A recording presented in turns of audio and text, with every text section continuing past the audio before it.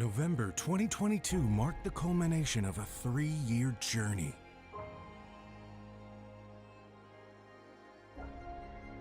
Where Michael Hamilton wrote himself into the record books as the first flesh and blood world champion.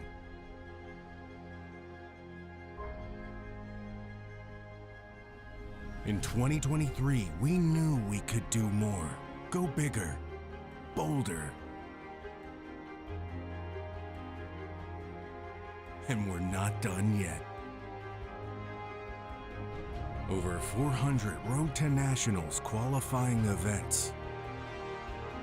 Fielding 44 national championships around the world.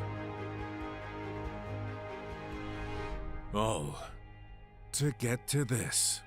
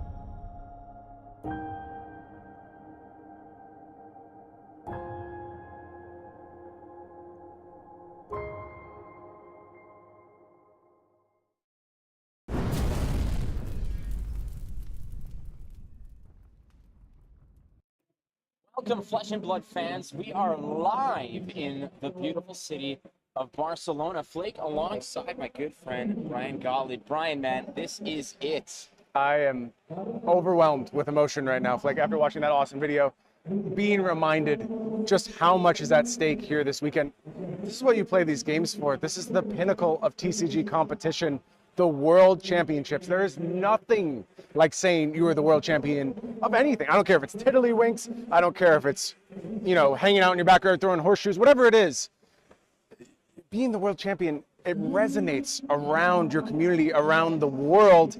Everyone knows you are someone to be feared in whatever your specialty is. And when it comes to Flesh and Blood, man, these players work hard to get here. What a way to start off the broadcast, but putting the entire competitive Tiddlywinks community into an uproar, saying that it ain't the same as Flesh and Blood. But let's be real. We saw that sizzle reel at the beginning of this entire broadcast. And what I want to sort of dig into is that scene of the Pro Tour win by Michael Fang, where he just, that relief, that kind of overwhelming feeling of, I can't believe that we got to this, but that's nothing compared to where we are here. We have over 460 players, all of which spent an entire year of just grind and struggle and strife to be at this moment where this is it, 3 days of unrelenting, high-level elite competition. And you're going to see throughout the weekend many moments of relief, exhaustion, being overwhelmed. I mean, the stakes here are so astronomical, not only in terms of dollars, but just in terms of pride. Like, these players worked so hard throughout this season, and a season which was filled with many twists and turns, many different ebbs and flows over the competitive metagame. Of course, Lexi casting a large shadow over the metagame for much of the year. Gone this weekend. We are dealing with a whole new ball game, and man, the meta has changed, Flake, and we're going to see that right off the bat. We're only a few minutes away from actually seeing Flesh and Blood played by our defending world champion and our defending Pro Tour champion, both playing decks that I did not expect them to pick up. Well, you're not wrong. I mean, let's be real. As soon as you eliminate one of the most popular and potent heroes of the field, it kind of opens up. There are heroes that some might consider gatekeepers, heroes that kind of suppress other options, but a lot of those heroes now are out of the picture, and other very fascinating options are bubbling up. My favorite hero, Bravo, is going to have some pretty big names pushing that hero to the forefront. Yeah, I think we're going to see a lot of Bravo, but why don't we look at who's going to be bringing you all of this incredible action today? Unfortunately, you are stuck with myself and Flake for some of the day, but things get better from this point, and an all-star cast coming in. My friend Ramon Nicholas, Pankaj Bhojwani coming in from Singapore / the US. There you see us two losers bringing up the left side. And then you have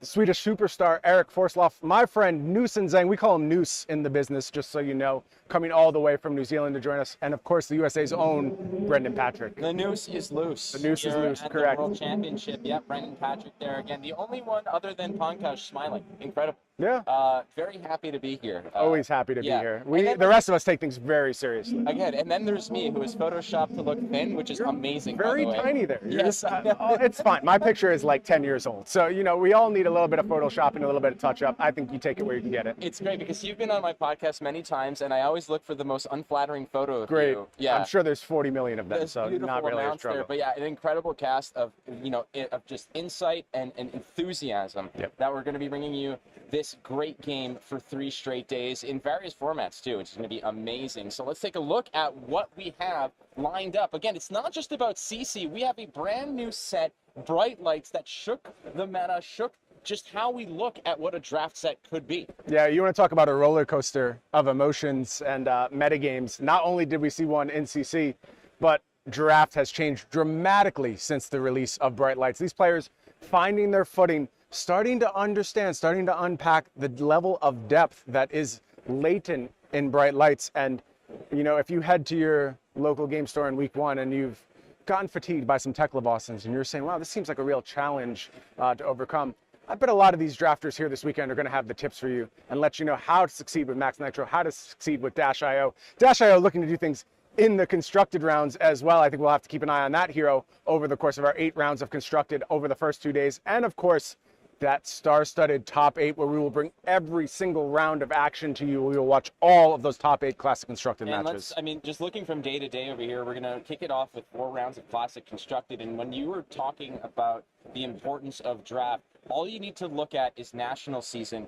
where drafting in national season really just woke a lot of people up to be like, this is an important element. This is not to be overlooked. You want to be the world champion, you better show us that you're the best at Flesh and Blood in various formats, not just classic constructed. Everybody's got their pet tech, everybody's got their reps on their hero. But when it comes to draft, the unknown element of being, I'm going to open packs and I don't know what I'm going to be playing, you need to be just on your game in order to be able to convert on those, because those 3 wins or losses at the end of day 1 might mean whether you're, grabbing a shawarma at Mustafa's down the street or you're back in your hotel room prepping for day 2. 100%. And they were a huge part of the way our players got here as well. They were already preparing for the draft format with things like their national championships placement, like events where they could earn PTIs. It has been a focal point for these players throughout, but things step up to a different level when you get to Worlds. And then, of course, you see those players who have kind of these global metrics that they qualified for, top 50 on 90-day XP,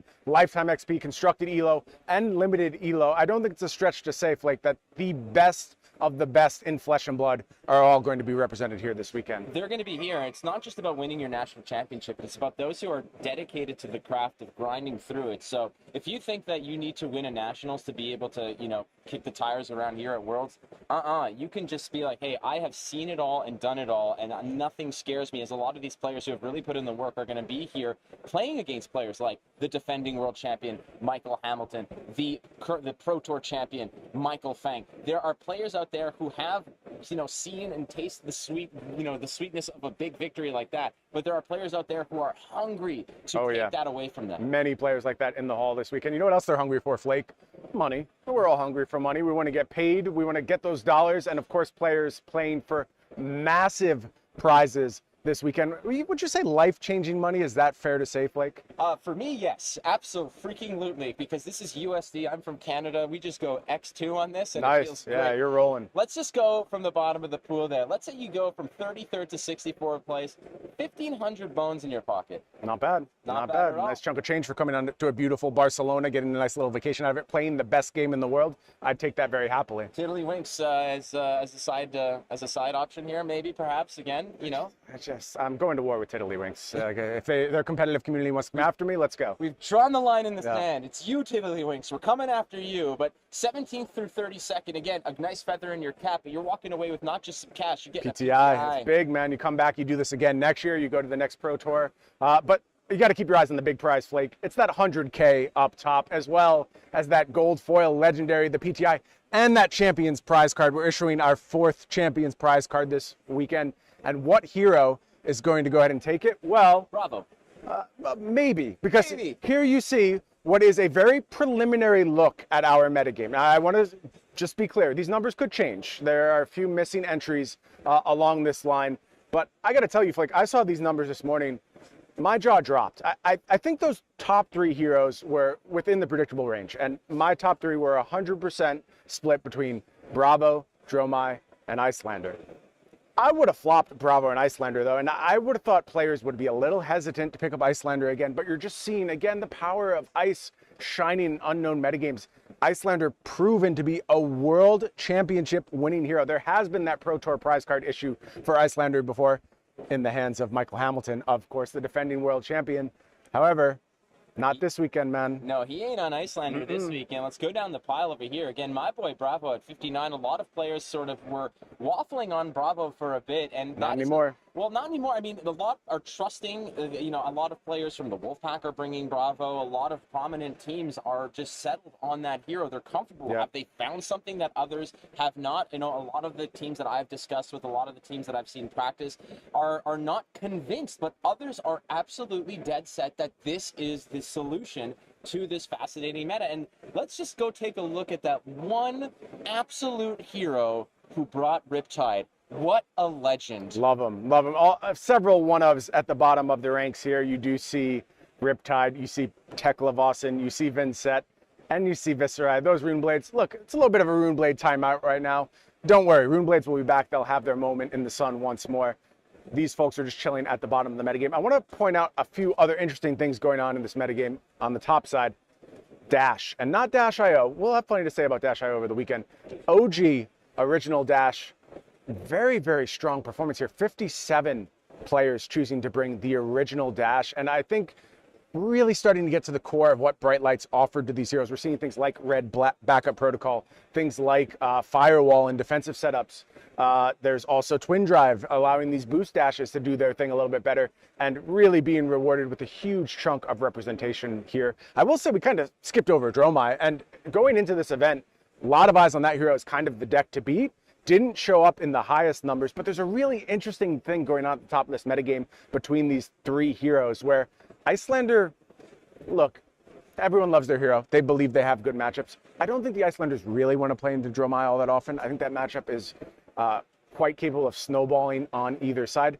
Icelanders do want to play into Bravo, though. They're very happy playing into Bravo. And on the Bravo side, I think those Bravos want to play into Dromais all day. Now, some Dromais will tell you they're fine playing against Bravo, but I think that's one of the core reasons you would bring Bravo to this event, to target Dromai and to target those mechanologists as well. And seeing Dash at that high of a number, it looks pretty good for Bravo if you can just avoid that huge representation for Iyslander in this event. Well, you're not wrong, and those 3 heroes are essentially the wins that you're setting your sail to, because this is some choppy waters and you want to be able to traverse it properly. And I want to put a little bit of spotlight here on just below that Iyslander, the 42 Azaleas. This is a big deal, Flake. I think both in the fine numbers and the Azalea numbers. Yes, smarter people than me have said that Azalea is the correct choice in this meta. Whether you're comfortable with her or not, it's a very, very smart pick to bring that in here, assuming if you are dead set that the hero breakdown is similar to what we're talking about here. Azalea is the remedy to a lot of this, and you are well positioned. It's a matter of if, you know, certain heroes do what they're supposed to do, Azalea can absolutely pounce and take advantage of this particular metagame. And honestly, 42 Azaleas, obviously, we are not the only ones who think that that's the right move here. But, you know, below that, my boy Katsu, I mean, there's a very great spread of heroes here, all the way down to Azalea. From 78 to 42, you've got 6 heroes that play such different game styles. Yep. And in fascinating ways. This is going to be a tournament where I cannot accurately predict what that top 8 is going to look like. No, I agree. And I want to add some missing information that did not make our graphic here. There are 8 Boltyns in the room as well. And Boltyn kind of falls into the same space that I see heroes like Rhinar occupying, you know, sort of also ran heroes that people don't always give the most respect. But I actually think this metagame is starting to line up very well for folks like Boltyn, like Rhinar. And it could be, if those Boltyns can dodge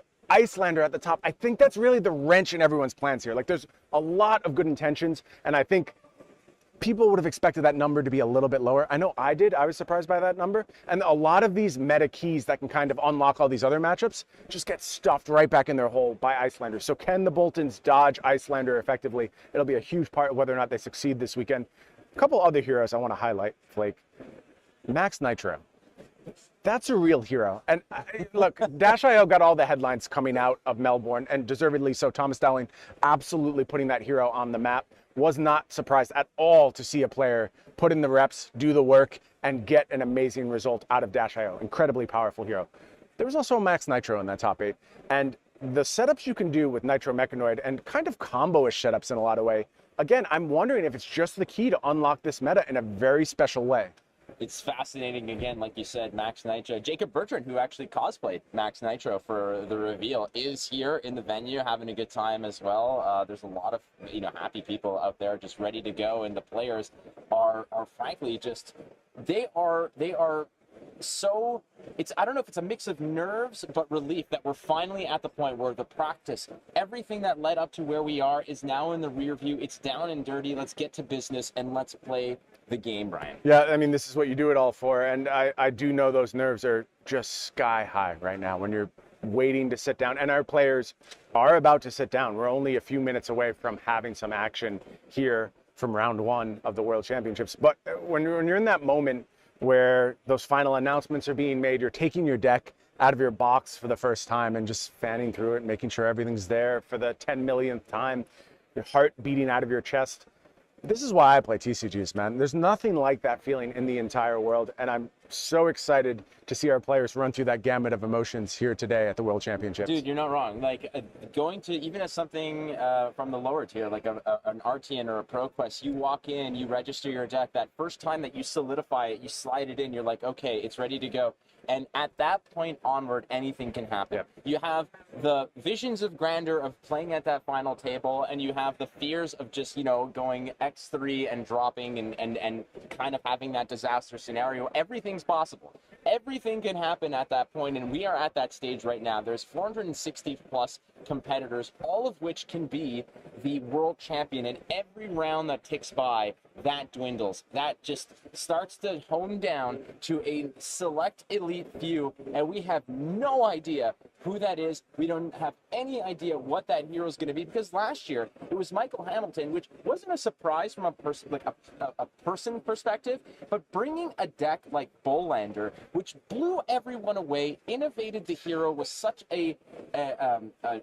just an escape from what the common logic and the theory of what the hero was meant to be.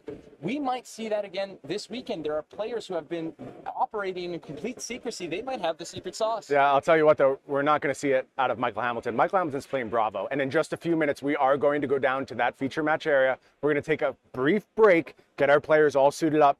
Newson and I will be back to cover round 1 in just a second while we tell you about our celebrational going down in Queenstown. Y'all are going to want to know all about that, and I hope you will come down, join myself, join Flake. We're going to have a great time down in Queenstown. Learn all about it right now, and then we'll be back with some round 1 action in just a few minutes. Do not go anywhere.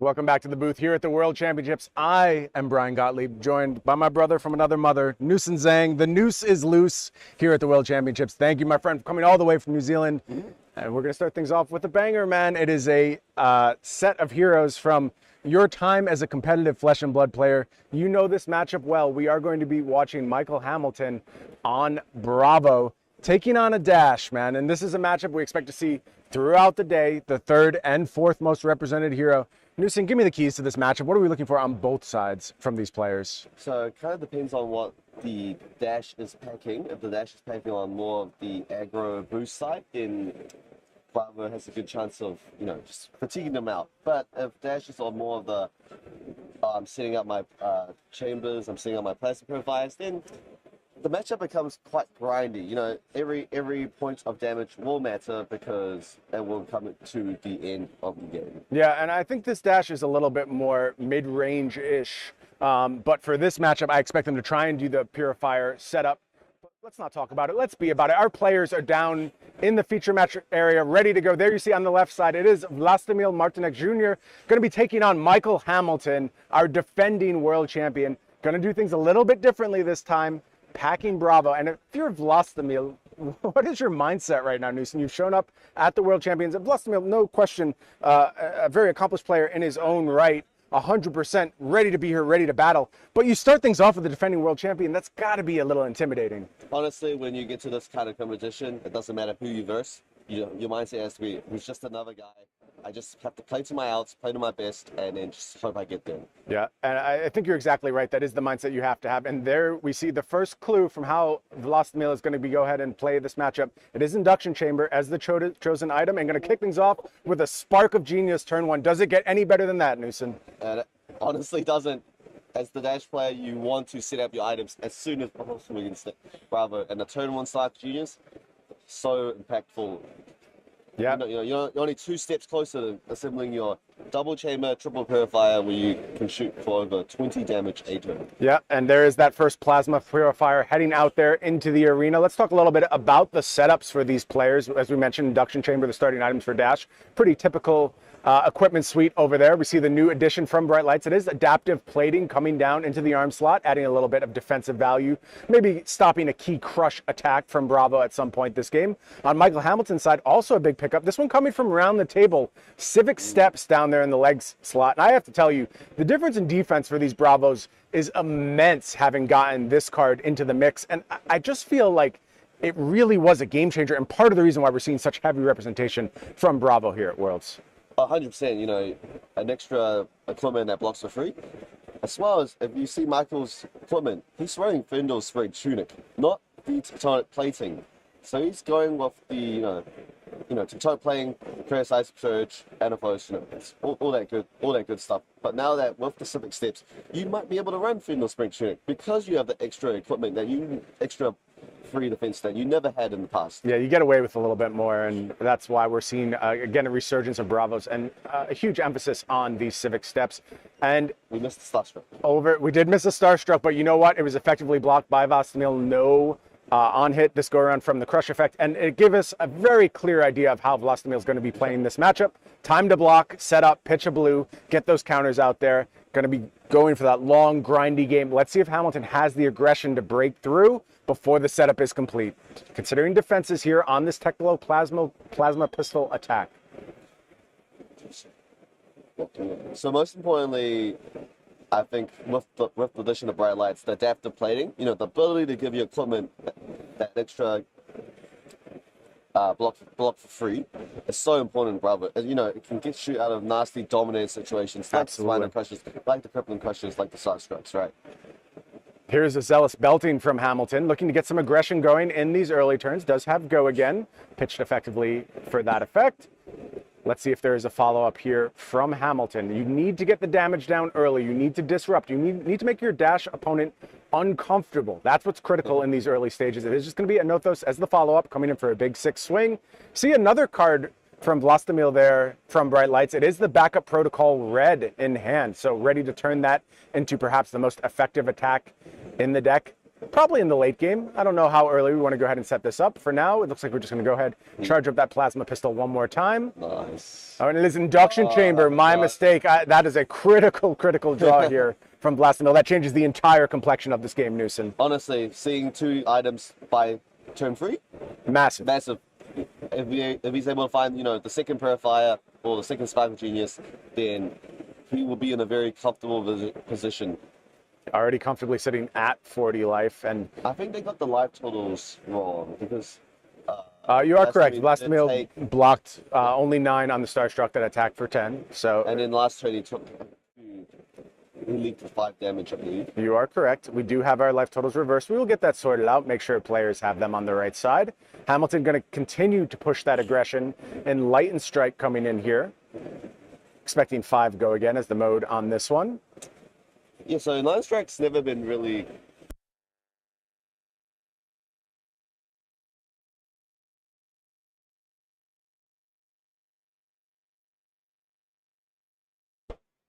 Line Strikes in most of the decks, just because of the versatility, 2 cards, tap a 7, or go again, swing of hammer. That's a lot of damage when it comes to it. Just like how Michael's doing it now. The Line Strike into a debilitate red, 13 damage. Yeah, nice little piece of disruption here from Hamilton. Going to go ahead and try and blunt that first offensive foray on the next turn.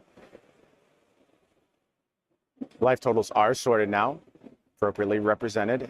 And this is going to be the plan, man. It's all about this Teklo pistol coming in, trying to grind Michael Hamilton to dust. Strap in for a long one, folks. We're here for a long time in our first match of this momentous weekend of World Championships. This Bravo vs. Dash match will go long. So it's just next to just shooting with the pistol, keeping 1 card in hand. Most likely, probably a defensive card, defense reaction, or reinforce the line, anything just to stop Michael from having another huge turn. Oh, it looks like it is just going to be pitched here. Yeah, it's going to be another load up, trying to really prioritize that plasma pistol aggression. There you see the Civic Steps thrown in. They are going to create a quicken token. Let's see if Vlastimil can find a spot to utilize that. Unlikely. You're able to really duck and weave with these Civic Steps and set your opponents up for positions where they just aren't able to take advantage of it. Every now and then, though, the drawback comes after you. And when it does, it is major. Yeah, it's not the worst in this spot. Dashblade can just load up his chamber or purifier with his room pistol and just end his turn, have a cooking token for next turn for a card that, that might not have go again that well. Especially because he definitely doesn't want to boost. Correct. He doesn't want to boost his Plasma Virus Spark G's because he wants to see those, wants to set up, and he wants to just get to the end game. Yeah, avoiding boosting at all costs. Of course, we expect there to be some non-mechanologist cards in the deck as well, probably defensive options such as a movable, sink below, reinforce the line. Those are critical defensive options against something like Bravo. Love the background, the backdrop for our players here. It really feels like they're out there brawling in the streets of Metrics. You see that beautiful cyberpunkish art flowing over our feature match area. 100%. Really getting into the vibes of Bright Lights. I think Hamilton going searching for a quicken token right now, trying to find appropriate representation. Always bring your tokens, kids. Remember, there is a quicken token provided by our judge staff. Shout out to our stupendous judges out here this weekend making this tournament happen. How long will it last now? That is the question. I think it might stick till next turn, Barry. Yeah, seems reasonable. Maybe try and set up for something a little bigger. Although Hamilton with 3 cards in hand will be trying to, blunt that plan effectively. Plasma Pistol is going to come back into the weapon zone, load it up.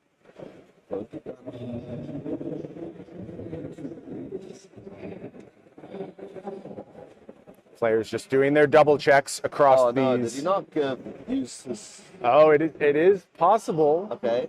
Let's see. Alright, so just using the second chamber on that last pistol attack, giving it a go again. So yeah, okay. Yeah, you really gotta cross your T's, dot your I's when it comes to OG Dash. Make sure your induction chambers are well managed. Make sure your tokens everywhere. Yeah. The great Dash players, it's like an art, man. It really is like a beautiful dance. They arranged their arena so well. They are so efficient with their actions, and you kind of have to be. You have to finish your games within the 50-minute time limit. It is important you move very effectively. Here we see Hamilton again, finding another go again attack, although I believe this may just be coming in for 7, setting up an arsenal. Makes a lot of sense. Setting up the Zealous Belts in the next turn, you know. Classic Michael Hamilton move, just 2-card 7. Loves to do it. Won the last last World Championship with Iyslander using things like Enlightened Strike, producing 2-card 7s. Very happy. Now, you know, maybe 2-card. He's playing debilitate 2-card 8s. Yeah. With the tunic. He's not happy with it anymore. He's looking for more. Done with the 2-card 7s. Doesn't want to wait for those wounded bulls to come online. He's going to make them himself. And here we see from Vlastimil, let's load up. Let's get these plasma pistols cranking. Let's make them large. Let's make them powerful. Let's give them go again. We'll do that turn after turn after turn. Sink below in hand. Going to be probably looking to set that up as a defensive option across the next turn. Life total at 26 for Vlastimil. If you're on his side, how do you feel about the state of life totals in this game? Are you comfortable having taken these sort of early hits early on, or does it make you a little nervous you're sitting at 26 at this stage? I honestly would be pretty comfortable right now just because of how much I've set up the board. You have your 2 induction chamber attacks. Well, 2. Yep. You have all your equipment up, and yeah, I think you're good. This turn you're going to be shooting for 9. Setting up a sink below in your arsenal. Yep. Can't get better than that. Critically, not using any cards to deck from deck to do so. And that's the critical part of why these dash control decks are able to succeed just on card economy. They're able to produce so much damage without actually taking any cards out of the deck. When you get to the late game, Michael Hamilton's going to be out of effective red attacks. He's going to be out of those haymakers that Bravo can throw so effectively. Vlastimil's going to have the same induction chamber, plasma purifier setup he had this early in the game. He's going to be doing the same thing, just as comfortable. In fact, maybe more efficiently with several of the reds out of the deck. This will be resource rich turn after turn after turn. Yeah, it's not really a fair fight when at the end of the game you're swinging your hammer for 4 and Vlastimil is shooting you down for 50. Yeah, that is the exact imbalance these decks are built around, and exactly what Vlastimil will be playing towards. Zealous belting the attack here from Michael Hamilton. 5 go again.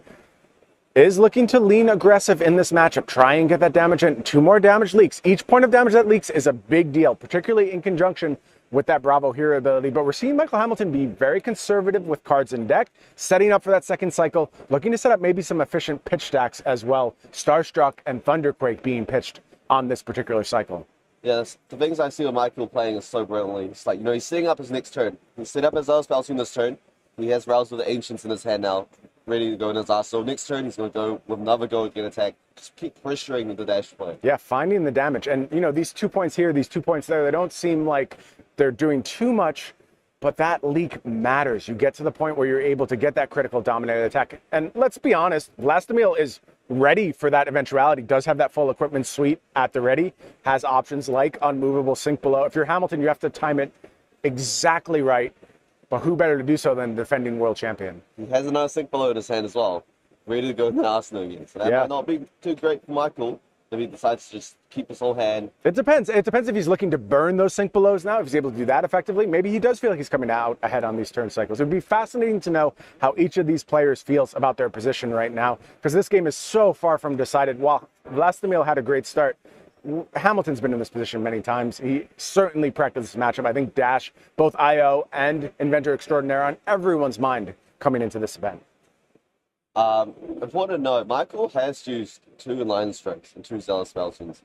Those 2 are his only red big attacks that efficiently get go again. You know, Rouse is one of them, but it's a bit harder to set up than just, you know, pitching to play Zealous or just Enlightened Strike, you can put him out in the bottom, right? Yeah, if I had to classify Hamilton's game plan in these early stages, it is to burn those go-again attacks early, get those double attack turns, and then in the late game, look to set up for these dominated large attacks. I think that is exactly what he's playing towards. Let's see if he can find that effectively. Meanwhile, on the other side, it's just damage, man. It's more Teklo plasma pistol attacks from Vlastimil. Hamilton did take quite a bit here. Rouse the Ancients at the ready and attacking. A nice power spike here from Bravo. We do see some follow-up potentially in the form of either, it looks like it will have to be Command and Conquer given how the resources are allocated, or an Othos. But Command and Conquer not bad here if it is in fact that sink below in the arsenal, which I believe it is. Yeah. Now, knowing Michael, I think that he would, if that sink below isn't used, he'll probably just arsenal a little bit on Command and Conquer. There is still 3 red pummels left in the deck. You know, Command and Conquer pummel, Yeah. Pretty strong. Another strong great combo. thing, another great thing to set up towards in that late game. And you see Vlastimil kind of put to task here, thinking about this Rouse the Ancient. Is just going to be 2 cards committed to this block here. So let's see what Hamilton does with this Command and Conquer. Is it time? No, it's just a note that's more to pick your spots when to go ahead and go on the offensive. Hamilton saying, I'm just happy with 6 vanilla damage here. That's completely fine. Now, Vlastimil will know about the Command and Conquer heading into the next turn cycle. We'll watch carefully to see how that affects his play over the next turn. I think it's a good time to use that sink below in his hand in the arsenal right now. Just because you know that there's a Command and Conquer coming at you. You do not want to give it up with no value. You do not want to see it whip a pummel, because that is literally game changing. Losing a card in your hand, losing your arsenal. Taking enough for 4 damage. It's pretty strong. You're exactly right, and especially with that tunic at 3.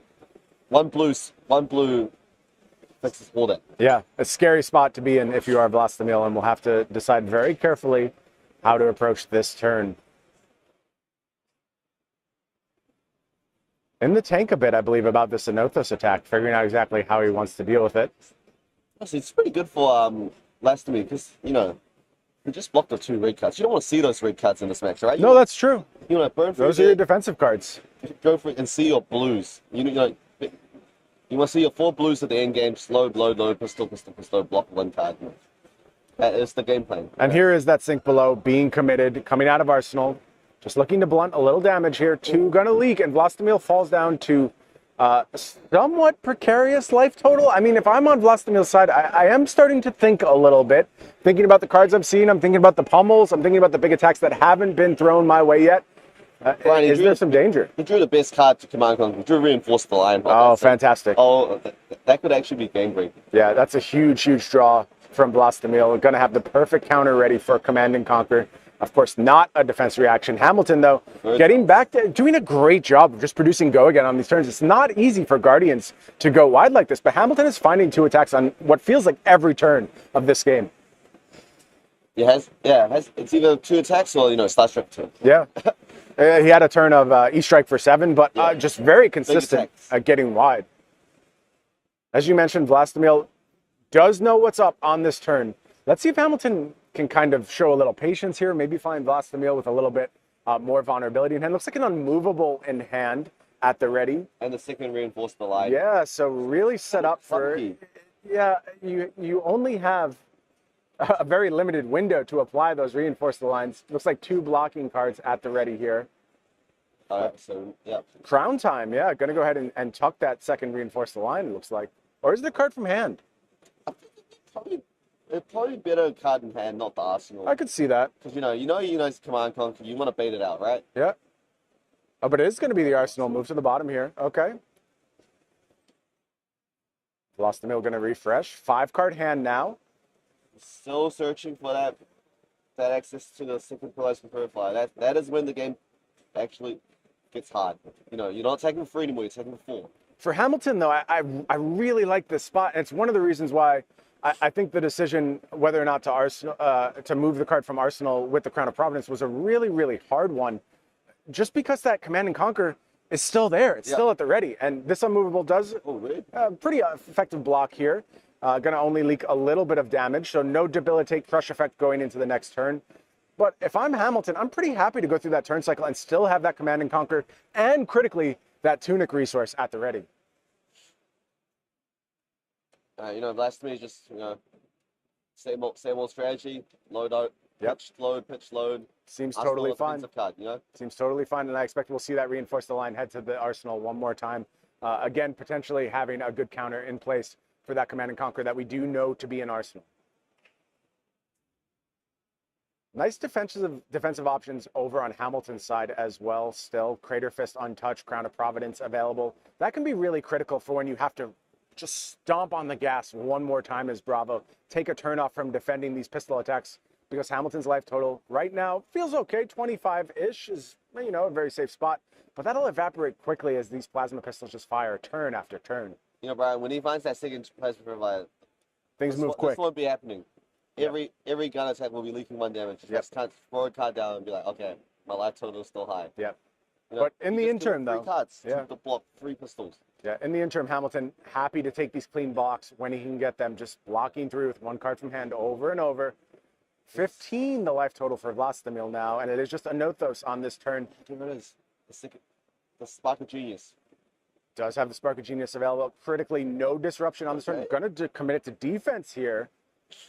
Okay, let's see what Vlastimil has in store on the comeback turn. Oh no, he has it in his hand, Brian. Beautiful. Who needs it? Yeah, simple solution here. I'll just draw it. Very, very easy. It is going to be Teklo Plasma Pistol coming out, but I expect that Plasma Purifier to join the ranks very soon and start offering Hamilton a much, much harder proposition turn after turn after turn. That 4 break point, very, very tough to deal with. Yeah, so Hamilton's not drawing too great at the moment, right? He's been blocking the last 2 turns. You know, he's not finding the Gogan cuts. Mostly because, you know, all his Zealous Ballistic's gone. One line strikes there. Not seeing his Rouse and Ancients. I think he's really waiting for that pummel to go that command conquer. Okay, there we go. The second place. Huge, huge moment in this match for Vlastimil. Coming at 14 life. After that start, I thought things could kind of get out of hand very quickly.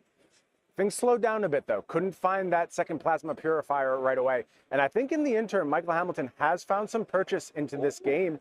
I'm just going to go ahead and filter with the Bravo activation here. I saw your eyes light up, Noose, but it is just going to be a way to get an extra pitch card for a Nothos, coming in for 6, 2 defensive cards committed, and now it's just all about those blues, baby. How efficiently can we load up? 6 resources. Double Purifier. Resources there. So I think he will be able to shoot 3 times this turn, shooting for 12. Yeah, that's a great spot to be in. And if you're Hamilton, you have to turn the corner now. The pressure is on. This second Plasma Purifier has changed the pace of this game. You are absolutely under the gun in this moment. Michael has to find the right hand to do it. You know, he needs to find that Gogan attacks. He just can't keep his hand and, you know, just come in with a 8 non-dominated, right? Absolutely not, yeah. He's just going to, Vlastimil's just going to throw 2 cards down and then do the same thing again. Another new card there for Michael Hamilton in hand, Boulder Drop. Mostly just a blue in almost every matchup, but you're always happy to have an effective crush effect to lean on in the right scenario. I just want to note, have not seen a pummel drawn, I believe, from Michael Hamilton yet. And I'm starting to wonder, is there a world where you don't have pummel in your deck in this matchup? That seems odd to me, but we're through a lot of the deck at this point. We are, but honestly, you're sitting against the dash. Probably think they're trying to go with the fatigue strategy. There is no possible way that Michael will not be playing pummel. So what that means is we could be due for a stretch of pummels. Yes. It could just be a bunch of turns of pummels in the row. Pummels turn after turn after turn. Yeah. I think they've burned through probably half the deck, right, Brian? I think so. I think that's about the stage we're at. So you're expecting a high density of pummels at this point. There you see that Boulder Drop, committed to defense, but leaking damage. That's going to be the story now. 1 damage coming through on these blocks. No more clean blocks available for these Plasma Pistols. Second blue at the ready, loading up. Game plan's clear. Get those weapons working. Get those induction chambers loaded, ready to go again. And you said it, Noose, 12 damage being presented on this turn for Vlastimil. Yeah. So Vlastimil should be pretty okay. He's got a defensive card in his arsenal, 14 life. You know, this is where usually the dash player is finishing up and starts, you know, gaining back all the momentum. You know, you just ripped 3 cards off Michael. You know, it's taking 4. Pretty easy to deal with. Not a lot of threat offered here from Michael Hamilton. 14 life. You know, you have plenty of options. Still red cards in deck, as we mentioned. Actually, triple red hand here. You know, usually as a Flesh and Blood player, you're stoked when you see your powerful cards. If you're Vlastimil, you just want blues. Give me every blue in my deck, please. I want to keep pitching into this powerful setup I've established. That's why he keeps blocking with his reds. He doesn't want to see them anymore. They're just there for the free Get block. him out of the deck. And we are going to see a red committed here. Is going to be Throttle, I believe, put in front of the Nothos on this turn. Potentially 1 more damage leaking. Let's take a survey of our defensive option. Teklo Foundry Heart at the ready. No block value on that Achilles Accelerator. And then there's Adaptive Plating, which is interesting. You do not want to give up any of these items. That is very, very clear. And 1 block is not really going to change the ability of a dominated attack to go ahead and serve some damage your way. We'll have to see if there's some kind of disposable item. I mentioned backup protocol earlier. There we go. Teklo Core. Yeah, Teklo Core is a very disposable item in this spot. It's very situational, but like if it actually happens, it could be a game changer. Yeah, right? it is going to be hard though. You want to pitch it as a blue in almost every turn cycle and load up. So we'll see if there's a window. for Teklovossen to buff up that adaptive plating, or if it's just going to have to commit to blocking for 1. But again, you see Hamilton, exact same position, although this time it's time for Cop. And I wonder if that tells us Michael Hamilton is setting up for something here. Maybe looking for a particular resource card, maybe looking for a payoff card. Looking for pummel. Yeah, what are we digging for here for Hamilton? Because Vlastimil should know that card in the arsenal is still the command. Yep, has not changed. 100%.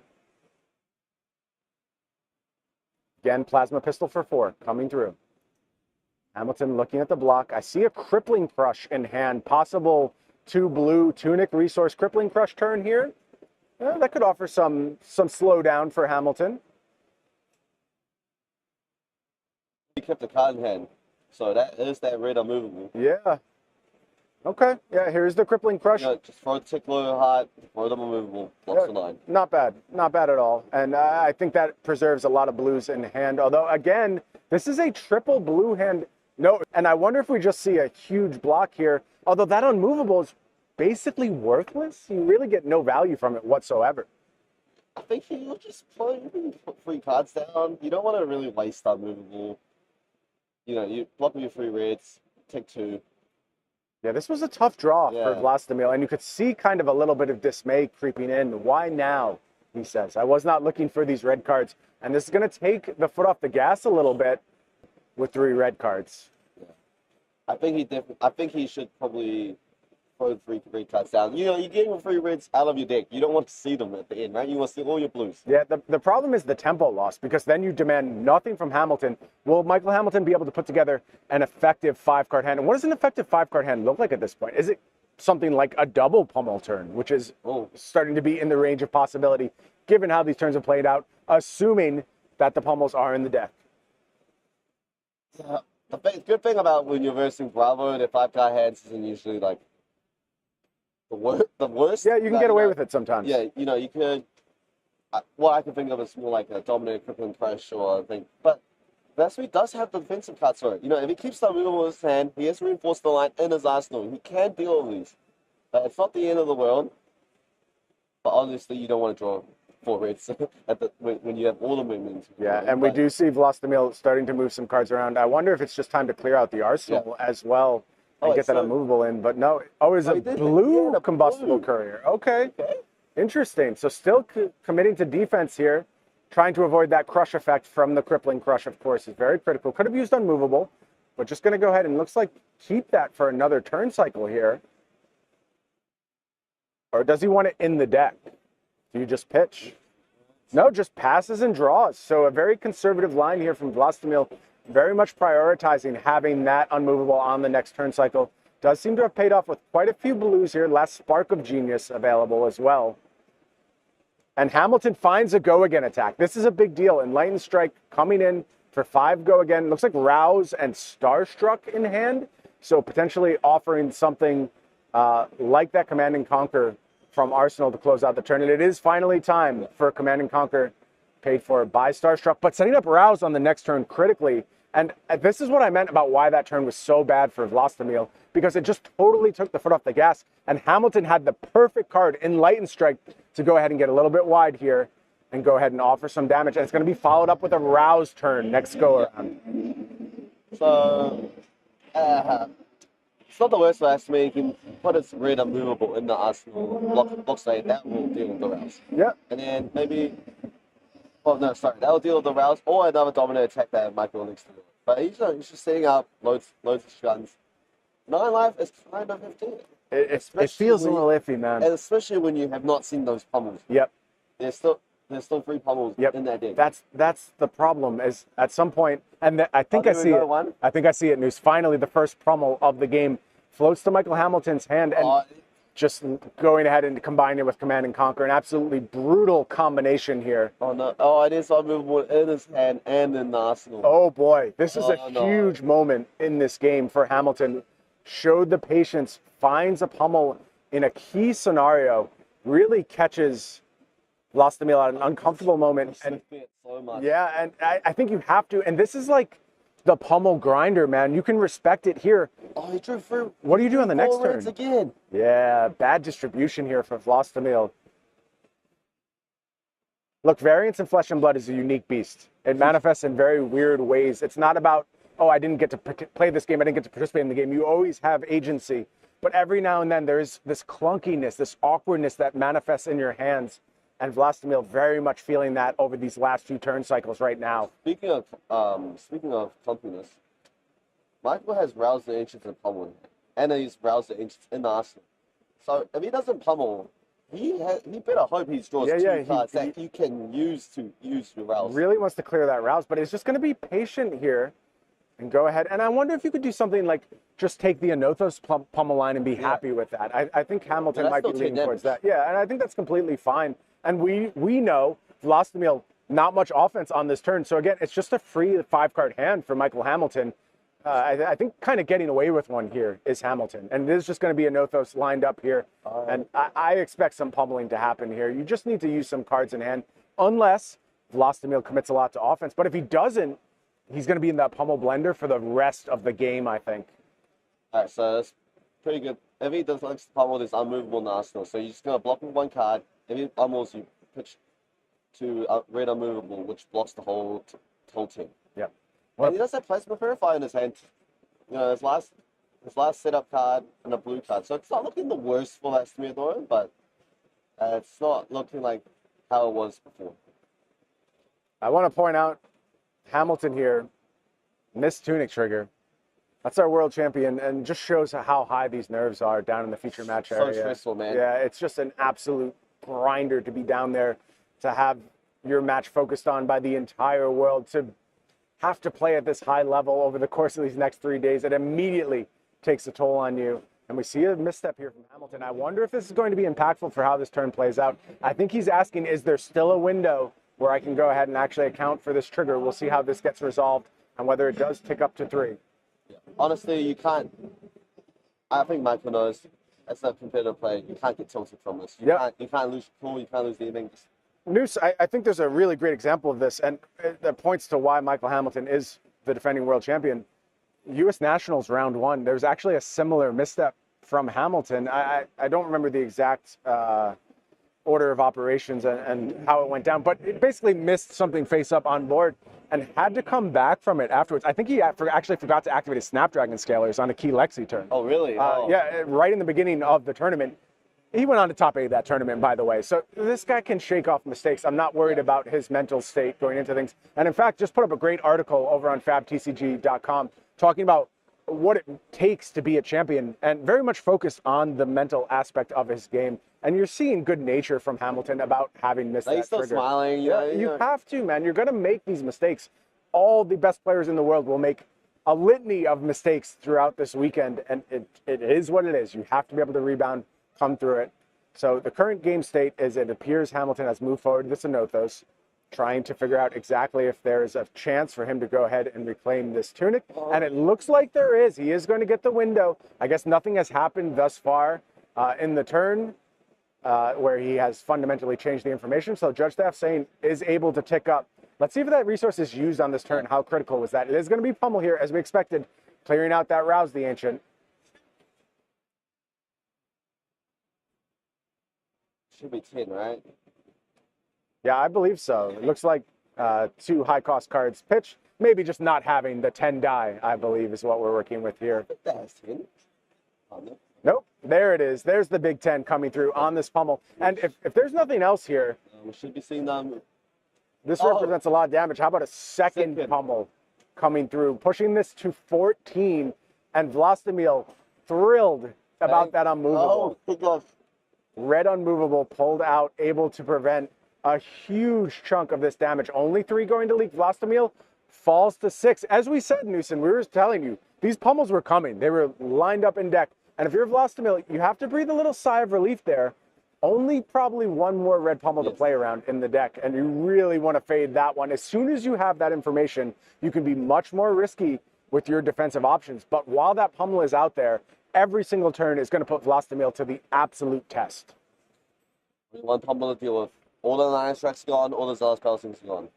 Just Vlastimil is looking for one more defense reaction, just for an arsenal, just for that dominant attack. Every other attack, you can just slap cut, you can just put cuts down to prevent it. Absolutely. Absolutely. We're getting down to the nitty-gritty now. Hamilton has Vlastimil at a precarious 6 life. Vlastimil, for him, the plan is the same, man. Load up these pistols, keep shooting, get that life total down. Hamilton, though, I would say at a comfortable 15. I think for this stage of the game, if you're on the Bravo side, you feel pretty good about where you're representing right now. It looks like Hamilton does have 3 blues and a crippling crush. Yeah, sounds like time for maybe a dominated crippling crush. But you know what Hamilton is looking for? He wants to know how many of those unmovables, how many of those sink belows have been committed. What are the odds that Vlastimil can actually go ahead and arsenal a defense reaction here? Is it worth just soaking up the damage? Hamilton says yes. He could be going for it on this turn. And Plasma Purifier pitch. Does that mean no arsenal on the next turn? No, so there's no arsenal for Vlastimil. So he has Teklo and maybe a free block. So that dominant crippling crush will be able to close out the game if there's no like unmovable sink below. Yeah, there's got to be a greater block here, and there's no defense reaction in hand. Is this going to be? Oh, okay. Okay, rouse the ancients, revealing the crippling crush. So is he just going for numbers here? Does he have the numbers? He's probably on going this for turn? a 7 and then a 6, and then setting up the crippling crush. Okay, patient Michael Hamilton, as always. Could have taken the gambit there with no arsenal, choosing not to. 7 represented here. Tunic resource not available. We expect the follow-up here. Probably a Nothos? Probably, right? Could be something like that disable, maybe. We'll see. We'll leave it to Hamilton. He'll figure it out. I don't think you can play with a stable +5, right? It's 1 card in hand. Correct. Does not have that Tunic resource available. Nothing floating here. Rouse ate up the whole pitch of that showtime. Can't really choke slam with ability. Tunic's non-free card this year. Oh, well, he can if he pitches 2. If he pitches the revealed card. What's that last card? card? Wait, that's a yellow disable. Yeah, it is a yellow. What's that last card in hand for Hamilton, though? My bet it's probably a blue. Probably a blue. What if it was pummel? He has to consider. He's telling us defense reactions right now. Yeah, he has to think, like, how many more pummels are there? Can I afford to play around it? How many cards can I commit to this defense here? Do I have to push in my Teklo Foundry Heart? That's a bad spot to be in, where you have to commit Teklo Foundry Heart where there's not a dominated attack being offered. Both players counting decks now. Yeah, we're getting into it, man. This information is critical to how these last few turns will play out. Calculate the odds. What are the chances? It's about 30 cards left in last week's deck. Yeah, I think so. One more peek at the bin there. Needs to know what has been used. 2 unmovable, 1 reinforce, I believe. 2 sink belows is the count by my quick estimation. Yep. And 2 unmovables. 2 red unmovables, I believe. Yep. So there's still 3 copies of the defensive cards in that deck. You at least have to consider that if you are Hamilton. It is the pummel. Oh, wait, so Pummel comes down here, so pushes to 11, falls to 1, does Vlastimil. But here's the problem, Noose. We know what that arsenal card is. It is going to go ahead and be that crippling crush. And if Hamilton draws the right mix of cards here, blues, man, we're looking for blues. It could be dominating crippling crush coming on the next turn. Can Vlastimil find defensive setup? And we know he's not going to have an arsenal defense reaction, did not have one on this cycle. It all comes down to what Michael Hamilton's draw here is. Does he find the blues to represent that dominated crippling crush? And Vlastimil's not really facing lethal. He doesn't have enough resources to use the purifiers and use the chambers. Yeah, so not going to be able to demand cards from Hamilton. Hamilton has found a window. Did he draw the goods? Did he find the way to represent lethal? We're back to Hamilton's turn. Tunic ticks up. What are the cards in hand? I see a Credifice popped in. It's all blues. I think I see a Terra Sunder. That's a blue. One more look at the deck. And we'll take a quick peruse through Vlastimil's hand. There's no defense reactions again. Almost anything dominated here does the job. Can Hamilton find the line and get this first win of the World Championships? Even though the Terra Sunder and Aphos steals the job. Sounds good, man. Yeah, I think that absolutely does it. Let's see if the pieces are there. How many reds in hand? Command and Conquer in red. I think I saw 2 blues. I don't know if that was Double tear? Choke slam or what? Double tear. Double tear. Blue choke slam. 2 blues. Yeah, Bravo has been activated. Here's the pitch. Here's the crippling crush. And Vlastimil takes a look and is not going to like what he finds, Newson.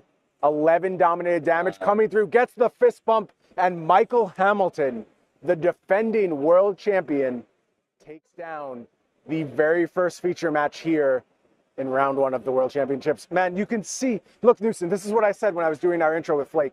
Already palpable relief on the face of Michael Hamilton. That is perhaps the most decorated flesh and blood player in the entire world. Feeling the stress in round 1, absolutely concerned about, did I do everything I could have? Knows he was already in a vulnerable position because of something like that potentially missed tunic trigger. Had to really get fortunate with the way the timing worked and was able to be bailed out on that turn, produce double pummel, and really get the life totals moving in the right direction. And if you're Vlastimil, there's nothing wrong with starting out your tournament that way. Having to face down Michael Hamilton in round 1, man, that's such a huge, huge burden to ask of anyone on the planet. Marine 0-2 start, anyone can do it, and it's on Vlastimil to find that absolute fortitude. We are going to take a brief break here in the feature match area. We're going to learn a little bit about what's going on at Pro Tour LA, and we'll be back with some more action here from the World Championships in just a few. What do you got for me, News? What do you got for me? Yeah.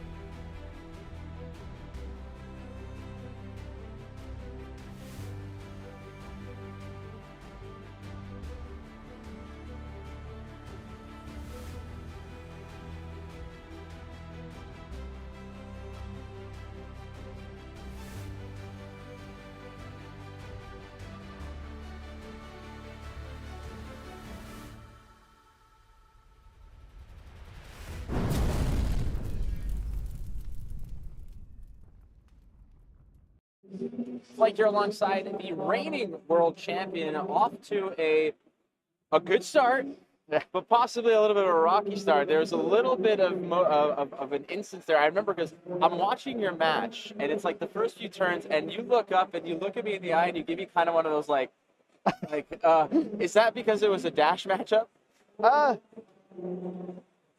No, I don't think the dash matchup is great. I'm not exactly looking to fight dashes, but it's not the worst matchup in the world.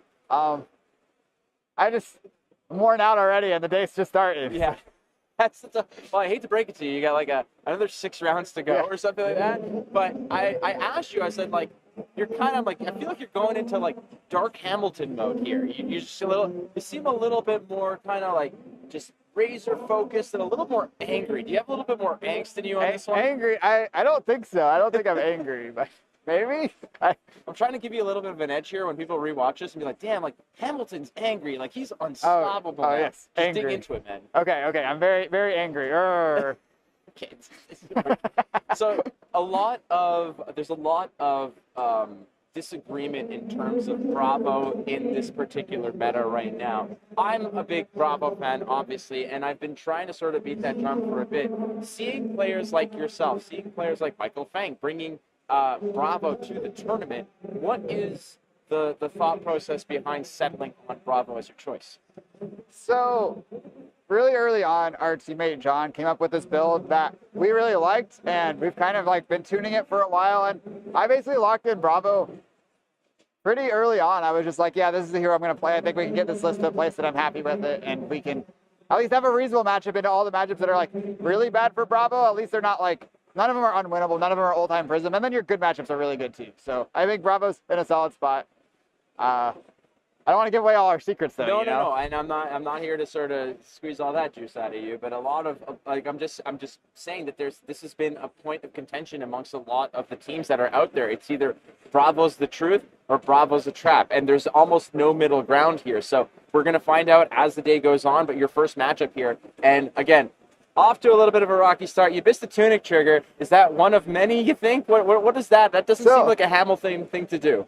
No, I say this all the time. Flesh and Blood's a really hard game. I was debating for a long time on the turn before I missed the tunic counter if I wanted to just pitch the blue and play the pummel to get it out of my hand. But then I looked at my tunic's at 2, and I'm like, if I draw a blue double pummel, I can just those for 14 with the 2 pummels and the tunic counter. And then my next hand, blue double pummel, and I'm like, great, 14, here we go. And I just forgot to take up my tunic because I was like, and then, it was great. I mean, it ultimately got stuffed by some D-reacts, and it wasn't exactly as spectacular as you may have wanted, but you got there, and that's what's important. And I want to give you an opportunity right now, practicing for this Worlds. You've already got 1 Worlds under your belt.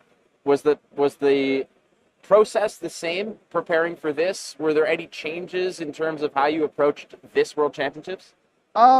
It was mostly the same. Roger's not a part of my testing, or wasn't as much of a part of my testing process for this tournament as he has been in the past, because he's been playing a little less. So you're going to win better, is what you're saying.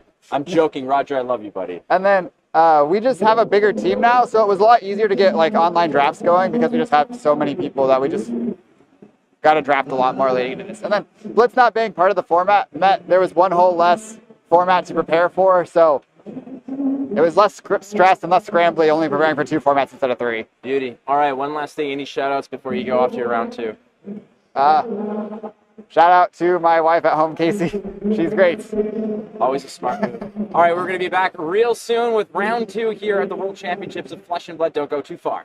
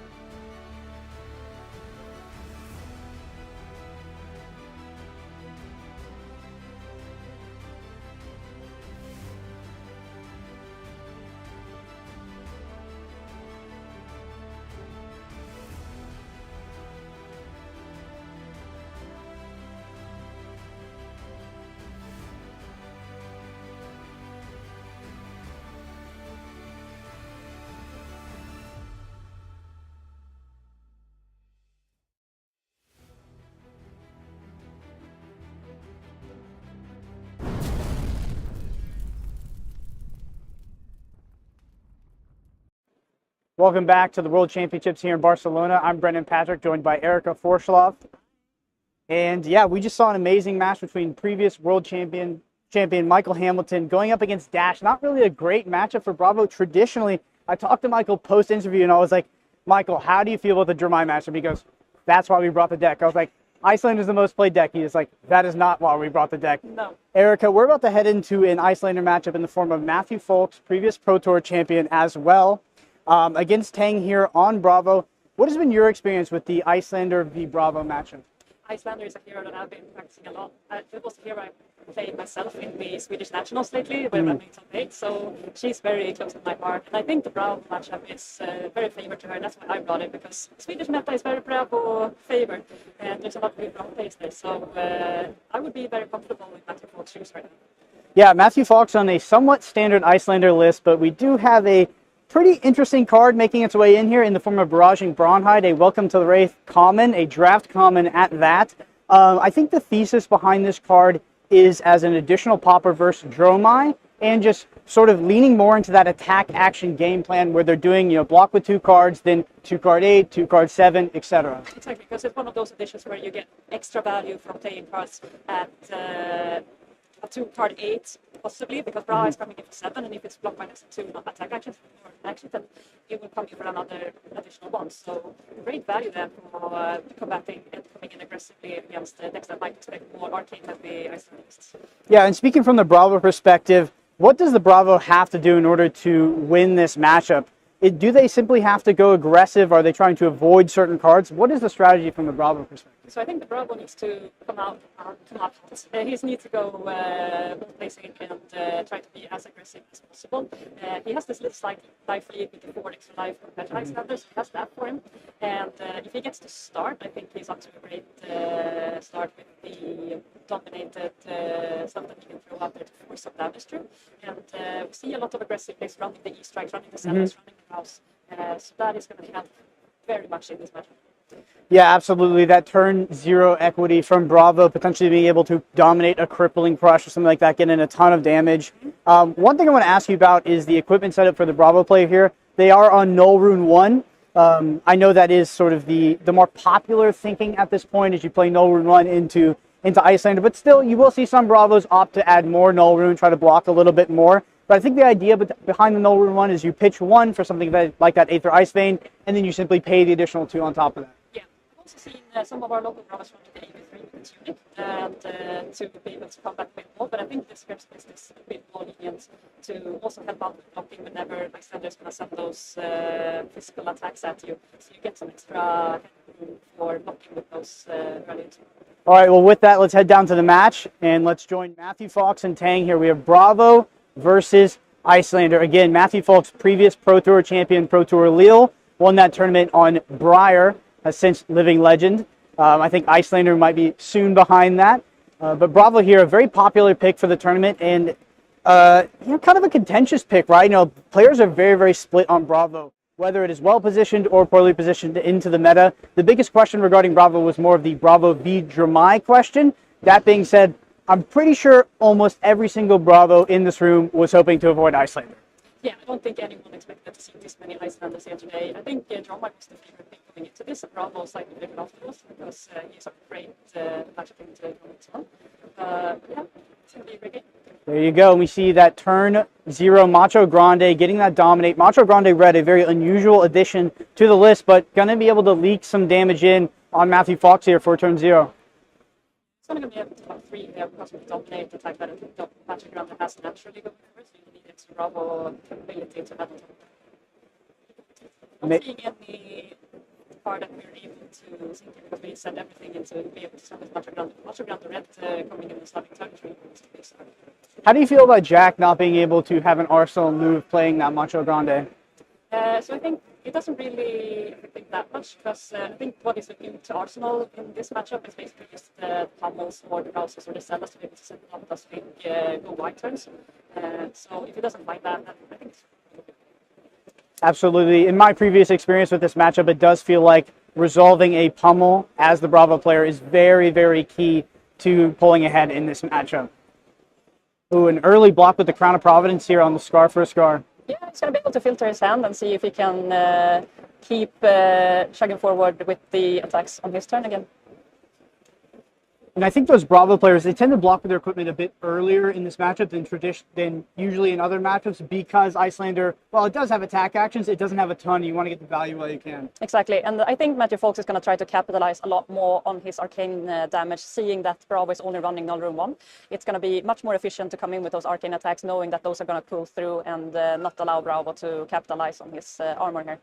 Yeah, both players playing Fandel Spring Tunic, but Matteo Foulkes does have access to the Storm Striders, being able to play at instant speed on Jack's turn. That will likely happen at the end of the game if Matteo Foulkes is able to close it out. Yeah, and here's the scariest part, because if you did start out with a Bravo Dominate, then there's a possibility that Matteo could pull in a Frosting or anything ice card from his arsenal and give him a Frostbite and not be able for him to play his turn as ultimately as possible. So you always have to count for that when choosing whether to Bravo or not. But we're just seeing a CNC here. And if Matteo Foulkes decided to put a red in his arsenal, then this might be a little bit awkward.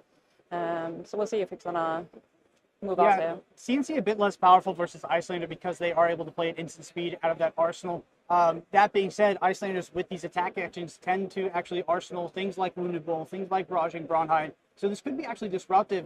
One thing I want to point out is if you see a Bravo player on that Fandel Spring Tunic, you can pretty much guarantee that they're running pummels in their deck. So Matteo Foulkes is relatively live to have the read that Jack potentially has an additional pitch card plus a pummel off the back of this, which could be devastating. Yeah, I see he has a sink in his hand, and I'm not sure if Jack has a pummel in his hand. We'll see. If he does, it would be quite a draw for Jack. Don't think that Matteo Foulkes can play around a potential pummel off the 4-card draw here, and there we do. Yeah, there's the pummel. That's devastating. Yeah.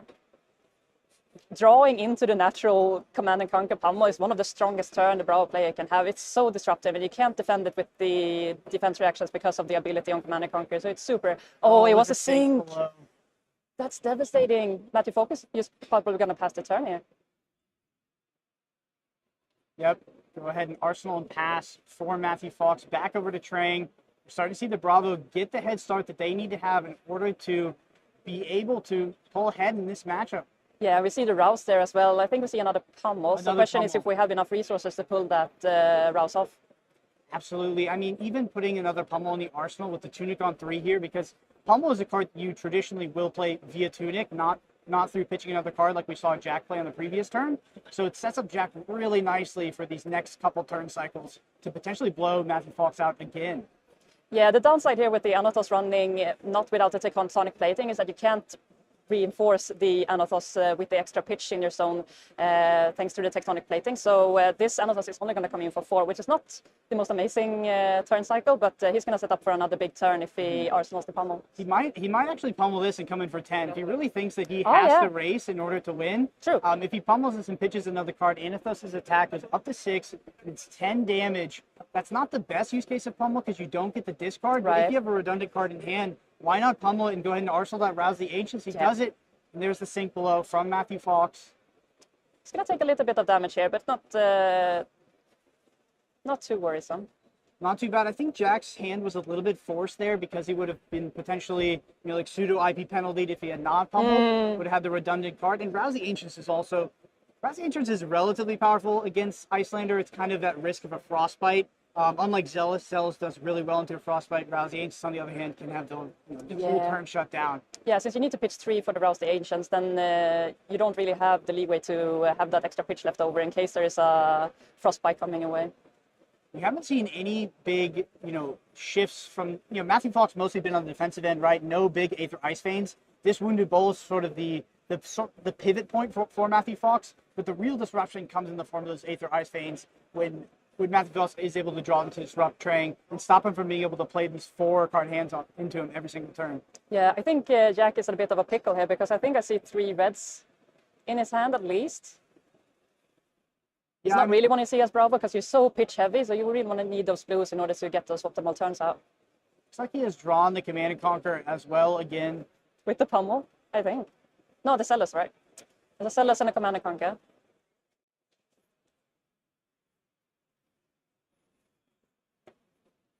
We talked about cashing in those equipment blocks early. Iyslander does not have any relevant on-hit triggers traditionally. So get the block value while you can. Yeah, blocking 7 here. Zealous is only blocking for 2, so covering up most of the damage here and just chipping in a little bit. But this is the effective way of playing the Iyslander. You want to play those 2-card hands, arsenal a card, use one of your cards to activate your arsenal card, come in again with those 2-card reds, and just keep on pounding. Looks like a blue Aether Hail in arsenal for Matthew Foulkes.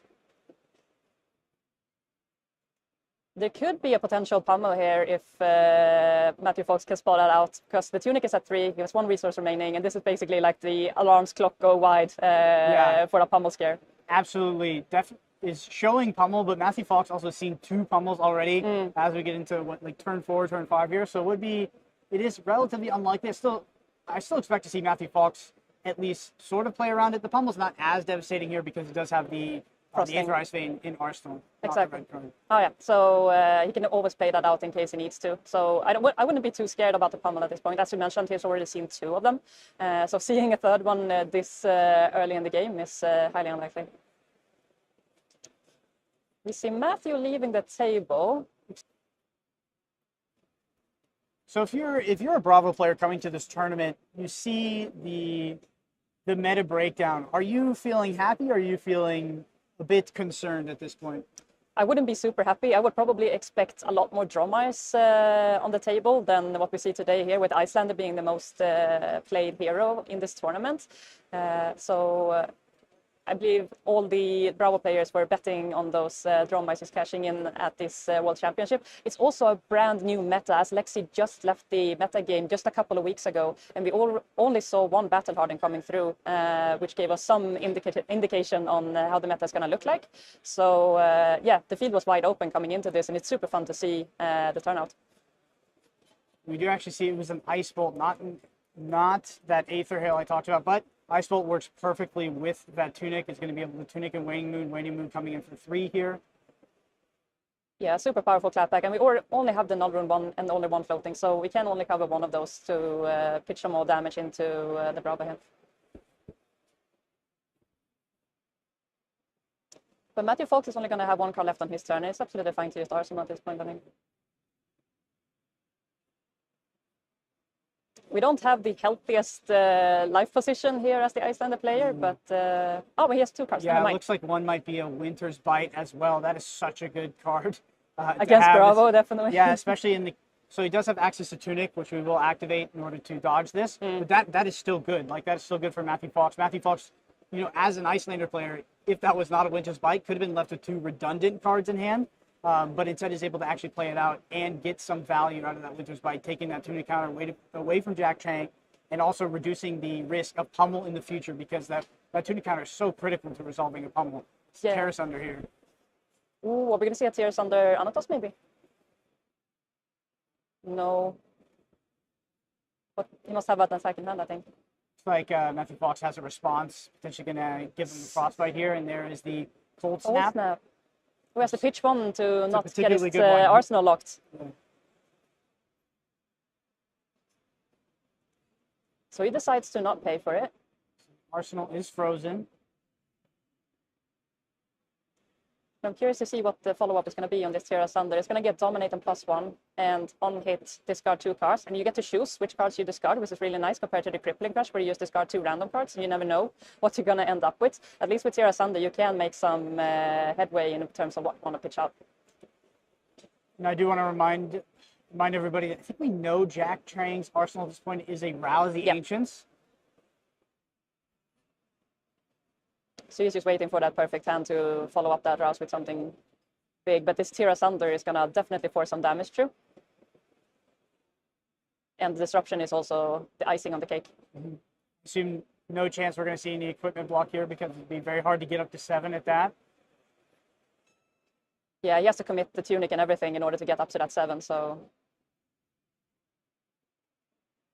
it's not going to be the easiest commit at this point in the game. We're not that desperate. Yeah, especially after you draw off of that Cold Snap as well. It makes it a little bit less devastating. Wasn't able to play it off Tunic, so is not up on cards, but still has resources floating here, and can maybe handle discarding 2 cards off this Iyslander. It's really not that much damage for him to deal with. Yeah, so I think the debate here is whether he's going to block with 1 card to just at least cover up 3 of the damage that is going to come through. But then he's only going to be stuck with 1 card left in his hand, which is basically going to be an arsenal at this point. So the question is if it just keeps his hand and just gives 2 cards of ace. I saw he has an ace strike in hand, so he could come in with an ace strike for 5, draw a card. That leaves him with an arsenal and also some damage coming back. We're going to activate Waning Moon first, though. He still has 1 floating. I would imagine him pitching 1 away at least to cover up the arcane. Interesting. There we go. We do see the block We from block Matt with here. E-strike, okay. E-strike. Right? Yeah, some of these arcane spell only blocks for 2 as well, so... I think he's going to be left with 1 card in hand here. Yeah. Does look like he has 3 cards in hand, so the trigger, discard 2, and then Matt probably will go to his turn in arsenal. Yep.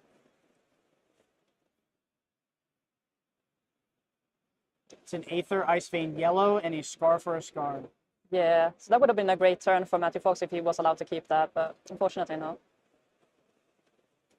Bravo is looking pretty healthy in this match so far. Still plenty of room for Matthew Foulkes to turn the corner, but you know, we're definitely seeing a different narrative this matchup than we're traditionally used to, or at least what people have been talking about, saying that this Bravo Iyslander matchup is very, very unfavorable for Bravo. Jack Trang is navigating it excellently. Yeah, he's all gas, no brakes, and he's able to turn this Rouse are now active, and with the Spinal Crush also showing from his hand, could possibly follow up with that if Matthew Foulkes doesn't have enough disruption to combat this. But it's going to be a big, big turn here now for Jack. Matthew Foulkes can respond and give him a Frostbite, but it won't be too effective because Jack Trang has so many cards in his hand. Prior turn, Matthew Foulkes did just arsenal and pass. Jack potentially has plenty of room to actually... I think there's a sigil we see in hand, so this Spinal is not going to come through, but if I was in Matthew Foulkes' shoes, I would be very scared to see that Spinal Crush follow-up on this. But he doesn't know that is not going to happen, so the question is how much he's going to try to cover up this Rouse, or if he expects the Spinal to come through.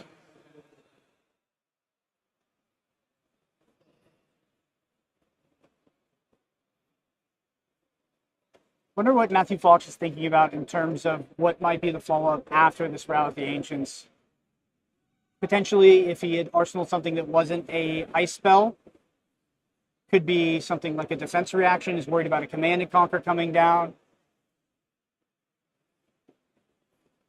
But even if he has a Frost spell, the Spinal Crush is going to cost 7, so it's... if he had 2 blues in hands, which we know he don't, but if he does, then it's going to be an absolutely spinal crushing turn. So probably he's going to swing Anathos here and then opt to play the Sigil and then arsenal the Spinal. Yeah. Matthew Foulkes doesn't know he has 2 reds in hand. Yeah. If Matthew Foulkes gave him a Frostbite here, it would actually be relatively disruptive because he wouldn't be able to play the Sigil. He'd have to actually pitch it for that Anathos. Exactly, but I think Bravo is quite a bit of a healthy life total here, so I wouldn't be too concerned for him committing that to pitch to be able to forcefully push through even more damage. We see the 6 block coming in here for Matthew Foulkes, covering up most of it. And yeah, we're actually pitching the Spinal Crush. This is really interesting. We have been going on a train here with pushing a lot of damage, and Jack is now opting in for actually prioritizing the life gain here from the Sigil instead of securing another big turn. Very interesting. Looks like Matthew Foulkes potentially lining up for another 2-card block here. With red Aether Ice Vein as well, with all of those cards. Matthew Foulkes just hasn't found the space to really hit that pivot turn quite yet. No, and it's too much damage that is being forced upon him, and he's already at 14 life, so it's not the healthiest situation where you can find a pivot turn. You can't take this much damage in order to just send an Aether Ice Vein. I mean, the Aether Ice Vein is going to be super disruptive because of the only 1 null rune, but question if it is disruptive enough in order to pivot the turns.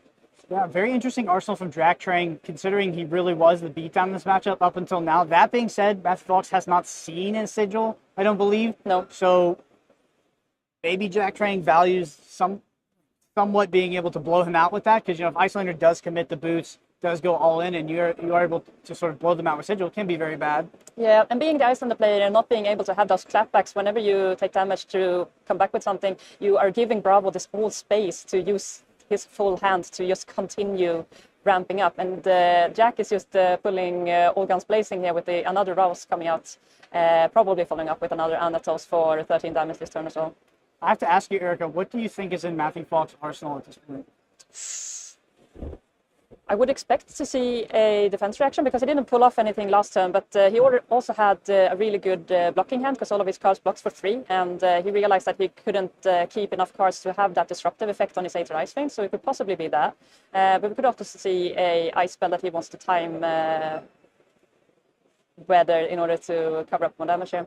I think you're right on that defensive reaction, because if it was something like a Wounded Bull, I think we would have seen Matthew Foulkes not block with one of those cards and opt to actually run out that Wounded Bull to get some pressure on Jack Trang. Yeah. So the 4-card block makes me think that it is potentially a defense reaction. Yeah, keeping that card in Arsenal is always pulling this threat out that you could be getting a Frostbite every turn. So I think prioritizing having that Arsenal is really key here also to let them know that they are not getting away with anything here. Speaking of Wounded Bull, there it is. This is a card in Iyslander that was originally popularized by Michael Hamilton, who we previously saw on stream. He took this deck to the U.S. National Champions and then to the World Championship and actually won it last year. Still an extremely powerful deck in the Flesh and Blood class constructed meta. Yeah, and it might be Icelander's last hurrah here, as he is closely approaching the 1,000 living legend points that she needs to cross the finish line, so to speak. So this could be her last big tournament to get out of there. Jack Tang has a Terra Sunder in his hand and 2 blues to follow up with that, so we could see another Terra Sunder, the Anathos, and Matthew Foulkes sitting at exactly 7. That's going to be super, super hard to deal with.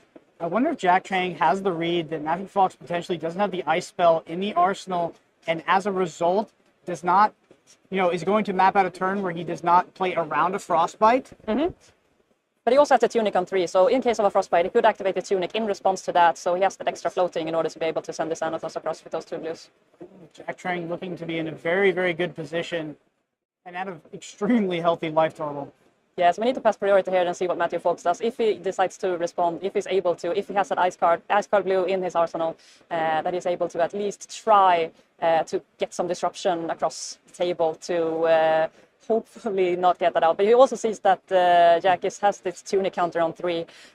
So being in Matthew Foulkes' position right now is not super comforting. He knows that the Frostbite is going to be covered up by that Tunic very easily.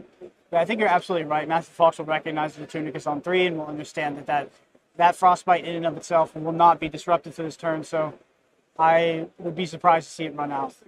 Yeah, he's telegraphing this perfectly. He understands that Jack has blue in his hand, so he wouldn't send this Terra Sunder if he didn't, I think. Oh, we do see Matt activate the Tunic. Oh, there we go. Cold Snap. Yeah, so he gets to draw a card from that, which can actually help him pivoting in his favor, because now, even if he has to discard 2 cards for the on-hit effect for Terra Sunder, then he still can have a hand that can come back with something. Jack Trang activating his Tunic in response to the Frostbite trigger. So we are almost guaranteed to see an Anathos run out here. Yeah, super great response there from Jack. He knows exactly how to pivot this turn to make sure that this Terra Sunder comes across.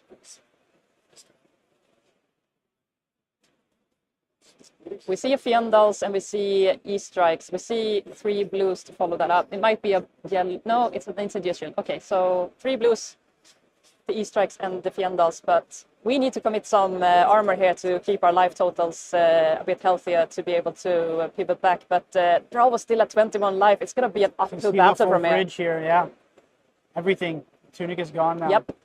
I think this is what he needs to do. He needs to commit his hand in order to give some pressure back on Bravo. But Bravo still has so much life, so it's going to take a lot to force through that damage on this pivot, this critical pivot turn that is coming up. That's tough as Iyslander. If you don't have the defense reaction, you have to commit all of the armor, including the Tunic, in order to stop something like a Terra Sunder. Yeah. Yes, we're going to see the E-Strike probably with Gouez and follow up with the Fiendals to maximize the damage output. We need every single damage that we can get at this point in time to get Bravo down as fast as possible. As soon as we get Bravo down to below 10 HP, that's when you reach the danger zone and when we can start to really have some more powerful turns coming around for Iyslander, as Bravo will have to be treading more carefully. I think Matthew Foulkes will be gaining a life off the trigger of Fiendal's Fighting Spirit, so back up to 8. Yeah, and I see a Star Trek in Jack Tang says that's probably what he wants to send out here. Getting the search token probably from the Star Trek. Since this new keyword that came with Dusk Till Dawn on these new cards, where you block with these cards and an extra card, there is some special effects that can happen. And for Star Trek, that is that you get the seismic token. Yeah. I feel like it doesn't come up very much because you're often casting Starstruck at your opponent. Yeah, it's a great, powerful card that came in Dusk Till Dawn, and it's a 10 attack, and the crush effect says that you cannot play any attacks that has less power than what you took damage from the Star Trek. So it's a really, really powerful card addition to Bravo's arsenal. Looks like there is a judge call regarding the trigger there. Yeah. Matthew was a bit quick to wrap things up there, so Jack Tang realizing that we have the effect on Star Trek for the block that we talked about to come through. And it looks like the judges are willing to rewind that and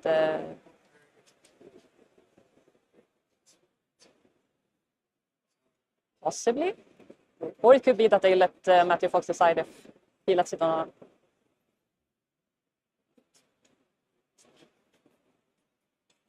Yeah, we don't hear the table sound or anything, so we can just guess what they're talking about right now. I'm pretty sure we're correct on speculating what that judge call might be about, as we saw Jack sort of go ahead and grab that token and then it went back. And we do have confirmation that what is being discussed right now. Yeah, so it is exactly that. Is the Star Trek creating the seismic token or not, or if that was indeed a missed trigger by Jack Tang. From Matthew Fox's point of view, how are you feeling about this matchup so far? Going into your next 4-card hand with no arsenal, Jack Tang potentially at, most likely, I mean, guaranteed will be at 10 plus life, maybe something like a 15 plus life. How do you feel about closing out this game? All you have access to is Storm Strategy, looking for that blue Emeritus to park an arsenal? Yeah, I think the only clapback that Jack Tang can do here is coming with an Anatos for 4. Unless he has one card in arsenal that he can send, maybe a CNC or something like that. It's the sigil, right? Yes, the sigil. Yes, yes, correct. So I think he probably wants to keep that sigil around, and if Matthew Foulkes decides to go for the kill, then he has that sigil in arsenal to back himself up. So we're probably just going to see an Anatos for 4, which means that Matthew Foulkes only needs to block with a 3 block in order to cover that up and just take 1, and then he can hopefully have another hand like this one to clap back real big again and force some damage through. Still waiting for the judges debating on... Looks like it has been escalated to the head judge here. I will say that so far in this match, we've seen a much better performance from Bravo into Iyslander than I expected. You know, my previous experience with the matchup, it did feel like Bravo was in a hard position. But that being said, Jack came out the way that you need to, right? Like very, very aggressive, keeping the pressure on. If Jack does end up losing this game, I think the key point we'll look back to is the option to arsenal that sync flow instead of the spinal crush. Yes. That being said, the sync flow at the same time could win the game. Matthew Fox doesn't play around it, commits to it, commits the boots, plays something like an Emeritus, and then gets blown up by Jack playing that sigil. Yeah, it could be the little secure your life card that you need at this point, but we saw Yakus come out guns blazing, and that's exactly what you need. You just need to draw the perfect amount of blues and the perfect amount of reds to just pile on those dominate effect. We saw the Macho Grande red at the start of the turn, and just already there's 7 damage coming through, and there's nothing you can do about it. So it can be really frustrating from the Icelanders' perspective when you face these type of turns where you basically feel like you can't really do anything about it because they're forcing through this crush effects and they're forcing through the damage with this dominate effects of going on top of it. So it can be really devastating. Yeah, and Jack Tang is only playing 2 Sigil Solaces in the list. I'm not sure how many made it into this matchup. Something to note. Does look like Matthew Fox has opted to side out the Barraging Brawnhides. I assume those are mostly for Dromai? Yeah, I think it's scary to run too many reds in this matchup, so you're probably favoring your most powerful 8 attacks that you can guarantee coming through, especially with Bravo's blocking capability. He's very committed to be able to block those effects, so he can turn down the power effects that the Barrage and Brownhound has. So coming in with the, prioritizing the Fjandal's fighting spirit and the Wounded Bull is really, really good here. It's interesting that we haven't seen Matthew Foulkes be able to resolve a single Aether Ice Vein yet this game. No, Just that's been very under way unfortunate. too much pressure. Yeah. And so that's what typically happens. You need those 3 cards in order to send the Aether Ice Veins across with the fuse effect and everything. So it's a really heavy hand to commit into, but at the same time it's very, very disruptive, and it's very, very nice to get that Aether Ice Vein on hit effect basically guaranteed, because you only have the 1 node rune to go up against it, because you need to cover up all of the arcane in order to avoid the discard or pay effects. While we proceed to this judge call, I want to ask you more about the meta. So our breakdown was, of course, Iyslander, Dromai, Bravo. Yeah. But I specifically want to talk about that 4, 5, 6 spot, because they were very, very close. You know, Bravo's the 3rd most played deck at 59. The 4th most played is Dash Inventor Extraordinaire at 57. Then we have 5 at 43, Azalea at 42. Talk to me about that 4, 5, 6 slot, and is that what you expected? I did not expect that many dashes. Going into this game or this World Cup, I would expect to see a lot of Dromais, and OG Dash would not be my first decision to combat that, as that matchup is quite favored towards Dromai side of things, unless that OG Dashes have found a way to be able to push through the Dromais, but... Yeah, there is a way, but unfortunately the deck list, the OG Dash deck list that can beat Dromai pretty much loses to everything else. So you either have to commit to the Dromai matchup and just pray that that is what you're going to face throughout the day, but then you leave yourself open to other things. Looks like we are back to our match here. We'll be rewinding the Starstruck trigger. So, did we get the seismic token at all? That's the question. We're looking for an Anatos of 4 here, and as I said, it's easy cover up here for Matthew Foulkes. He's able to block 3 here, take 1, and then come through with another powerful turn here on the clapback.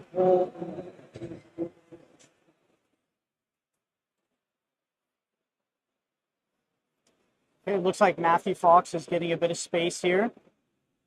Another big attack in hand, Findle's Fighting Spirit for the trigger.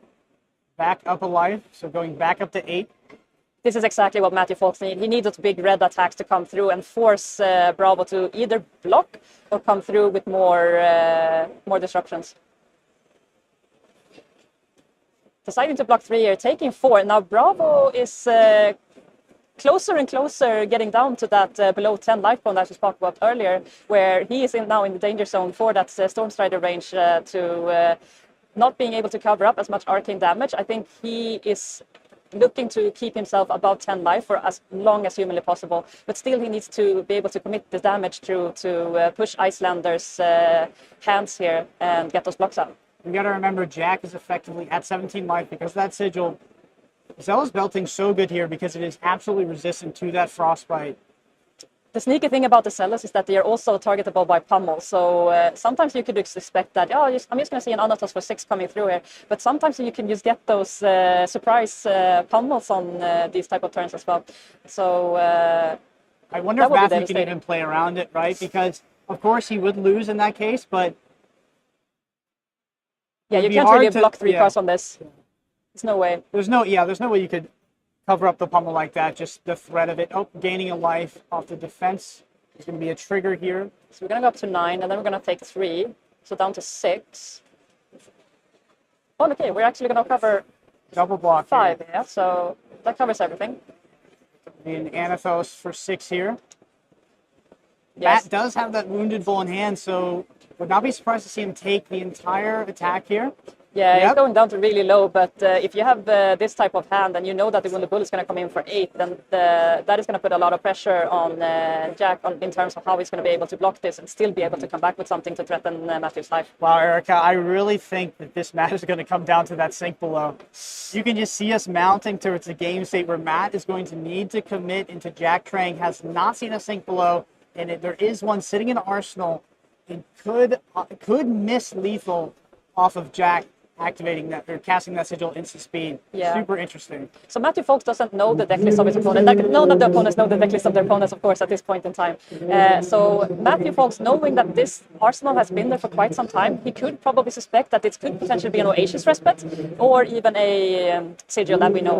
But an Oasis Respite is probably even more on Matthew's mind, especially since you run in the tunic and you can perfectly cover up the Oasis Respite with that tunic counter to pay for it. So I think that is something that I would be the most careful about going for the kill. Yeah, I wonder what Matthew Fox's read is on Jack Tang's arsenal because it has been sitting there for so long. Yeah, I don't think it would be surprising to see, but also the fact that he arsenaled that card so long ago, like he was on sub 25 life at that point when that sigil came down there, so he probably expects that this could be an offensive power as well, but I wouldn't bet on it. Yeah, some crucial blocks coming through, and another red Macho Grande. Is that a Celos? I think it's a Rousey Ancients under it. It's a 2 block. Sorry, Celos Belt. Yeah, it's a 2 block for sure. So the problem when you run this aggressive list is that you lose a little bit of the defensive power because both the Rouse and the Celos are coming in for only 2 blocks. So now this is an interesting turn. Now Matthew has a full hand and an arsenal, and it's only an Anotos for 6. He still needs to block 6 on this in order to not die. He's also threatening the pummel from Arsenal. I think Matthew will not be playing around that, but it is live considering the tunic. Yeah, I would be a little bit scared if that was a pummel, but at the same time, you can't do anything about it because if you just commit to blocking for a pummel, then you can't come back with anything. And so giving Bravo another full card hand, you will lose the game either way. Matthew just needs to play to his outs here, and his outs are Jack not having pummel. And yeah, and a sigh of relief there. He's probably rule the pummel out now. Yes, definitely. If that was a pummel, we would have seen it here. We see the Heart of Fiendal token, or proxy is what it's called, in the pitch zone. So he's going to gain 1 life out of that. And this 8 Ice Vein now coming in for a fused 5. That's huge. Yeah, it looks like Zach has drawn the other sigil as well. Yeah, he's going to cover up his life totals fairly well. Question is if he has enough blues to come back with anything on his turn after this. See 1 Rousey Ancients in hand, definitely 1 Spinal, as well as that sigil we talked about. Yeah, so committing a blue here to be able to pitch up 1 Arcane and then pitching away for the 8 Ice Veins effect to cover it all up. But now we're at that critical life point here for Bravo. We do know that it is not an Emeritus Scolding in Matthew Fox arsenal, which is somewhat relevant. He does have access to the boots, though. He does draw the Emeritus. And 2 8 Ice Veins. Oh, wow. Okay, so Jack is effectively at 11 health here. We need to keep that in mind. Now, this is a scary proposition. Now, this could definitely be a pummel All Blaze Racing from Matthew Fox. But at the same time, again, he cannot cover this up because then they will lose probably on the next turn because he doesn't have enough damage to come back on. So does Jack die from 11 or 12 here, right? Because he has 1 Arcane Barrier. Can Matthew Fox do 13 damage? No. Not from this position. 8 is still going to be, like 9 is maximum because you're going to come with the Red Death Ice Vein from the Storm Striders, and if you have an attack also blue from the Arsenal, you can get up to somewhere around 6-7, and then the Waning Moon on top of that, so you can get around 10 easily or comfortably. But then you need your whole hand in order to commit to that, and the question is if Matthew Fox going to do that, but it still looks like he's not going to go for it. Also, Jack Trading is not at 12. He has 2 sigils, and there we see the 1 cast. Yeah, so coming back to that above 10 is going to make Jack a little bit more comfortable going into his next turn. But Matthew Fox does not really have the best hand to come back with on his turn at this point. Probably going to run out the threat from Arsenal here, use the Waning Moon and opt to Arsenal the Emeritus Scolding, I would assume. I think so. I think that's the best value that you can gain from this position.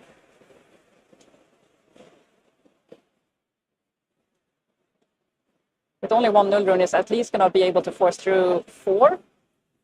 No, this 8 is coming for 2, right? And then another 3 from the Waning Moon. Yeah, so it's going to be 4 total. 4 total. Yeah. So we're going to cover up 1 there. to So Jack. he's answering to the sigil, so he hasn't gained the life yet. Could have been Matteo trying to fish out if Jack was going to commit to the arsenal, but I don't think they'd ever do that unless he's going to die.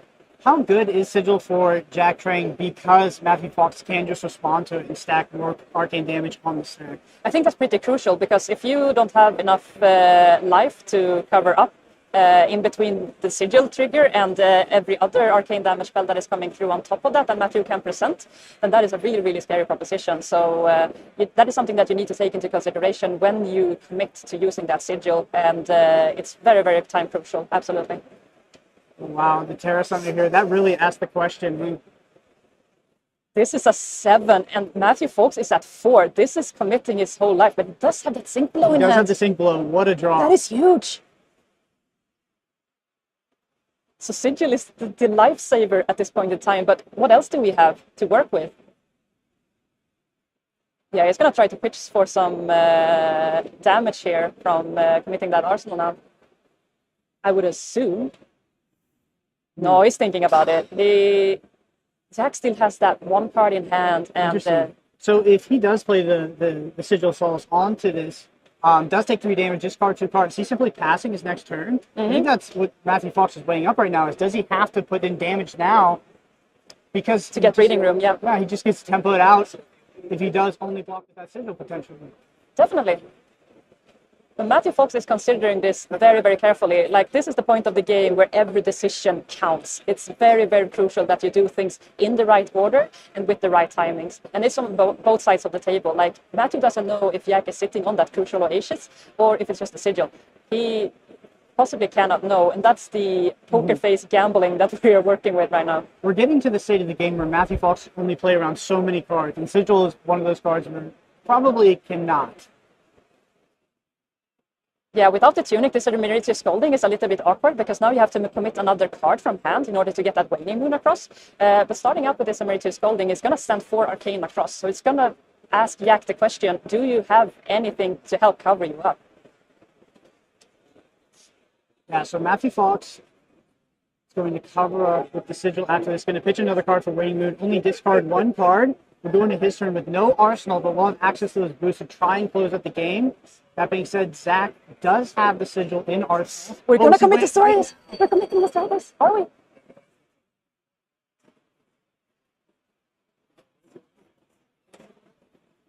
Oh, wow. If this is an Oasis Respite, it's not going to work. No, it's just going to send the Waning Moon across, pitching the channel like Frigid. It only has...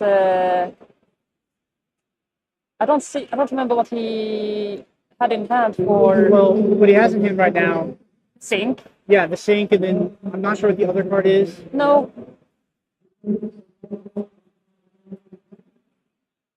Definitely was surprised to see those boots start to get activated. It's another Emeritus. That's second Emeritus. We do see the boots. This is very interesting. He's committing the Storm Spreaders here now. He's going for the kill. Going for it. Going for the kill, but Zach has the Sigil. Sigil. Go to 2. There we go. And Zach wins. Wow. That is huge. Very well played from Zach. Fantastic match. It did all come down to that Sigil. We talked about Matthew Foulkes potentially overcommitting in for the kill and does go for it there, and Zach is able to blow him out with the Sigil. Yeah, it's a very risky play, but at the same time, taking that Tira Sunder... yeah, you would have no turn. You're going into a losing position anyway, so I think Matthew Foulkes basically did what he needed to do and just pray that what he had in Arsenal wasn't what it was. What a fantastic match. We see Pro Tour champion Matthew Foulkes end up losing that match to Zach Tang on Bravo, right? So a matchup that should have been favored for Foulkes, but we see the underdog. We see Bravo take it down. Bravo just doing his thing, right? He's just like coming up powerful. 2 matches now, round 1 and round 2. We saw Bravo win 2 of its bad matchups, both against Dash and now against Iyslander. Maybe Bravo is better than people were giving it credit for. Definitely. I'm super excited to see that Bravo is just pulling the trigger on every single match that we've seen so far, and I'm here for it. I love to see Bravo, who has been for so long kind of like the underdog. He's like the super powerful hero that people should be afraid of and should be scared of because of all the crush effects that he has available to him. And now additional with the Star Strike and the new boots that we saw coming from around the table, it's super, super huge against the aggro matchups that he was kind of a bit struggling with now. He's more capable to handle those right now. Amazing. Well, fantastic match. I'm so happy to be able to see these previous Pro Tour champions, previous world champions come back for World Championship #2 on the big stage and put on these awesome games for us. We're going to cut to a short break and we'll be back soon for round 3. Don't go anywhere.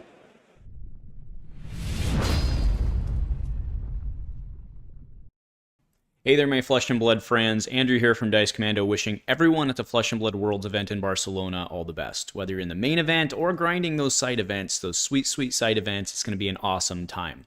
I'm really excited to see what all you crazy kids can do with the new set and the relatively new meta, and how it'll set the stage for the year to come. I know Dash.io is all the hotness right now, but I still think Mr. Stromae is the big bad in the room. But shout out to all my Uzuri players out there as well. Go get them.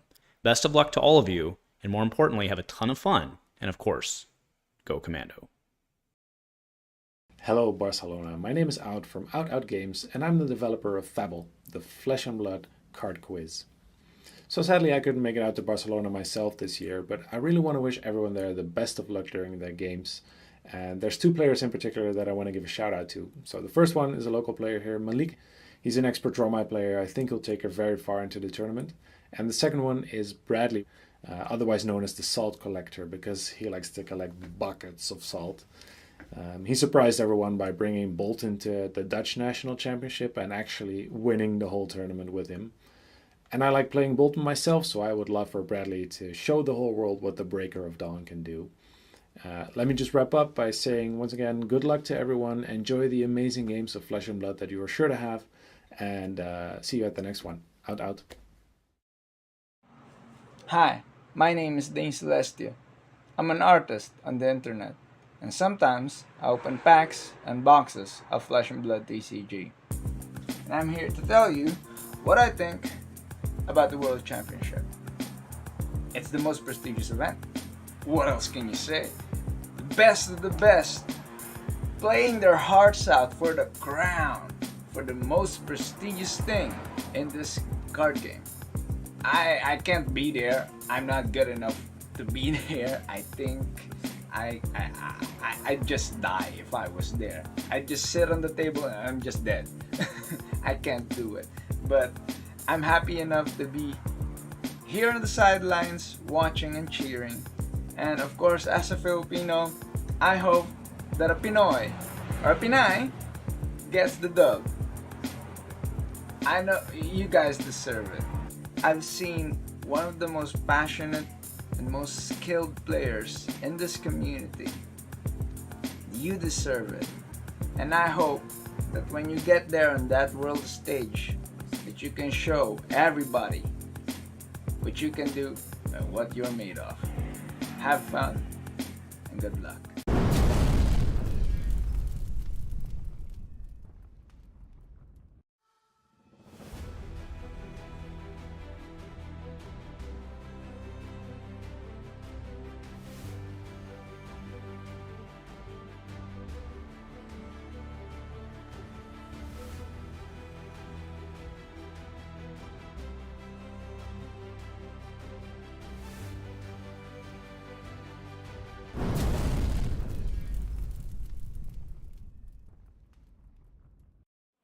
Flake here. Oh, we gotta scoot in here, man.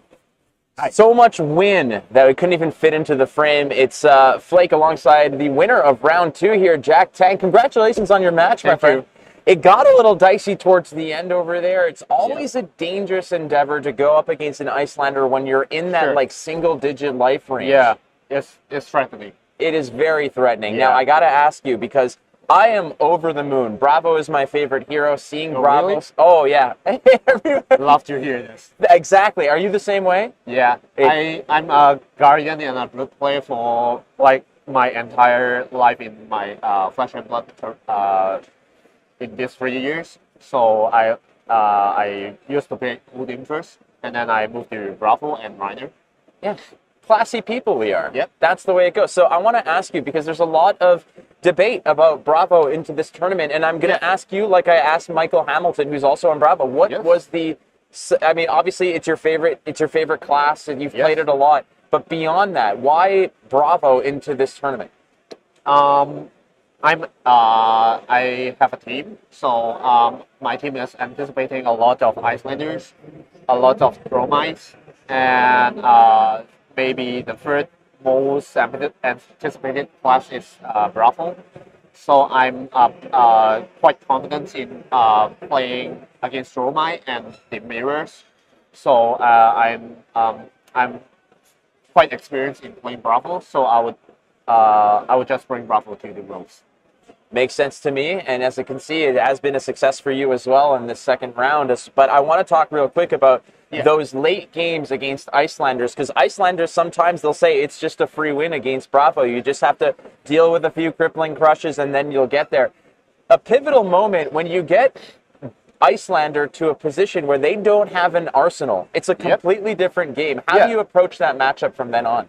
Usually, I don't expect Iyslander to have an empty arsenal, because usually they either set a defense reaction or a blue ice spell, so they can continue disrupting my turns. But the most important turn for my match, I think, is the first turn, because I got a red Machopante on the first turn. So Matteo takes like 7 on the first turn, which is quite significant. And I didn't show my sigils until the very last turns, so he had to gamble if I had the second sigil in my arsenal. Well, you put him in a position where it was do or die with that with the dominated hammer, which was very. You got his equipment, and then you hit him with the hammer, and he comes out, and it's a difficult position because for an Iyslander player, usually if your opponent's at single digits, you hit them with the Emeritus Scolding Blue, you come out with the Stormstriders, it looks like it's all your game, and then bam, here comes the sigil. You must have felt so good to have that in your back pocket. Yes, it did. Because I have Arsenal for like 3 or 4 turns already. That's the way to do it. Jack, I just want to say congratulations. Is there anybody that you want to give a shout out to, your team back in Hong Kong? First of all, I might say thank you to my wife, because she supports me to travel around to play card games, and I love my 2 cats. And what are their names? They're in Chinese. It's okay. Go. Shout them out. My 2 cats, Mo and Mai. It's like a fur and rice in Chinese. I love it. Yeah.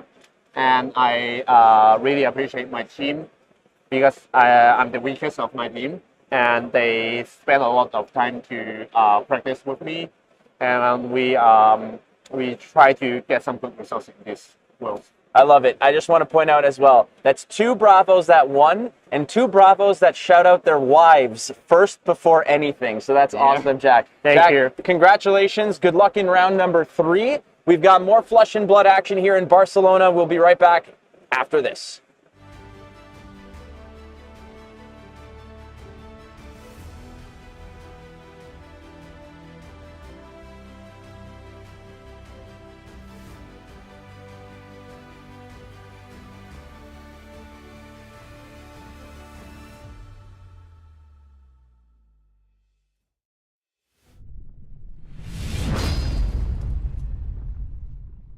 What is up? Agagaga from the Sealed Case here. I want to give a special shout out to everybody who's watching the stream at Worlds, and of course to everyone participating. Special shout out to the people representing the Danish scene: Micael Pilgaard, René Skyggebjerg, Jonas Bensati, Henrik Jespersen, Søren Madsen, and of course our prodigy Simon Nielsen. Special shout out to the people who are representing my boy Rhinar and the Brute Nation.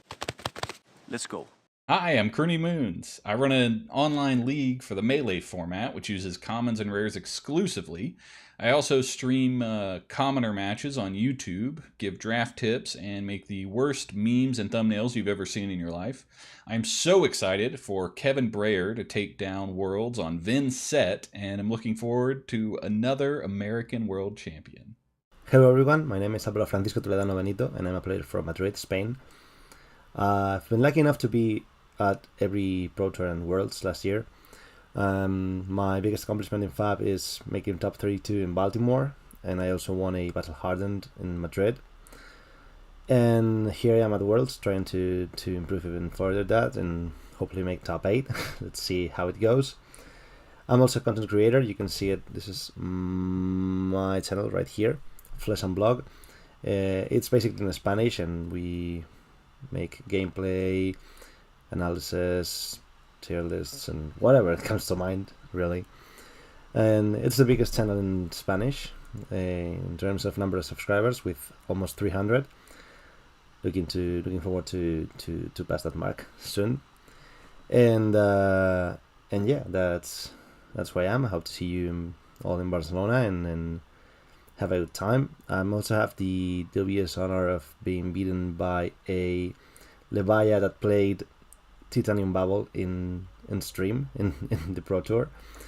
So let's hope my next appearance in camera is better than that. See you soon. Hello everyone, Capolo here. I have a YouTube channel where I mainly cover mechanologist guides and decks. Good luck everybody at the World Championship. I wish I was there, but I will be glued to the stream watching all the action happening. I think the United States will take home the trophy with the original Dash Inventor Extraordinaire, although I'm really hoping to see a System Reset Dash.io winning the tournament. Bye bye!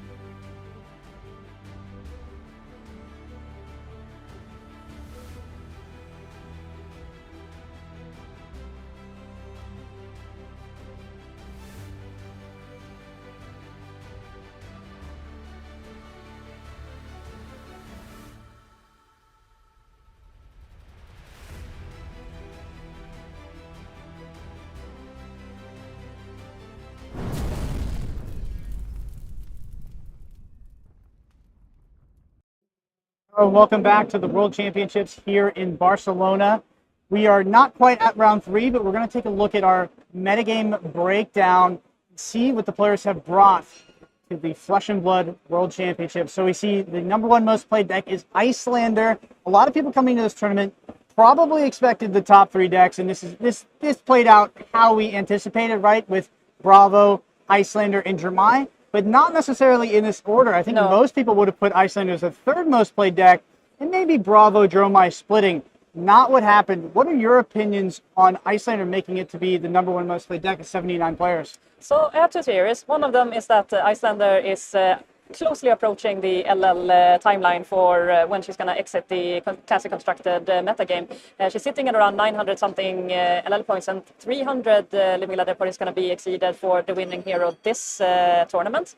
So this is basically the last, this could possibly be the last tournament that you could play Iyslander in a competitive format. And I think there's a lot of players here today that are very Wizard favorites, so they love to play their favorite Wizard heroes.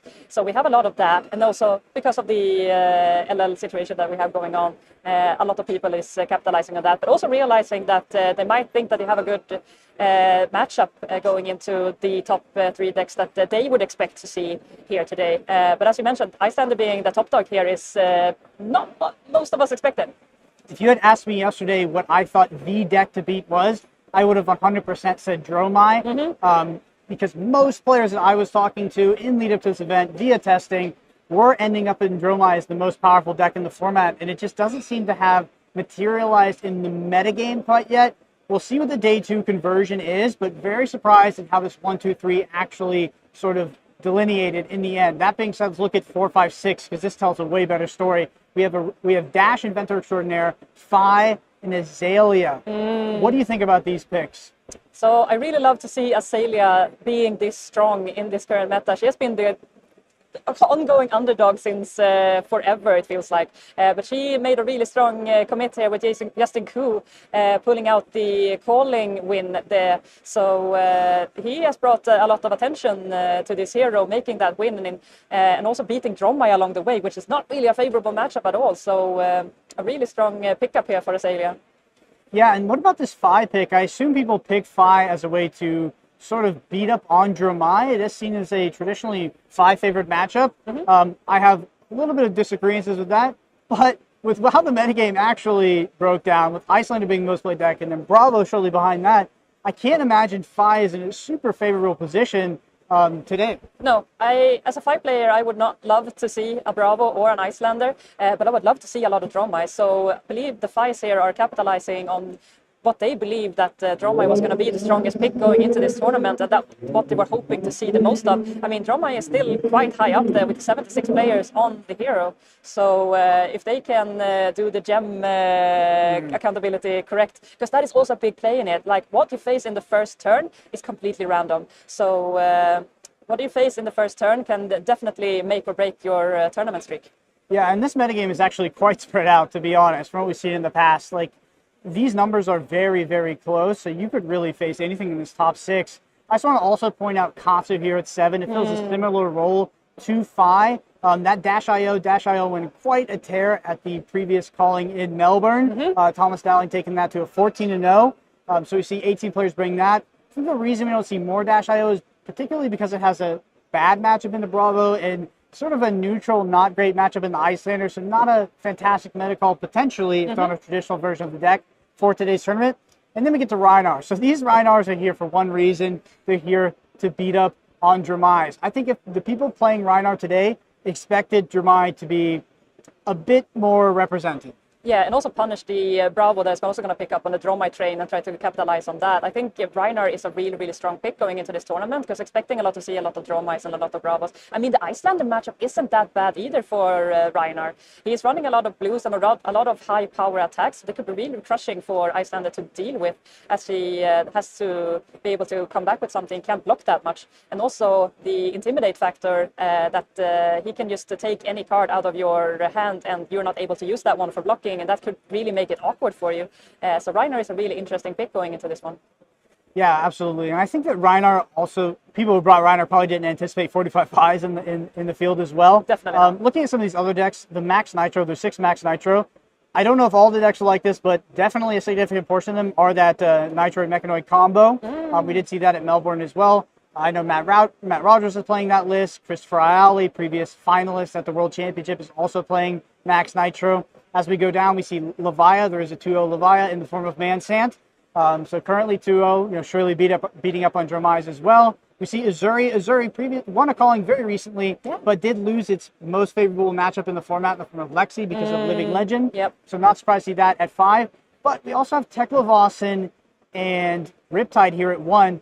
And I have to mention, both of those players are 2-0. That is insane. Like, I have never seen Teklovossen CC game live, but I would be super interested to see what his build is at and what he has committed to going into this meta game, knowing that probably Roma and Bravos are going to be in the top dogs here. So it would be super interesting to see that matchup. Yeah, and only 3 Canos at the tournament. By the way, we have a Dorinthia player at 2-0 as well. I forgot to mention that. Yeah, right. I know there's some Dorinthia fans out there, but only 3 Canos at the tournament. I'm not sure how well they're doing. I know the group that I was testing with was a lot of Kano players, and Kano in this meta can be pretty rough because Iyslander is a very hard matchup. Dromai has access. And Dromai runs a lot of reds, but then they also have Sand Cover, Thamai, etc. Your Bravo matchup is good, but outside of that, just doesn't seem to be well positioned. We see one Viserai. Viserai is a hero that struggles a little bit into the Warmongers that are being played nowadays. And then I know the Vin set right now is maybe 1-1, but might be 0-2 as well. So not having quite the performance. And of course, the only hero I skipped over was Boltyn. We do have 8 Boltyns in the tournament. Yeah, that's massive. Hoping to get some on stream. What do you think that Boltyn build is going to be on the day? Is it going to be the Lumina combo, or are we going to see more of a raid and mid-range?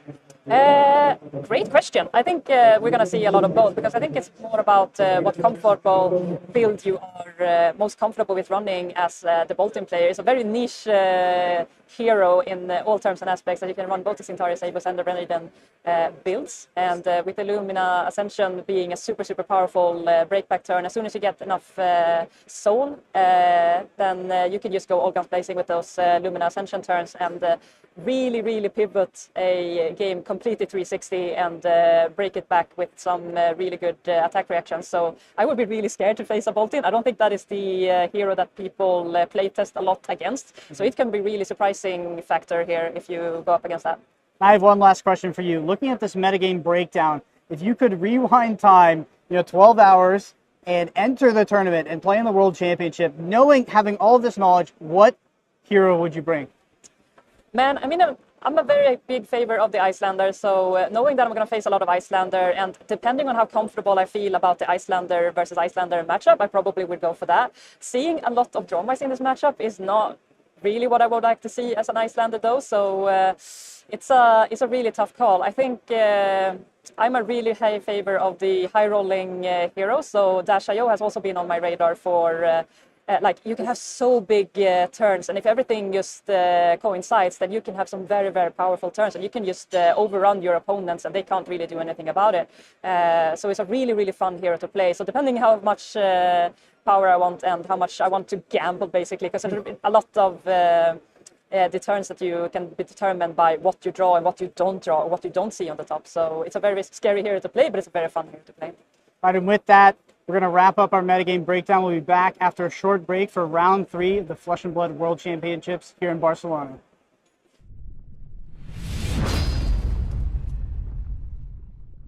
Greetings and salutations, my fabulous fab folk. I am Donnie K, aka @DracoHominus on any of the social medias you may care to look me up on. I'm 1/3 of the Siblings in Cardboard podcast, along with my buddies Noah and Thomas, aka @BigMaxFab or Wet the System Fab. We do a weekly podcast where we go over the latest news and notes from everything going on in the Flesh and Blood world, and we recently did our 10th episode where we sat down with Matt DeMarco, aka Mr. Watchflake himself, and he gave us, and anybody else new to content creation, some really solid golden nuggets of advice. If you're interested in making anything for yourself as far as content goes, you probably want to go check out what he had to say. Aside from that, I'm also one of the many talented writers you'll find on Fabric.gg. I write several different series. The most relevant one to today is likely to be the Armchair Quarterback series. The next one that is going to be coming out is going to cover everything that happened on camera during the World Championships here in Barcelona.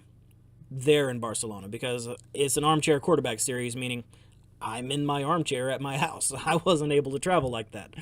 But as far as the World Championships go, I really think Dromai is going to take it. But if not, I'm hoping that Iyslander is gone. I'm really hoping that Iyslander is gone because my boy Katsu has a definite frostbite allergy. As far as an individual, my money's going to be on Brody Spurlock, Michael Thing, or the Empress of Volcor herself, Mara Ferris. I think if anybody's going to win the World Championships with Dromai, it's probably going to be Mara. If not, wish everybody in Barcelona the best of luck, and especially my buddies on the Card Guys team. Other than that, go USA. Hey everybody, it's Blake Meyer from Arcane Games and Events. This year on YouTube, you saw us do the AGE Open and Players Championship. We're gonna do it all over again next year, starting in January. Be sure to tune in, but that's not what we're here for today. We're here to figure out who's gonna win 300 Living Legend points and $100,000. I think if you're not playing Dromai, you're a joke. You should throw your cards in the trash. Don't get the tokens that you needed. Just go play Dromai. Go spend the $400 for tomes. It's time to blow people up with Tumulti. Get rid of those poppers with Dominia.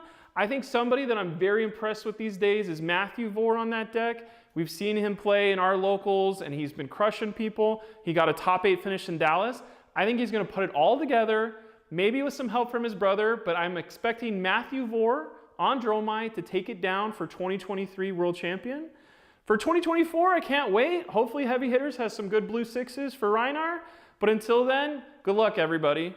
Hi Flesh and Blood community, my name is Tore, and you can find me at Command and Content, primarily on Instagram.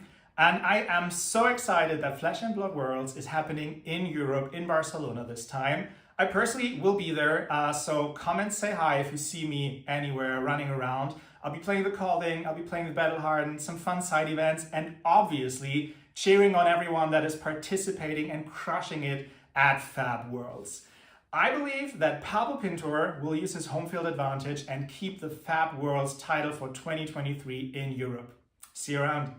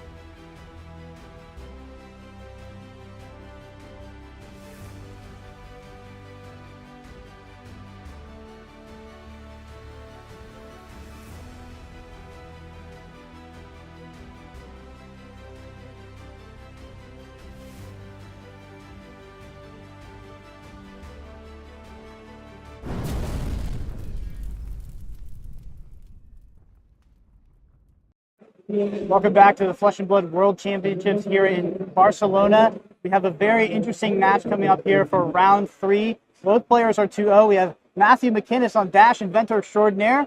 And then we have Mariusz Suchanecki on Teklovossen, Esteemed Magnate. Erica, so we had a few minutes to look over these lists. What the heck is going on with Mariusz?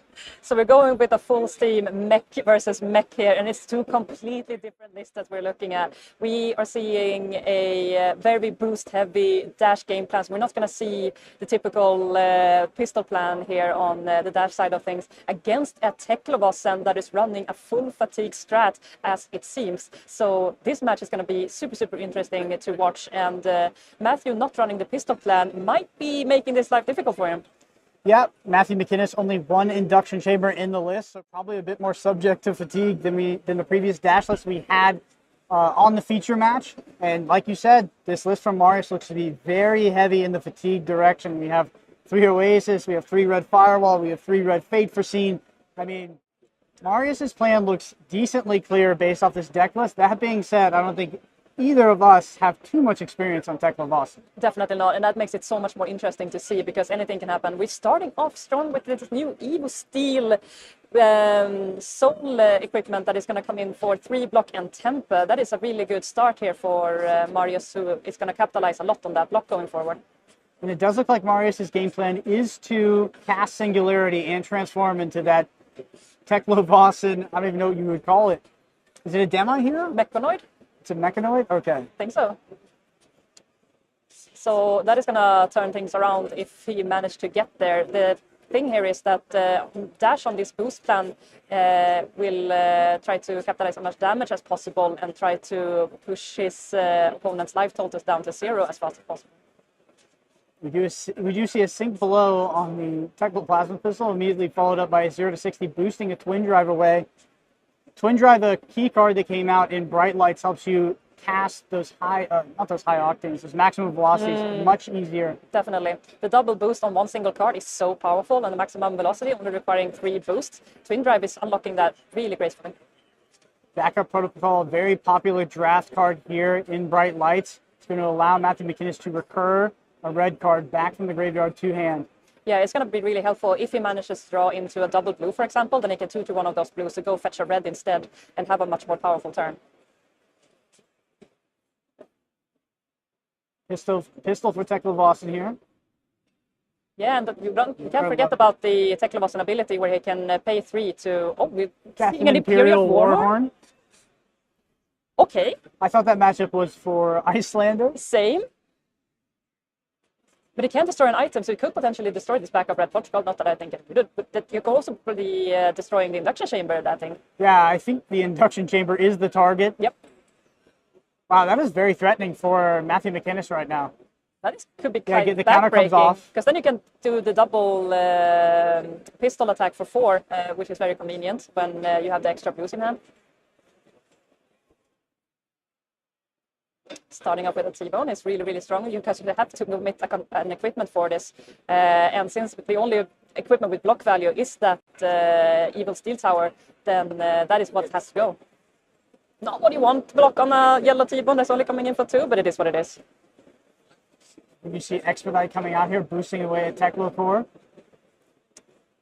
That's the thing with playing the boost dash, because you can't really tutor for, or like the OG dash, because you can't really tutor and see what's on top and see what you're going to boost away and try to tailor your turn accordingly like you can with Dash.io. So you're basically just going in fingers crossed that you don't boost away all your powerful attacks on your boost turns. I'm already super impressed by this Teklovossen deck. I'm super excited to see how this is going to go. And there's the Terminator tank with the full lot. It's super, super beautiful. On Teklocore here, so we get another item out for Matthew McInnes. Ooh, it's a Teklo Pounder. There you go. Teklo Pounder, further insulating him against that Imperial Warhorn. Very, very nice. And this is just that was a huge turn from Matthew.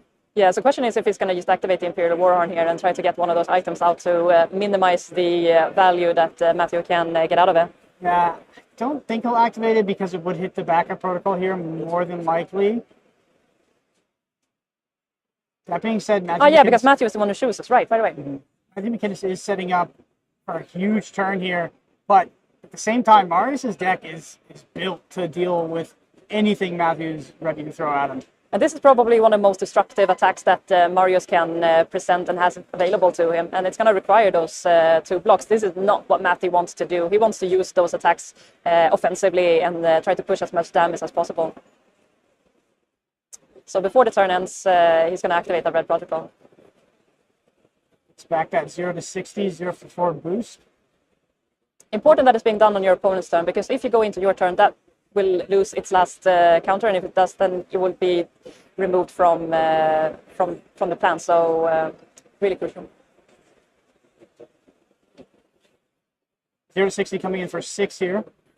Yeah, the Teklo Pounder giving it an additional 2 is going to require a little bit more blocking power from Mariusz, but as we know, that is exactly double war machine. Such a big block. The second twin drive boosted away for Matteo McInnes. So the little problem here is that as soon as this Evil Steel Sentry is of Steel Soul is being blocked the last time, it has temper, so it will disappear from existence basically. So I don't think we can run a singularity of that after that. Yeah, so that's pretty bad, right?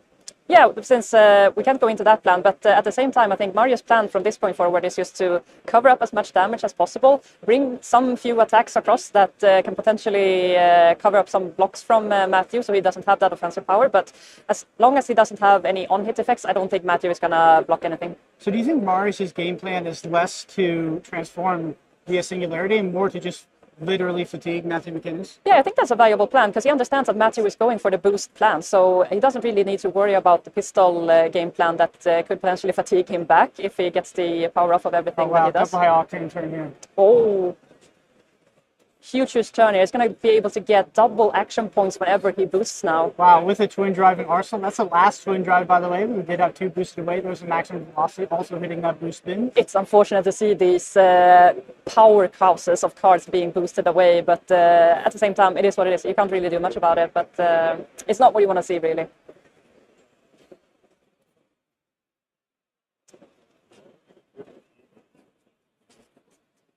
And he did double boost, right? So that threatens also a maximum velocity follow-up. I don't see it in his hand, so that's a bit interesting. Yep, I see it. Oh, we have the Pulse Wave Harpoon. Yeah, that's going to help. So Pulse Wave Harpoon says that for every time you boost this turn, the opponent has to reveal X amount of cards from their hand, X is the amount of times you have boosted this turn. So that's the reason why he has chosen to activate the Twin Drive twice. I think representing 4 action points on the dash hero here. Yeah, and that's also a really good combo there with the high octane and the twin drive. Being able to boost twice and get that additional action point accordingly is just massive. So a huge turn coming in there from Matteo McInnes with that Teklo pistol, being able to fire off as many times as his action points and resources available. I don't think he has. Oh, he's a yellow. Okay, so doesn't have another blue, but does have a yellow. So he's going to shoot the pistol here. Is he opting to arsenal that Pulse Wave Harpoon? I think so. It looks like it. Yeah. Yeah, because I think he has capitalized a lot of damage on this turn, so being able to set up another 5-card turn is gonna be able to push more damage through on the next turn as well, so I think that's a good choice. Mariusz with the Remembrance in the deck, by the way. Getting in that chest piece that has the same temper effect as the headpiece has with the 3 block and temper. So the absolute best Evo equipment that you can have for going into this fatigue plan. Back over to Matteo McInnes, loads up the pistol. Starting off with a pedestrian pistol for 2 here. Yeah, he's going to get to go again from the induction chamber, so there's more to come after this. We see the singularity in hand of Mariusz. If he decides to block with that, then we for sure knows that that's probably not what he's going to go for this Does time. have Remembrance as well in the deck. True, that's true. So he could possibly bring that back, but he needs to really make sure that he keeps his Evos alive in order to make that transition into singularity if it comes to that.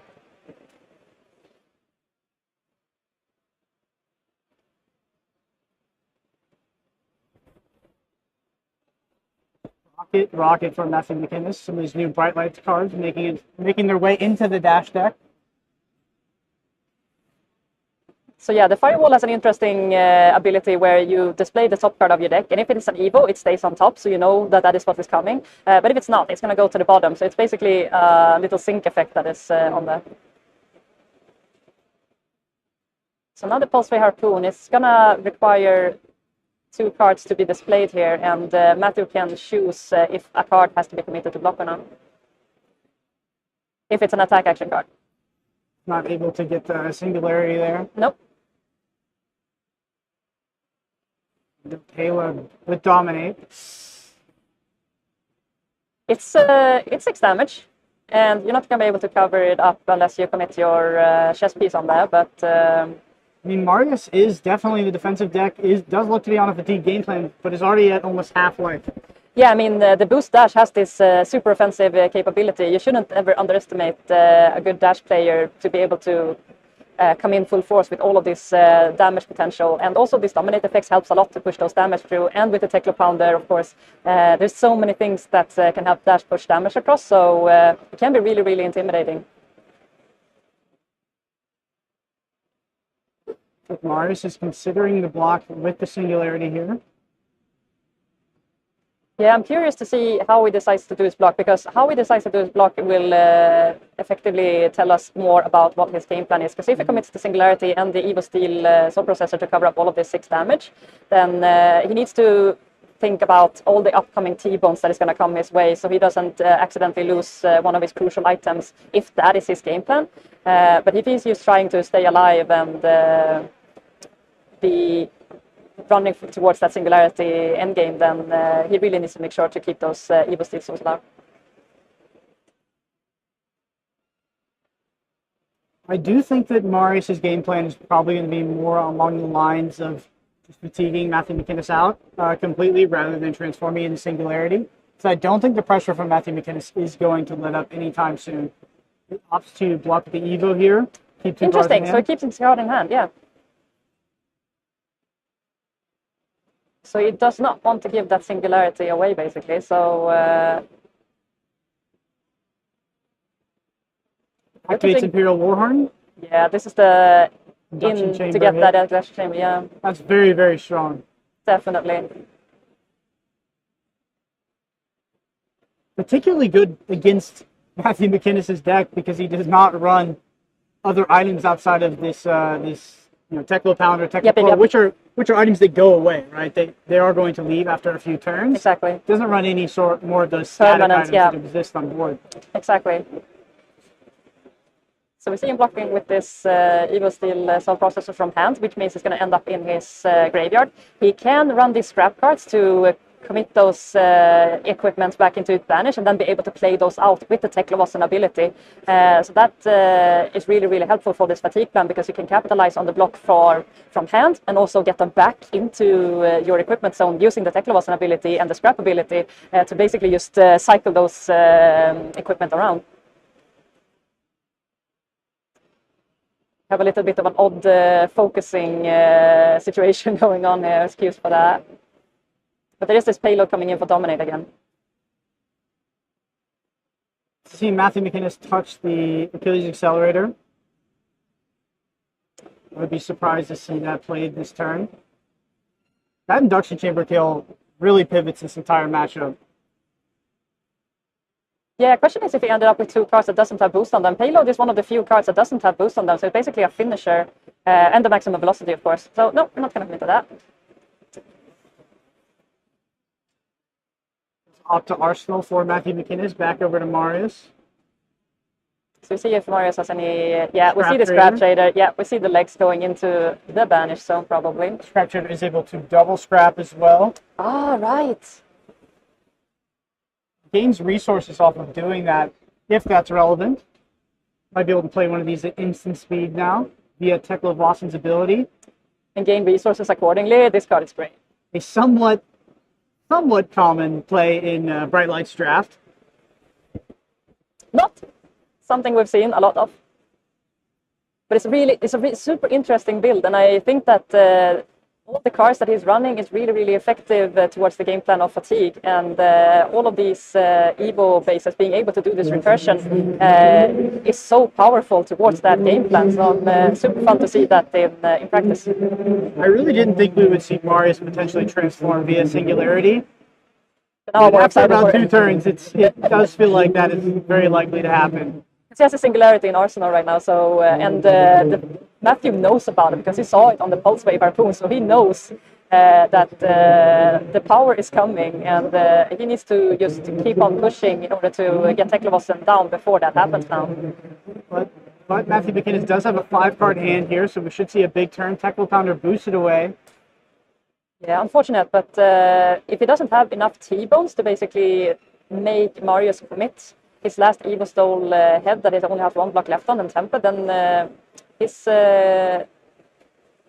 Singularity game plan is going to go to waste. But we need to see more T-bones being chained together, but if you don't see them in hand, then there's not much you can do. So Mariusz is waiting on this arm piece, I assume, because there's a chest and banish. Maybe he just has not seen the arm quite yet. I'm not sure if he has it in hand. Could be. Looks like it. Mariusz playing 2 remembrances, by the way.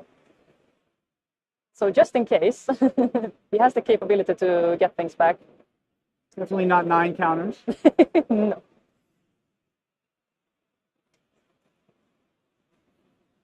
Oh, maximum velocity, wow, huge. Maximum velocity is still a pretty good 2-card 10. That is so... a massive turn from Matthew McInnes here. Very well set up.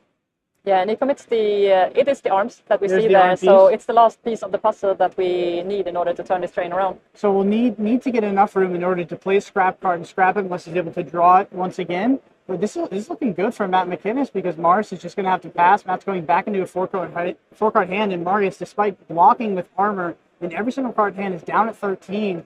I mean, this boost dash deck is putting on a lot of pressure, not giving Mariusz the room he needs in order to transform into that Teklovossen mechanoid. Exactly, and that's exactly what he needs to do. He just needs to keep on the pressure and make sure that his opponent does not have the breathing room in order to play these Evos out, because playing out Evos with Teklovossen is super expensive. He's going to commit 2 cards in order to activate the Teklovossen to get those Evos back. But of course you can also just play them out from your banish zone. You don't necessarily need to use Teklovossen ability to do so to make them as an instant, unless you want to do more things on your turn. Interesting. So Matt is opting to keep the red 0 to 60 to instead play for a 5-card hand on the following turn. Yeah, I think that's what you need to do. Full block once again. Matt going into another 5-card hand here. Yeah, I think it's crucial when you're on the aggressive plan to be able to turn these big turns using the arsenal to get in the So another maximum velocity. It could be huge. We doesn't have the blue for it. It's a T-bone as well. It's the Teklo Pounder. Yep. Pounder That's again. a blue. Yep, T-bone once again. We do have the throttle though, but together with the Teklo core, we could boost away 2 cards to gain 2 action or 2 resources in order to be able to play this throttle and this maximum velocity turn. This is going to be huge for Matteo. Absolutely, Matt. Just a perfect draw from Matthew McInnes here. Absolutely, and arsenaling that card was absolutely crucial to get this thing across. Right. Yeah, he has to close the combat chain in order to activate the Teklo core as an instant action. He's going to gain the 2 resources and come in with the maximum velocity. Wow, it's going to have to be a 1-card block, but it is a 4-card at that. So taking 6 for Mariusz. Yeah, that's going to be huge. Now Mariusz is down at 6 life. He doesn't have much wiggle room left to work with, but at the same time, Matthew McInnes does not have that much deck left to work with, because the ability to boost away half of your deck is not really helpful when you try to maximize the value out of your cards. It does look like Mariusz is probably very thoroughly on the fatigue game plan at this point. I mean, at 6 life, it's just so tough. I still feel like Mariusz is an underdog in this matchup, despite, like you said, Matthew McInnes' deck looking very, very thin. Is that another? No, I thought it was another maximum velocity, but it is instead of payload dominant. I also thought that. Yeah, it's just going to be a payload, and just the payload is not just a just. If Mariusz goes down to 3, then he needs to commit a lot of his armor in order to cover this payload up. Backup protocol is such a powerful card coming out of Bright Lights. Seeing in Matthew McInnes' hand just completely changed the dynamic of this game, being able to recur very, very powerful threats in order to try to close this game out. Because usually you would think he's boosted those away. He's played them. He started to get to the lower power version of his deck, but has that backup protocol to go ahead and grab his most powerful threat out of the graveyard. Yeah. Imagine 3 maximum velocities. Imagine 6 maximum velocities coming your way potentially with these red backup protocols. It seems like a common theme in Flesh and Blood because the Dramais are also doing it with Cadaver's Contraband, putting the Tome of Imperial Flame back on top. Recursion, it comes from the OG days of Flesh and Blood. Yeah. Originally came in the form of Throne of Brutality. Yeah, and now we see it back here again, these backup protocols doing the work. We're going to see it play out. We're going to use the crank ability, which is also a new feature coming out of the Bright Lights, where you can remove a steam counter in order to get your action point back. And we're going to finish up with the payload, and Matteo is looking to set up another 5-card turn on the next one. Wow, this dash deck, this boost dash deck has gotten a lot of upgrades. Wait, it doesn't have Dominate. It doesn't boost this turn. Exactly. Right.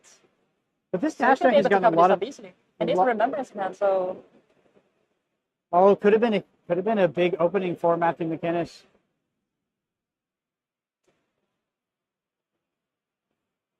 I'm just noticing how many upgrades this boost dash deck has gotten in Bright Lights. Like, it's actually incredible. I mean, Mariusz's deck is about as defensive as it gets, and he's still struggling to keep his life total at absolutely struggling. And if that Remembrance had come in the next hand, it could have been a completely different story. Definitely. Remembrance who cannot block is an instant and has 0 block-on powers. Then if Matthew had a big hand, then that could have been game.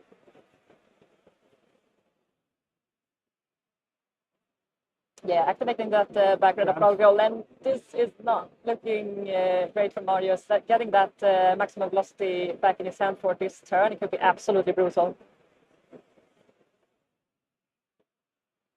The question is if he has enough boost and energy to go with it. It looks like he's got the Teklovossen and he has Data Link plus T-Bone, both cost 0. If he's playing out a blue Data Link, I think he has it. Yeah, I wouldn't be surprised. It's a 1-power attack coming through, and this is not what you want to block, really. You don't want to spend your 3 blocks on this 1 power coming in.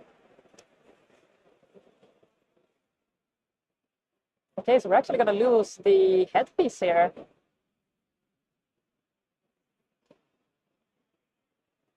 Just with the temper ability, when this combat chain closes, it's a blue T-bone. It's a blue wow. T-bone.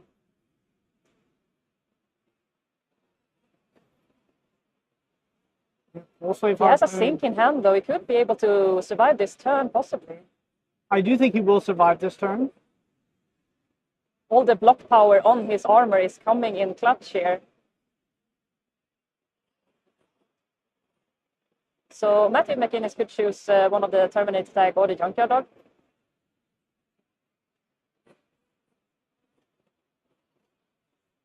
Interesting that he opted in for the Junkyard Dog, because if it's able to clap back with the Terminator tank, that could be a lot worse than the Junkyard. But at this point in time, I think Mariusz has to commit every card in his hand in order to survive this turn, so it doesn't really matter. Is there any chance Matthew McInnes arsenals the maximum velocity because Mariusz has 3 cards in hand and committed all of his equipment to blocking this turn?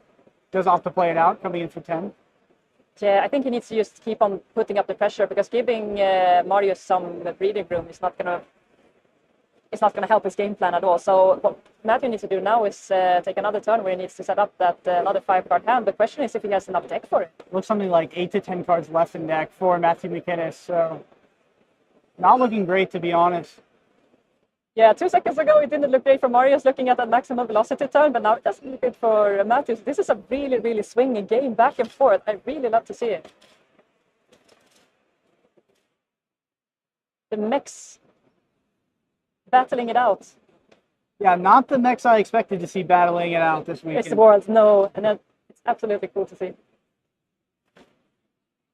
Yeah, Matthew McInnes opting to just shoot the pistol, trying to set up for that 5-card hand to try to push some damage in. He knows if he just plays 4-card hand to 4-card hand, surely will not be able to kill Mariusz from 5. I imagine Matthew has counted a little bit. That doesn't want to boost any more cards away, so he has the breathing room to set up this next powerful turn. And also, if he has a keep track with pitch deck, he knows exactly what he's going to draw into next turn to set up that last final turn to hopefully kill Mariusz off.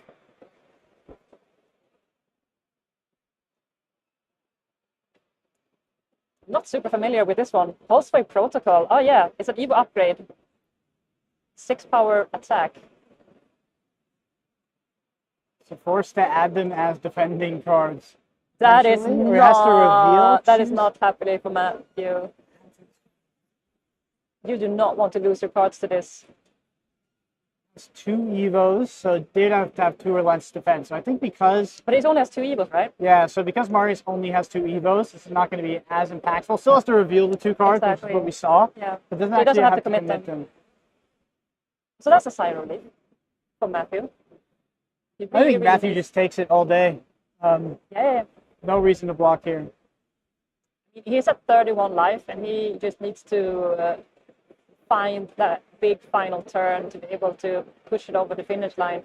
But he has his deck size working against him, as he doesn't have that much power left in his deck. So the question is if he has enough to push it over. I think Mariusz is in a pretty comfortable situation at this point. He has a super, super healthy deck size, and he has so much more blocking power available on his chest piece. Yeah, the amount that these equipment have blocked this game is absolutely incredible. This game reminds you a lot of the Bright Labs drafting games that you see, where you are faced against a Teklovossen and you just try to do everything in your power to push through as a dash IO. But now we see the OG dash basically trying to do the same thing in the classic constructed format, and it's an absolute joy to watch. Yeah, so we just watched Matthew McInnes tank on basically filtering via that Crown of Providence. Shirley technically does have perfect information on the pitch stack, but was maybe trying to think back to remember exactly what card was on top.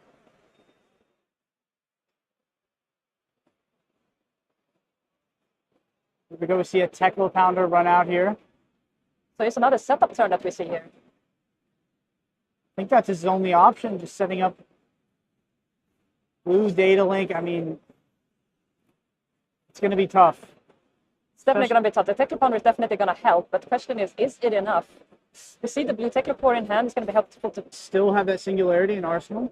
Yes, one. Okay, so that is relevant because he wasn't able to park a defense reaction in there. If Matthew McInnes is able to string together a big final turn, definitely it's a positive that Mariusz does have singularity in the arsenal. Yeah, but I'm super curious how many cards Matthew has left in his deck. It should be on a single digit or less. Oh, definitely. Less than 5. Definitely a single digit. Looks to be less than 4, potentially. Yeah. That's Command and Conquer. That's actually the last thing you want to see. It doesn't get much worse. He can't put 1 card in front of this as well as the equipment, which I'm sure we'll see him do. Yeah, you can see Matthew is not happy to see this. It was his last prayer to not have this disruptive ability combat against him at this point in time. Because now he has to choose, is the Arsenal card enough? You see it on Matthew's face. I think Matthew would have opted to no block and attack for 20 at this point. Definitely. Really didn't care about the damage, but the Command and Conquer with the Arsenal disruption is just the last thing you want to see. Does give away a blue, but with how many cards he has in deck, it's super, super relevant. Definitely, you need every single card. Here it is. This is it. This is the last hope here for Matt McInnes. There's only 1 card left in deck now. Yep. Yeah, this throttle is it. boost for 8. Oh. 6 is a yellow throttle. Yellow. So it's coming in for 4+2. No, wait, throttle's coming for 6. What? Is this a blue? I think it's a blue. It's a blue. Yeah. Yellow 0 to 60 boosts away the last spark of genius which we saw on the pitch stack. Surely it's not great. This is not enough. Mariusz is sitting with his 3 cards in hand. He has all the power to be able to block this. Unless he drew into 3 Remembrance, then... We do see Mariusz succeed in fatiguing Matthew McInnes here in this match. Teklovossen 3-0 is going to make it to 3-0, and it's a fate for seeing the Arsenal. What happened to the singularity? I completely missed where that went. Did he pitch it away? I'm not sure. I completely missed that. But committing this fate foreseen, this Tekloplasma pistol does not go again. Matthew McInnes, 2 cards left at his disposal, chooses not to Arsenal, but it's not going to make it. No. 5 HP left on Mario's side of things. This Teklovossen build is showing how it's done. Now we get to watch Mariusz potentially try to close it out with all these tiny attacks. Yeah. Getting those evils back into banish zone so he's able to pull one of them out. And that's exactly what he's going to do. Another 3 block added to the table.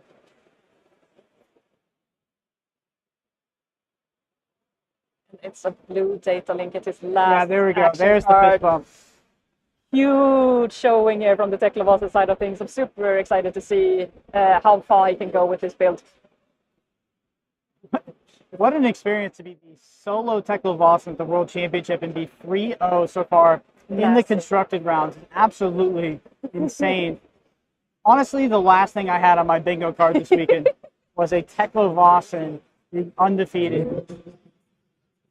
Absolutely incredible. Great play from Mark. What does this deck lose to is my question. I mean, it doesn't seem super good against your mind. No, but at the same time, you have a lot of 6-power attacks with the mech and the Terminator tanks and all of that stuff. So, I mean, you have a pretty healthy blocking capability to just pop those dragons whenever they come around. It's Arcane Barrier 1 as well with the Achilles Accelerator. So with Arcane Barrier 1, I guess, Iyslander has a decent, they should have a decent matchup with you if you're starting at 40 and you're a slow deck. That's true. So potentially Iyslander is the worst matchup in the field. Doesn't look too well positioned against Kano, but I see Oasis for Spike. Yeah, so hopefully he can hope that the Icelanders is going to be dragged down and he can just feast on whatever is left and just fatigue them out. It's a really, really cool plan to go into this meta, absolutely. You also do ask me what it loses to, and the true answer is I have no idea. This is the first time I've seen this deck. We will see. We will absolutely see. I'm happy to find more games about this Teklovossen and see where it goes. It is a very defensive build at that. It's very innovative. I've not heard anything about this list. It's the first time I'm seeing it, so crazy to be bringing it to the World Championship. We talked about this before. When we watched the callings that lead up to the World Championship, we saw Dash break out in Melbourne a couple weeks ago. And what I always say is if someone's going to bring a deck, if they're going to bring this unknown Dark Horse deck, they don't do it at a calling. They're going to bring it to the World Championship. So maybe that's what Mariusz has done here with Teklovossen and Steve Magnet. And with that, we're going to cut to a short break. We'll be right back, so don't go anywhere. This is the Flesh and Blood World Championships in Barcelona. Take it. What's up, guys? This is Anthony DT Zakella coming at you live from the Taco Time podcast. I just want to wish everybody who was able to make it out to the 2023 Flesh and Blood World Championship in Barcelona the best of luck. I can't wait to see all the crazy stuff you guys have brewed. I can't wait to watch all the feature matches, and most importantly, I can't wait to see my boy Fi take the whole thing down. So, remember, have a great time, make some great memories, and even better friendships. Good luck, and have fun. Hello everyone and welcome to the World Championship in Barcelona. I am Seho from Germany, my company is Playset Seho, and I am a single card seller on Card Market. On YouTube I produce expected value videos and lots of stuff related to Flesh and Blood cards. You can find me on YouTube under Playset-Seho or Card Market under Seho. So, I don't know which player or deck will bring home the championship, and honestly, I don't root for a certain country, but since I sell in Europe and the Worlds are held in Europe, it would be nice to have someone from Europe win the championship, right? Also, I'm curious to see how far the favorite Runaways squad will make it. Guys, have fun, enjoy watching the games, and have a good time. Bye! Olá Barcelona, olá mundo, meu nome é Rafael de Mello, sou escritor para fab.cartselme.com, onde eu falo tudo sobre Flesh and Blood, desde notícias, decklists, deck techs, enfim, tudo. Se você quiser saber mais sobre o jogo então, é só acessar fab.cartselme.com, disponível tanto em português quanto em inglês. E para esse Mundial, tudo que eu quero é que a minha querida Dashayo ganhe uns pontos de Living Legends. E torcendo para todos os meus colegas brasileiros que vão estar lá. Boa sorte a todos e até a próxima.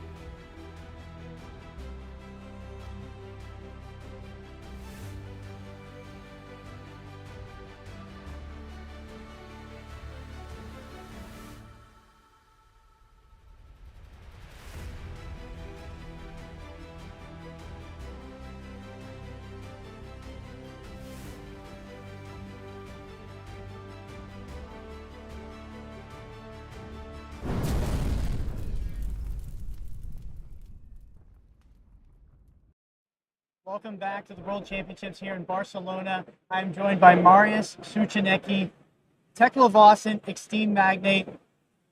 What the heck is going on here? Well, yeah, that's correct. I had a lot of naysayers thinking that this hero is not good in the current meta, but it's just reading the meta. If the meta is slow, he's really good. Were you saving this deck list for the World Championship specifically, or have you been playing it in open tournaments as well? No. I was playing Teklovossen in open tournaments as well. I've actually missed the opportunity to play the deck in Battle Hardened Warsaw, but I was just playing this deck around. Actually, the final list was made like 2 days ago. How do you feel with this deck list, looking at the metagame breakdown here on day one, with Iyslander being the most popular deck, Dramai coming in second, and Bravo holding up the rear at third?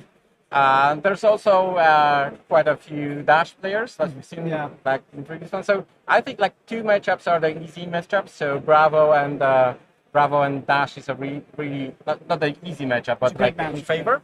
Drama is terrible, like very polarized hero, and the Iyslander is going to be a drag down matchup for like 15 minutes definitely. Yeah, I saw you just have access to the Arcane Barrier 1 in the form of the Achilles Accelerator. So looking at this deck list from a high level, what does it aim to do? What is its primary game plan? Oh, well, basically you have the end game straight laid out straight away. So you have the singularity. So that's the main game plan. Sometimes you have to use the evos to block, like in the game before. So don't hesitate to do that. You have the weapon and you have the power, and also you just smashing people with 6 card attacks, 9 card attacks, overpowering singularity. You have to just live through the game. Mm-hmm.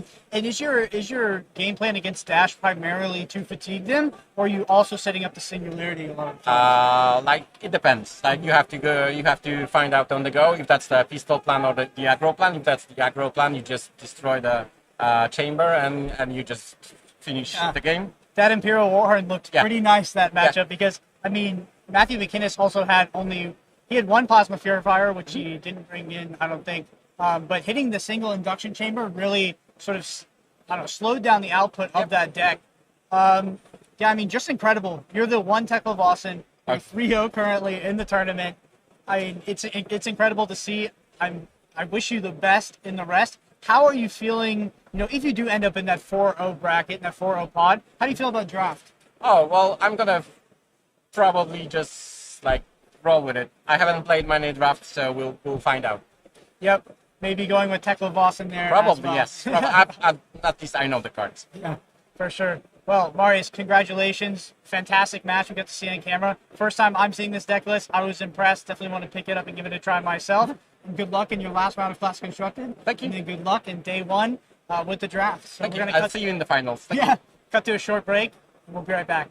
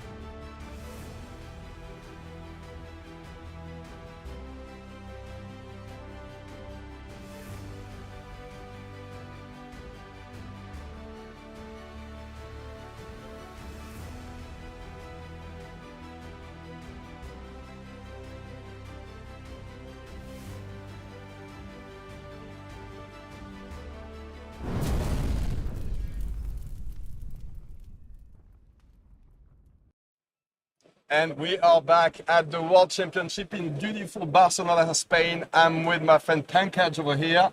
Hello. How are you doing, my friend? I'm really good. How are you doing, Roman? Yeah, I mean, we knew that this meta game was going to be interesting. We know that it's going to be fresh, and there was going to be lots of unexpected things. But did you expect something unexpected like a 3-0 Teklovossen? I was not expecting Teklovossen. No way. I was also not expecting Iyslander to be the most represented. Yeah. I think that is maybe quite a bit of an upset. I think a lot of people were expecting Dromai to be the most represented, Definitely, followed by yeah. Bravo, but somehow Iyslander is in the most represented, Wow. surpassing the Dromais. That's been quite surprising.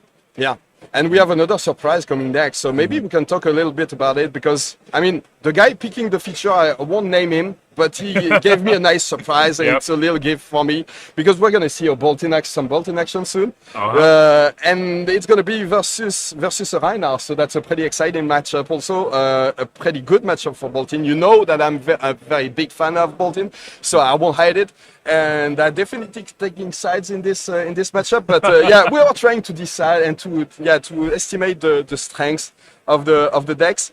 We won't talk about the deck lists exactly, obviously, but yeah, I think Boltyn it's probably the best metagame Boltyn has seen since maybe Tales of Aria was released, so that's pretty exciting to watch. So you think so? So let's talk about Boltyn's matchups into, say, like the top few heroes in the current metagame. So Boltyn into Iyslander, that is kind of rough, right? Yeah, yeah, there's no question about it. Boltyn, you want to avoid the Icelanders, but I mean, it's the best it's ever been, but I'm not saying it's good. Oh, got it. Okay? Yeah, it's still annoying to face the Icelanders, and there's a pretty good chance that you're going to lose, but I mean, Bravo has lots of attack. Yeah, it's got lots of attack actions. Rhinar is a good matchup also, because there's lots of attack actions, and usually if you defend well, there's no way that it's going to present enough damage to kill you before you assemble a big combo, whether you're playing Raiden or you're playing the full combo with the Centauri Saber. So it's very interesting games.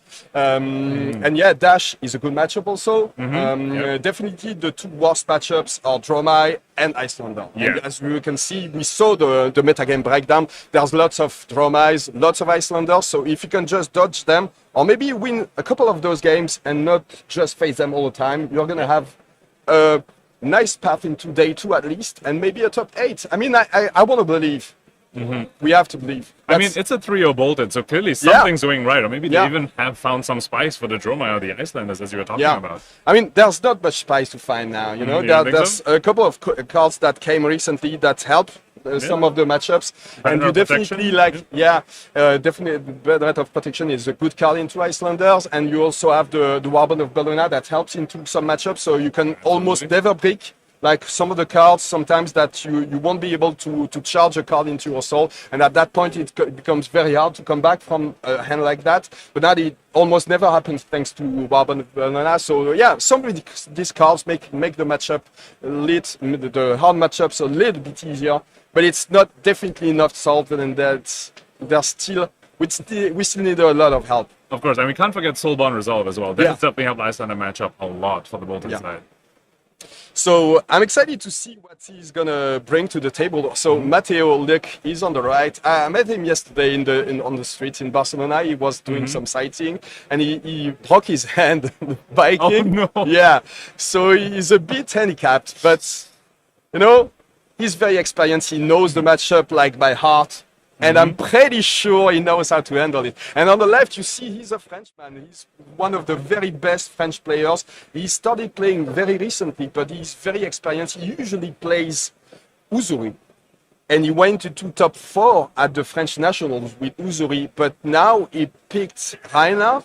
And I think if he picked Rhinar, it's that he saw that there's something very good with that hero. So let's see what he's going to bring to the table. This is going to be a very exciting matchup. I think a big reason is that this is kind of a very classic mid-rangey matchup where both players don't necessarily use big hands all the time. Obviously, there's Blood Rush Bellows turns, there's Lumina turns where they will use the big hands, but on average, they want to use 2 to 3 hands, like 2 to 3 card hands. But both these decks punish blocking, right? Like Boltyn says, you want to block with attacks, you're giving me value. Rhinar says, I'm going to intimidate the cards you want to block with, and you either block with your offensive pieces, or you just don't block me at all. So it's a very, very interesting mid-range matchup where both players have answers for the opponents wanting to block them. It's very interesting. So as you can see now, we know that Matteo is on the combo plan. So very interesting. He's not playing the Halo of Illumination that helps you to feed your soul a little bit faster so that you can go into combo like turn 2 or 3. So he's got to wait a little bit longer, but he has some blocks with the Crown of Providence.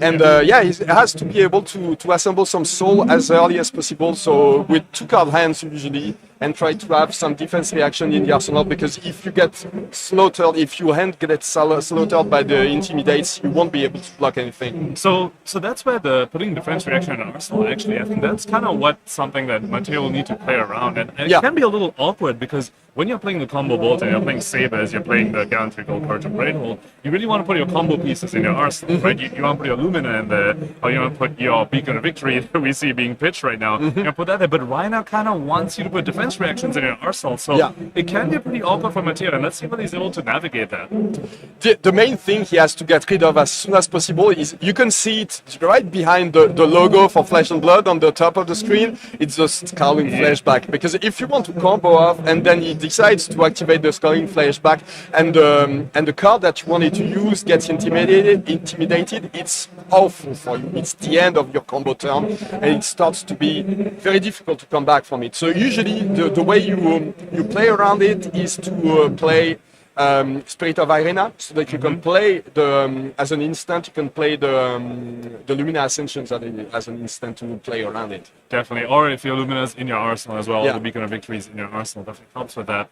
Coming back to the headpiece that the Boltyn has, also not playing the Warband of Bologna, which means so he's what the read he wants we can to make go as fast as possible to his combo. Exactly. Yep. So that's a smashing stint on this first turn for Paul. Ooh, a bit of an awkward pitch there from Paul there. 2 yellows. He definitely would have liked to start with a barraging and then pitch a blue and get a double intimidate off. Yeah. And that can really, really pressure a deck like Boltyn that wants to hold on to this combo pieces. I think Matteo is pretty happy with this first turn, so he'll be able just to block with a couple of cards and just feed his soul a little bit. So you can see he's playing Engulfing Light. That's Express Lightning, sorry. That's one of the cards that you usually get rid of now that when you're playing Raiden, because there are so many good cards like Spirit of War that have been released, or you prefer to play Engulfing Light to feed your soul a little bit faster. But when you're playing this combo deck, having just access to a card that attacks for 4 for 0 resource, it's always good to have. So some of these players that they're keeping the Express Lightnings. Definitely. I also really want to point out the block that Matteo just did there with a Humble. Yeah. Now, probably not too relevant in this matchup, but into Dromai, as you're talking about. Very interesting. Coming into this metagame, a lot of people were expecting Dromai to be the most represented deck. Card like Humble, not is it only a popper, the on-head basically tells Dromai you can't swing out with your board as well. So, very, very interesting piece of tech there that we see. And now... And another thing that's interesting, look at what's in this pitch zone now. Again. So he just pitched, you mentioned it, last turn he pitched the Beacon of Victory, and now he's pitching the Lumina Ascension. So these cards are going to be stacked together for his second cycle. So he knows that he probably won't be able to combo up very fast, especially since you see these cards too early before your soul is fed. And now you have to pitch them for later. The other thing is that he just doesn't even have the soul right now to go ahead and combo. No way you can combo now. And as you're talking about, he probably wants to sell the Spirit of Arena as well. So you're saying, you know what, this is the time in the game when you put those defense reactions and also the defensive pieces in there, or, you know, semi-offensive pieces like CNCs, which are both offensive and defensive if you think about it. Put them there right now, and eventually I'm going to put his combo pieces in Arsenal. Once I get more soul, hopefully get a Spirit of Arena out as well. Paul once again had a pretty good answer, because this Command and Conquer is always fine. If you get stuck with a couple of defense reactions at your hand, it's very annoying to deal with. And usually you don't put anything that's really important into in your arsenal when you're playing Boltyn, because you know that you can get destroyed if it's like a combo piece. Yeah. So very efficient block. Yeah. So for now, Cataclysm. For now, Matteo still has access to the armor, though, so the defense reactions at least still, you know, he wouldn't be too punished, but he definitely has to save those armor blocks for those massive intimidate turns like Blood Rush Bellows. Definitely. And the thing is, Courage of Bladehold, it blocks for 2, but it has temper, so you can basically only block for once with it. Yes. So it's just a block 2. It's got a really cool charge token. I've never seen that token before. Yeah, That's really cool. And that came from Arsenal as well. So Matteo really telling us, I'm pitching my Luminous, I'm pitching my Beacon of Victory. Combo pieces out of here for now. I need more soul. Yeah. I need more setup. This is the kind of turns I'm going to do until I get more soul. And filling his soul with like basically useless cards in the matchup like Tech Flight is perfect. You know, he's like never not getting rid of his important cards. Definitely. And this one is very annoying to block because if you block with an attack action, it's gonna go to there's gonna be a +1 with the Boltyn effect, and if it hits, it goes to the soul, and then basically when you're playing against a deck like Rhinar that has a lot of attack action, yeah, you need to double block it because if you don't, he's online and he can combo off next turn. So as soon as he's got Spirit of Arena, he's good to go, I think, now. Definitely. A lot of people talk about how Boltyn cannibalizes his own hand. He's very inefficient. You know, he sends one attack, charges. It's like, that was a 2-card, 3-damage thing, but you saw that it pulled 2 blocks from the Rhinar, so he actually netted even in terms of card advantage tempo-wise. But what's interesting about the way Paul is playing this is that he's respecting all the attacks from Boltyn, and he's not taking any damage. One of the ways you usually win is that you do some cheap damage at the beginning because the people are not respecting the Boltyn attacks, and then as soon as you're at 30 health, with any kind of hero, as soon as Boltyn combos off, usually like destroys you. You're down to 5 life, usually, and then you can never come back from this. But the fact that Paul is still at 40 health, it's going to be very important as soon as Matteo combos off, because he can just take everything to the face and say, okay, I'm going to keep playing again. Agreed. He's very much respected in combo, as you talked about. Also, not only is he at 40 health, he has 5 armor block remaining, not even counting tunics. Scouting flashback plus 3 more block and a scout. 40 health, completely clean armor suite still there from Paul, and putting on the pressure with the Smash Instinct right now. It is very relevant, yeah. Oh, so that's the Soul Shield. So now that's going to be 3 cards in Soul. That's quite a bit of Soul. Pretty fortunate for Matteo to not have that be intimidated. Oh, yeah. When there's only 1 intimidate, and this wasn't a barraging or like any sort of discard into Smash and just 1 intimidate. And if you're running as many defense reactions as a combo Boltyn would be, you're probably going to be left with one of those defense reactions in your hand. That's the thing. As long as Paul blocks, he won't be able to intimidate too much. So maybe this turn is going to be the turn when he can do something, because Matteo is probably going to have a smaller turn. But that's also an engulfing light. So this is the one you want to block again. Too many. At that point, maybe he decides that you have enough soul, so it doesn't matter if you get one more, you know? Agreed. I think this is very interesting matchup because both heroes are in some sense combo-esque. So Boltyn obviously has to set up into a massive combo. Or even Rhinar with Blood Rush Bellow, you know, you could that's quite a bit of a combo card in itself, just on its own. But Boltyn is probably one of the better decks to handle a combo like Blood Rush Below, because you can take lots of damage but come back from it with your own combo. You know, you get so much health from the Lumina Ascension combo that it doesn't matter if you're down to 15, maybe after a big Blood Rush Below turn, just attack with your own combo and come back to 25. Definitely. Gaining life, a very, very good way to get over Rhinar's key mechanic, which is Intimidate. Not letting you block, but I'll just use this card to gain my life back, so it doesn't matter. They effectively blocked anyway. At the end of the day, it's just damage, you know? So there's no disruption, basically, in Rhinar's deck. Skullcrack. Okay, so Paul, the previous turn cycle, took the 3 damage and allowed a card to soul. To this pretty much just vanilla turn, just 11 damage for 4 cards. Probably deciding, you know what, I need to put a bit more pressure. Now that you have the soul, you know, I was blocking out when you didn't have the soul. But now that you do have the soul, I'm going to put pressure on you. So that you can't just keep your combo pieces for free. You have to spend life to give me the to keep those combo pieces. Yeah. And now I think Matteo is only gonna sit, block as efficiently as possible. Yeah, that's it. Just an illuminate for 4. If it hits, it goes into your soul, so that's another soul. But the soul is fine now, so it doesn't really matter. But the question is now, how low is Paul willing to go? If you're down to 30, it's very dangerous. Especially if your opponent manages to assemble a triple Lumina Ascension turn, because you're basically dead. So, okay. Locking with a reckless one here. Interesting. Pretty early for that one. You usually see it when your opponent is at 2. Definitely. But I guess probably recognizing that you can't use 3 cards. He goes left with 3 cards, so he's just saying, let's just get the reckless, let's get the 2 points of value. Ooh, just swing big then. I think he would have liked to keep it. Yes. Well, got 2 damage into Matteo, 2 unpreventable damage. I wonder how many reckless swings he is running in his list, and whether we're going to see, maybe another one later down the line. But Matteo probably very happy to see at least 1 reckless swing out that early in the game, because the state against Brute, going down to 2 life, you can't go down to 2 life. You're effectively starting at the game at 38 because of that card.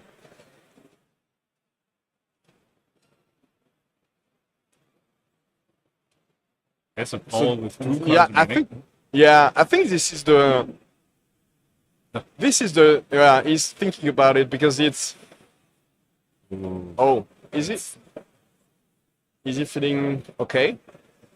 Okay. Back to it. Oh, that's the CNC. So that was the time when you get into the tank just to reveal the CNC and deal with it. Also wonder whether maybe he was considering a Scab Skins play.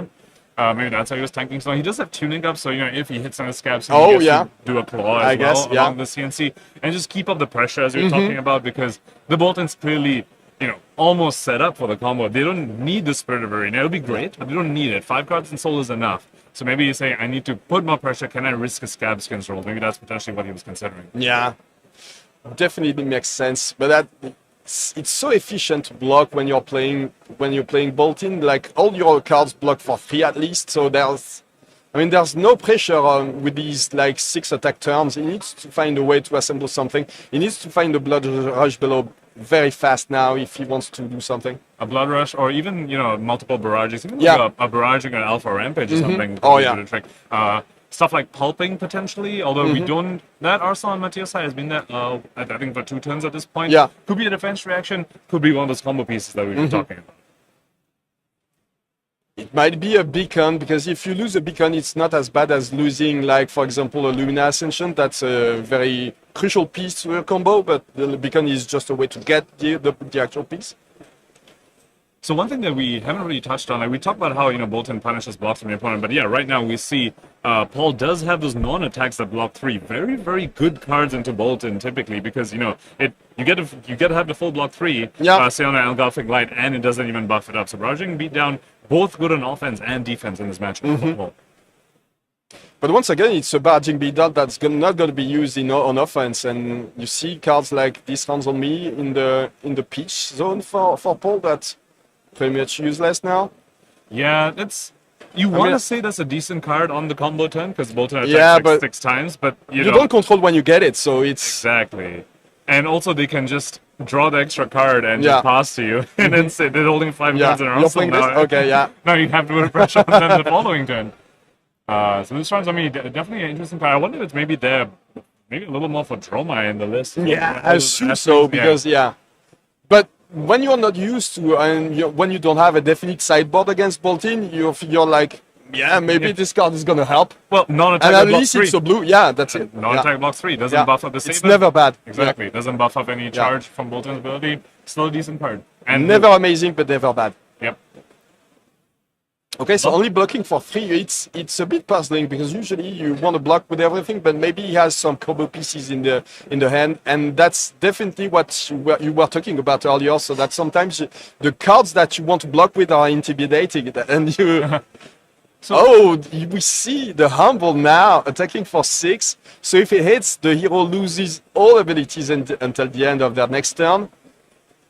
Yeah, so let's see what the Paul, really... He has a reaction. The hold the line. Which doesn't block it completely yet. No, he's going to take 2. So he's just not very interested in Intimidate right now, which is, pretty reasonable. He's not even going to do a discard. He's just going to do a 2-card swing bait, a 2-card CNC. The Rhinar losing its hero ability doesn't even matter. Very interesting that Matteo blocked with a Take Flight. He blocked with a red Take Flight on the previous turn cycle, and he left her 1 card in hand here. Yeah. So... at this point, it looks like he has the combo, and he's just waiting for the perfect moment to trade. Maybe he definitely wants to have Spirit of Irina before he combos off. Potentially, because Take Flight, probably the best combo starter. The turn where you want to combo off red Take Flight is exactly when you start the combo off. So seeing him block with it there, he's saying, you know what, I still want to set up a little more. Right now, you're still at 36, you still have your armor up. we need a spirit out. Yeah. We need more than just 2 Luminas and all this soul. Yeah. I need more than that. Also, let's take a look at that pitch zone on Paul's side, Roman. Holy shit. I almost said it, but yeah, look at that second reckless swing. Yep. So, he wants that weakened token. Look at it. Yeah, and he's getting it. So we just spoke about how red take flight is probably one of the best cards to start the combo with. Well, if you have a quicken, now every other card is a good, start. So I mean, at the worst case, you have the Snapdragon Scalers just to make sure that you can combo off. But yeah, it's always better to have something like a Take Flight. Bolt of Courage is very nice also if you want to combo off with something like a Beacon of Victory, especially when you have that much soul. It's very easy to go through all the blocks that your opponent can present. And there's the Blood Rush Bellow turn. So are we going to see a huge one? Sometimes these Rhinars, they draw the red cards and they don't have enough to attack with all the claws, but yeah, but starting with a blue pitch is definitely a very good start, and still has Tunic up, so going to be reasonably certain we're going to get a good Blood Rush here. Now, I do want to point out, Matteo has effectively IP'd himself for 2 turns in a row. For 2 turns in a row, he just kept 1 card in hand. Previous turn, he just blocked for 3, got the quick one, and passed. So, us, the viewers, Paul, everyone in the room knows he's holding on to a combo piece. He has either something. Beacon of Victory or a Luminous Ascension. He's waiting for a second one as well. Now, being met with a Blood Rush after he's trying to set up something like that could be punishing, but at the same time, Brute doesn't really have on hits, so these are pretty much just vanilla damage. It's just damage, but it can be a lot. Yeah, and he still has lots of cards, so yeah, he's taking 5 again. He's probably gonna take these. So critically, it depends whether Matteo has found extra combo pieces that he wanted, because if he has, we're gonna see him put Gallantry Gold, Courage of Blade Hold. Yeah. Definitely those 2 pieces, because you're gonna destroy them. Yeah. Exactly.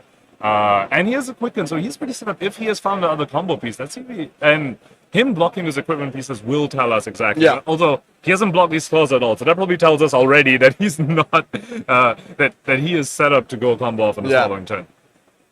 But since Paul was so careful in blocking everything, maybe just Matteo is just waiting for a third Lumina. So a way to get Lumina will become just the third Lumina itself.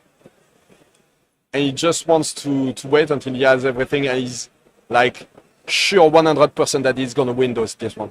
Definitely. So right here, let's see if he puts armor. That's a lot of damage though. Yeah. Now He's blocking and he's probably gonna go combo off now. So that's a pretty exciting turn. Smaller combo turn from the Rhinar into what's potentially going to be a pretty big combo turn from the Boltyn. All right, Roman, I want you to guess right now. 2 or 3 Luminous? It's minimum 2. I have to say it has to be 3 because if he had 2, he probably would have gone for it like last turn. Let's see how it goes. So the Arsenal's been there too, and he kept 1 card in hand. It wasn't long, yeah. So I think you could be right, and now he's taking the damage, saying I might have 3 Luminous. Or maybe he was just waiting for the Spirit of Arena. He already had 1, and he had the Spirit of Arena with another combo piece, and now he's going for it. Look at it. Let's see. I think something Matteo really needs to consider, and you brought this up earlier, Roman, is that Scalding Flashback. That is going to be.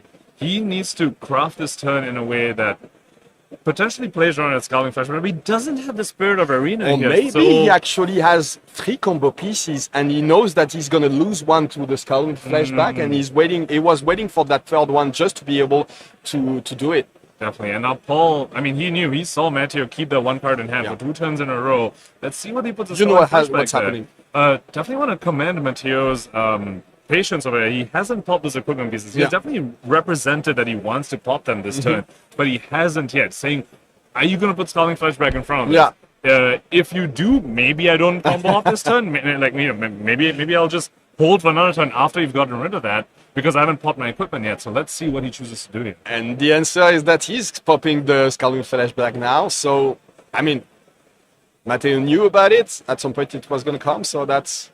Yep. I wish we could see which card he lost on that one.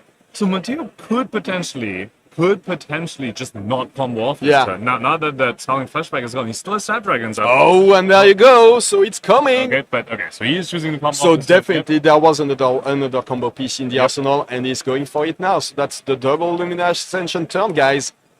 No Lumina go Boomina, as our friend Flake would say, but just a double Lumina is enough to to make me excited, I'll say, oh, so that's, yeah, that was the second beacon. So that's what we were talking about earlier. And Paul is like, okay, I'm going to lean back and I'll let you do your thing, man.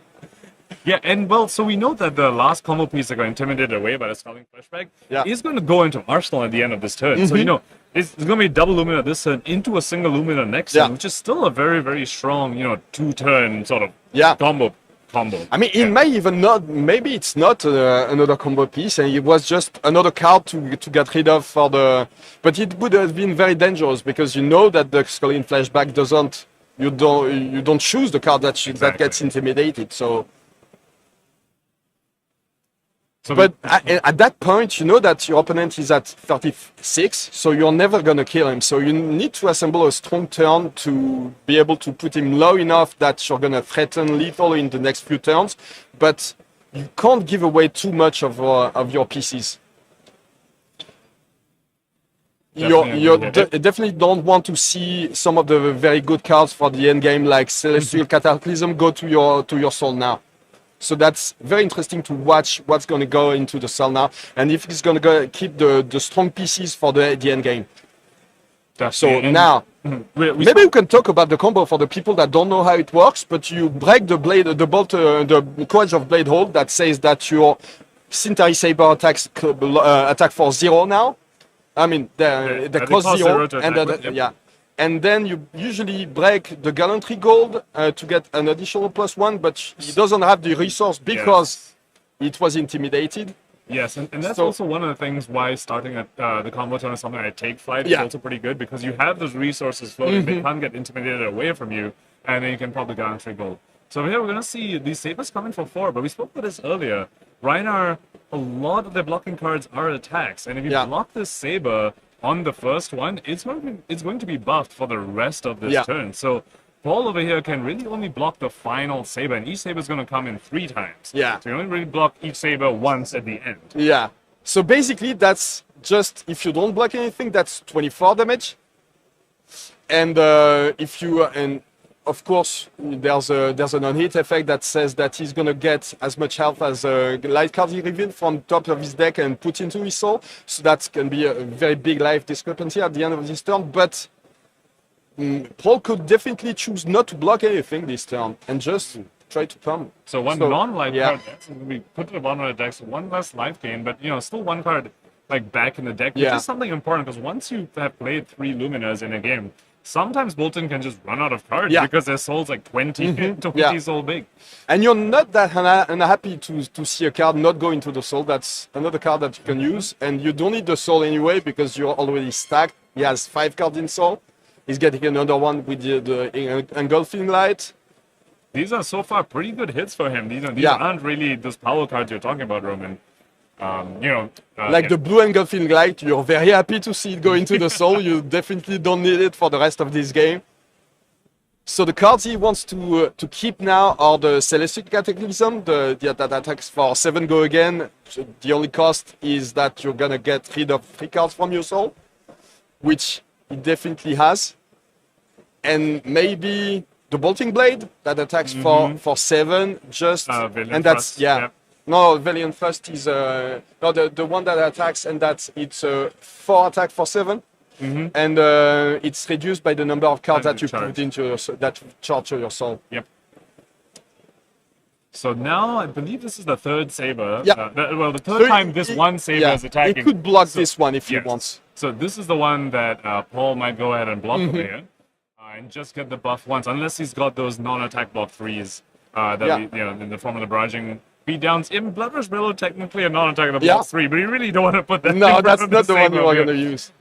Oh, so he's losing. That's a beacon and the Bolt of Courage is very nice. It would be very nice to have. So speaking of endgame power cards, Beacon of Victory, especially when you are going to go up to 10, 15 soul, that is the 3rd beacon, Roman. We saw him start this turn with 2 beacons. That's the 3rd one. That is a critical piece for the endgame, because we spoke about how, in the Boltons at 10 to 15 cards in soul, there are very few cards in deck, very little damage in deck. Beacon of Victory is one of those cards that let him converts the soul into damage directly in the attack reaction step, but that's the 3rd one that just went into soul. Paul definitely noticing that. Let's see whether he punishes that. So he hasn't blocked anything, right? Yeah. Yep. well, we might see. He's maybe gonna a go back-to-back Blood Rush yeah. turn here. Yeah. And by the way, Matteo hasn't won that much health. He's gained like maybe 5 so far. He's gonna get 2 more then. 2 more here, so yeah, and then another hit. So comfortable life total unless Paul follows up with another Blood Rush. Yeah, because that's your and getting. But now he's blocking. Yeah, with the scab skin, it's gonna be boosted, but it's. Oh yeah, it's 6 now because of the passive effect from the sabers themselves and then from Boltyn. Oh, it looks like Paul forgot that it'll be buffed twice. He pointed his tunic, really regretting not putting that in because he's going to get another on-hit from Illumina here. But again, as we spoke about, not necessarily a bad thing. No there we hit go. from the... Oh, that's bad. Those are 3 sync belows that we saw all getting sent to the bottom of this. He's getting all the generics back in his second cycle. I mean, it's not going to be a second cycle because there's no cycle in Boltyn, but... Yeah, so that Savage Feast block ended up effectively only blocking 1 Roman because he put 3 but then buffed it by 2 because of Saber and Boltyn's ability. So, Paul definitely not happy about that, but let's see what he's going to be stringing together this turn since he knows... I mean, since we saw him eat so much damage that time, he could have blocked the final Sabers, but... But I assume that since he blocked, he doesn't have another Blood Rush below turn, so it's probably going to be another setup turn for him. And now the pressure is on Matteo to try to finish him off before he assembles another big turn. Agreed, and I think just looking through a graveyard there that Paul did, I believe I saw 2 Celestial Cataclysms there, Roman. So 2 Celestial Cataclysms already in the graveyard. We know all 3 beacons are gone. Oh, but that's another big card. I saw 1 card that's very important and very relevant. It's V of the Vanguard. He just drew it, and if he can assemble a big turn, if he has lots of resources with the Centauri Sabers, he can do lots of damage. Speaking of the big turns, we do know he was holding on to an extra card. That card that got intimidated by Sonic Flashback that's now in Matteo's arsenal could be the 3rd Lumina. Yeah. So, we have the... But for this one, you need the Spirit of Arena to really profit from it. Because you have to break the chain when you play the Lumina Ascension, so you won't profit from the effect from V of the Vanguard. True. So you definitely need the Spirit of Arena. But I'm not even sure you're playing Spirit of Arena in this matchup, because if all the cards get intimidated and you're stuck with the Spirit of Arena in your hand that doesn't block, you're like, yeah, I regret my life choices. Okay, so that's an attack for 5. Yeah, pretty... much expected. Started this turn pitching a red into a Blood Rush, so drawing to a blue. Yeah. Paul definitely very happy to see that draw. Now he's able to swing this call for 5. I think he's holding on to a Fate Foreseen in hand, so not ideal. I wonder whether we'll see that Fate Foreseen pitch, maybe send a 2-back. I can't really tell what that last card in his hand is. But I don't want him to Fate Foreseen, so let's see how much damage he's able to push. Matteo does have the option to just take all this damage. Pretty weak turn as far as Blood Rush Bellow turns go. Yeah. But we know it wasn't going to be a huge turn because he blocked with 2 cards from the... he blocked with Savage Feet and... Oh no, yeah, that's 1 card, yeah. Cleaning his sleeves. Okay, so, yeah, Matteo doesn't seem to have a very strong hand. Yeah, blocking with a yellow Bolt of Courage, not a card that's going to be very effective in the matchup. That's a card that Rhinar can just block with an attack and just be happy with it. Yeah, it would be amazing if he had a Beacon of Victory left, but since Paul knows that there's no threat of a Beacon of Victory, there's nothing to do, because if you can just make sure that it hits, you're just hitting with the Beacon, hitting with the... getting a card with the Beacon, and then hitting with the Bolt of Courage to draw another card. That's a huge swing. But it's not going to happen. The turn is over. Turn for Paul there. He drew into blue like he wanted, but the other card was a Skull Crack, so he could only get +4 from the Blood Rush that turn. Not very good. And at that point, it was pretty telegraphed to Matteo. Once you see the second red pitch for the second claw, the turn is holding over. One card, the turn's over. So he says no blocks. And starting his turn with a Take Flight, pitching the V of the Vanguard they were talking about, Roman. Yeah, but he had no real way to use it, because, if you want to... I mean, maybe if he kept the Bolt of Courage, but I don't know what's in the arsenal. But it wouldn't be buff. If you use the Humble in your soul, if you charge the Humble, it doesn't work, because the V of the Vanguard wants you to charge a light cards. Yes. And at the same time, one thing we mustn't forget is that the Courage of Bladel has been popped, which means now when he does the second Lumina turn, like when he does Lumina you turn, need to pay for the Centauri Sabers. It gets very expensive, And that was a pretty low resource hand for Matteo. I mean, we see all the cards, right? It's a There's a red on the combat chain, a red humble in the zone, and then you blocked a yellow bolt and yellow beard. That's not enough to pay for your sabers. The Lumina means you're going to swing 4 sabers. You need 4 more resources. You need at least a blue in there and another resource card. Yeah. So it looks like there's a judge call at the table. It's going to be resolved soon. Oh, it could, something to do with the opt, it looks like. Yeah, something to do with the opt from the Fate 14. Yeah, I was about to say Destin Tracé, which is the French name, but I guess I would be the only one to understand, apart from our French viewers. But yeah, so Fate 14 opting 1, and it looks like he saw the second card on his opt, so that's not what's supposed to happen. So it looks like Judge made the call that Matteo gets to decide what happens with the extra card. And so moving on from that. Shout out to our judges for honestly judging this event. These events can't happen without these judges, honestly. Big shout out to them for doing what they do and letting us play these games and enjoy these games. Absolutely, yeah. So coming back to the talk about the resources you need for Centauri Sabers, the Courage of Blade Behold has been popped, but the Gallantry Gold hasn't. Yeah. And so, when Matteo finds a 2 blue hand, he gets to pay 1 resource in Gallantry Gold, and he has the extra blue, he has resources plenty to do all that. And the critical thing about Gallantry Gold with Centauri Sabers and Boltyn's ability is that he doesn't even need to start the turn with a charge. Yeah. Those Sabers will already be buffed, and he can already banish cards from Soul to give them go again, because Boltyn doesn't need you to have charged to use the attack reaction part of his ability. You can just use that. So that's a very, very strong, just 2 blue hand that Matteo has access to in the endgame. But he needs to find it, and now Paul he managed to block very efficiently with that all you got on the Centauri Saber that only attacked for 2 because he didn't have the resources to buff it. So he drew another card, and now he's back with a 4-card hand. 4-card hand. Being at 15, you're normally being at 15 life, you're feeling pretty comfortable, but not against a deck that can rip your whole hand into, from blocks. We haven't seen one of these Alpha Rampages attacked yet, so. We haven't seen a barraging beatdown being even used on offense yet. And that's a barraging beatdown into Alpha Rampage, just 3 of your cards intimidated away. Definitely. He pitched a couple of them, so we might see them pretty soon. So he's starting with a pack pen, so just... An attack for 6, no scab no go again? No way to get go again. Potentially representing a pummel. He does have 2 cards in hand, but we haven't seen one yet. None of them have been speech.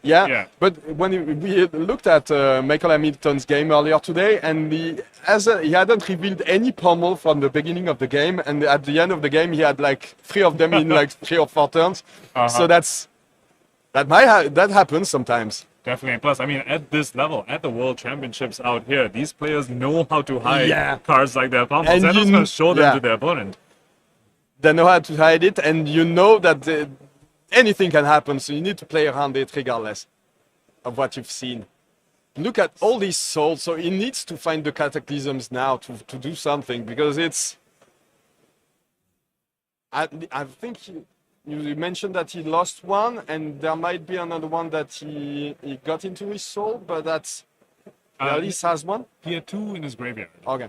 I don't think there's one in I don't think there's no, we haven't seen one go to soul, so that's only 1 left. But he did just take 6 from the pack hand, so we can expect a pretty big turn from Matteo. And, we just spoke about how Matteo being at 15, not feeling too comfortable into a Rhinar. Paul, honestly, in a very similar situation. He's at 13, but... once Boltyn starts charging, your cards block for 1 less than they do, effectively. So, he also can't be feeling too comfortable about this. And we spoke about this all the way at the Especially if it's a V. Oh, there you go. You know why I cut you off, because I was pretty sure that a V was coming. So I wanted to pretend that I had like... you don't need to pretend. Patience. Come on. Everyone here knows you're the Boltyn expert. So there you go. How many cards is he charging now? Because... So let's see. If you can double charge, it's... We know that there's a single, so at least he's going to be able to efficiently block one of those attacks. I'm sorry, it's just 1 charge? Yeah, so that's only +1 on all the attacks on this combat chain. I said only +1, but that's good enough. Yeah, that's really good because it critically turns on the Boltyn hero ability for the sabers. Mhm. Now you can, without popping a gallantry goal, just swing the saber, give it go again, swing the saber. Or in the meantime, all these attacks are punishing blocks from Paul, punishing attack blocks from Paul. The sync below, as you pointed out, not going to get punished, but the other cards, definitely. Buffing those sabers twice again. You know, we Mhm. saw that happen earlier already. Like the saber gets buffed and Boltyn ability buffs it another time. So those attacks just effectively blocking for one. It's almost as if you got spiders bited twice or something. Looking back at the beginning of this turn, I think he was like maybe considering popping the gallantry girl now because he can't do it. As soon as you've played V of the Vanguard, you can't break the chain or you won't get the effect. So you need to decide before the start of the turn if you want to do it. Potentially saving that for... Oh! Oh, so he's doing it, but afterwards, so he won't be able to... Yeah. So that's no +1. So it is very weird, so it's... Yeah, potentially just a slight missequence from Matteo. Unless it's there's a Lumina Ascension. True, yes. If that's Lumina, then Lumina does want you to have charged earlier in the turn to get its full effect. And that is... Okay. And this just goes back to 3 turns earlier. Yeah. The part that was intimidated by that Scalding Flashback was that Lumina. It's been sitting in its arsenal this whole time. So, you know, we could have seen a triple Lumina turn. It would have been amazing. Flashback. But here you I'm go. a bit sad that it never happened, but now look at that. So that's the other Lumina turn. You talked about it. It's the smaller Lumina turn, the shorter one. But at that point in the game, he has to be concerned about running out of cards. Also, look at the side of his deck. Yes. So he is representing. I mean, we have to assume there's a blue in his hand. Others he probably wouldn't have flopped the card. Probably wouldn't have gone for this play at all. So there's going to be 4 sabers for 4 Easton, so that's presenting a total of 16. And it looks like Paul just has attacks in his hand to block. And we spoke about that. Those attacks just block for 1. Each attack you put it on, the saber gets buffed up by 2. Oh, losing a V of the Vanguard is pretty sad. Pretty sad. I would not be too happy if it was in Paul's position here, like holding on to his attacks. And I think he used the Singulars effect as well, recognizing you know, what's happening, potentially happening in his turn, try and find a non-attack that blocks potentially. I don't think he found one. Counting his deck sounds like... I think that's a good move, like, try to fatigue now. And Matteo is like, I'm never going to get with cards. I'm telling you right now, that never happens. I mean, we also know, I mean, there's a whole bunch of generics at the bottom of Matteo's deck there. You know, the Sync Belows, the CNCs, and the E-Strikes as well. So, you know, those, even if they get hit by his Lumina, those will stay in the deck. So Matteo is still going to have pressure remaining no matter what. So that's going to mean lots of damage. So now, he blocks with this one. He's going to go pretty low. So he's blocking for 3 only now? 4. So 4, that is the non-attack. Because he did have the one non-attack block with. So Paul... he's getting down to 5. 5, Blue Engulfing Light gone away, so... But this is a difficult situation for Matteo because when you're playing Raiden, when you're playing the Raiden version of Boltyn, it's pretty easy to get rid of your opponent in that situation. While he's at 5, you're going to present so many breakpoints that there's no way that he's going to be able to beat you. But at that point, it's very hard for your opponent it's very hard for Boltyn to be able to assemble something because the Centauri Sabers cost so much. It's so expensive to pay for them. Definitely. And the cards that was designed for the Centauri Sabers, Kasai doesn't really care about it because he's not paying for the second one. But it's very hard for Boltyn to use it efficiently when you don't have the Courage of Bladehold or lots of blues. So now in this endgame state, we have seen Matteo's light cards, at least almost all the powerful light cards there. All 3 Luminas, all 3 Beacons, 2 Celestials, and a 2 to 3 V of the Vanguard. So he's going to need to lean into his generics. I know we did see an E-Strike being revealed at Lumina. There was an E-Strike, Going to be very, There's very a CNC, critical. and we know that there's still lots of defense reactions in Paul's deck because he pitched some of them. And he had... So, an E-Strike is very nice because you can use the buff, and now you don't have to charge. You can just play the... Interesting choosing 5 go again here instead of 7. 7 and using Boltyn ability there with the plenty of soul. It is weird, Maybe he recognized that he needs more soul for the end game, or maybe he has a Celestial Cataclysm in hand. I think I saw a glimpse of it, It does look like the last Celestial Cataclysm. So Suchanecki, just amazing card. His endgame says 1 card for 7 with go again. That's basically the best card in the game. Yeah. When you don't have to take into consideration that 3 cards in your soul is very expensive. Yeah. Well, I mean, it's not expensive when Lumina just supercharges your soul and put like 20 cards in there. Yeah. And when you have all the time in the world to charge it because your opponent is not doing too much damage. So Paul thinking a little bit on the blocks over here now, luckily for him, good for him, this no charge has happened at this turn yet, so he won't be punished if he blocks his attacks over here. But it is, these breakpoints, these 5s and 4s at this late in the game when you're out of armor can be very, very, very tricky to look at. I mean, when you're down to 5, any kind of breakpoint is annoying to deal with. So you know that you're taking it's 1/5 of your health now. Just taking 1 from this. Taking Enlightened Strike, and not doing a sync there. So that tells us he probably had the non-attack blocking card and the high roller, another non-attack that blocks 3 Roman, very, very good into Boltyn. We saw that. Seems like Matteo probably maybe was relying on the Centauri Saber getting buffed so you could give it a go again, but Paul just shut it down, saying, I don't need to sync away, I have my non-attack 3 block. But that's it, at that point you need to attack with the Centauri Sabers every single turn if you want to present something like that dangerous for your opponent, because if you don't, you're gonna run out of cards too fast.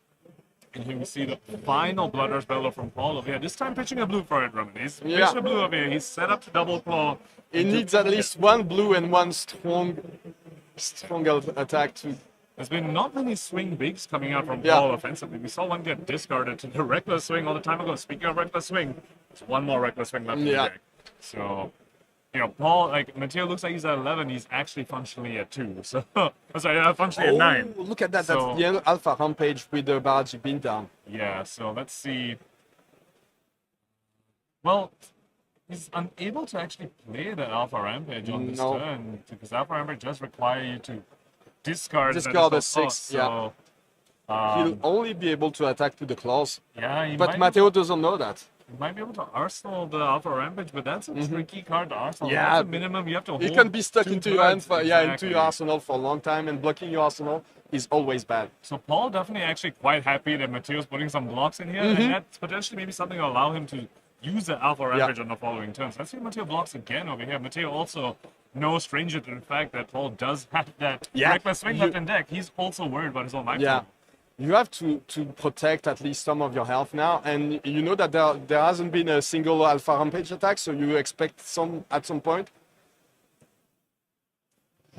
This is the most interesting part of Flesh and Blood. Once you get to these endgame states where these last few points of life, every block matters. Every block matters. Every attack matters. You have to be extremely efficient. You can't hold cards for big combos anymore. I don't see big Luminas anymore. I don't see any big Blood Rush Bellows anymore. Not only are they all out of the deck, these players just don't have the life totals to do that anymore. We're really in that state of if you block, your offense is lower. That means my next offense will potentially take advantage of that, and you're just jockeying for position back and forth. So Golfing Light charging over here. I haven't been able to count the cards that left in Matteo's deck, but it's looking very thin.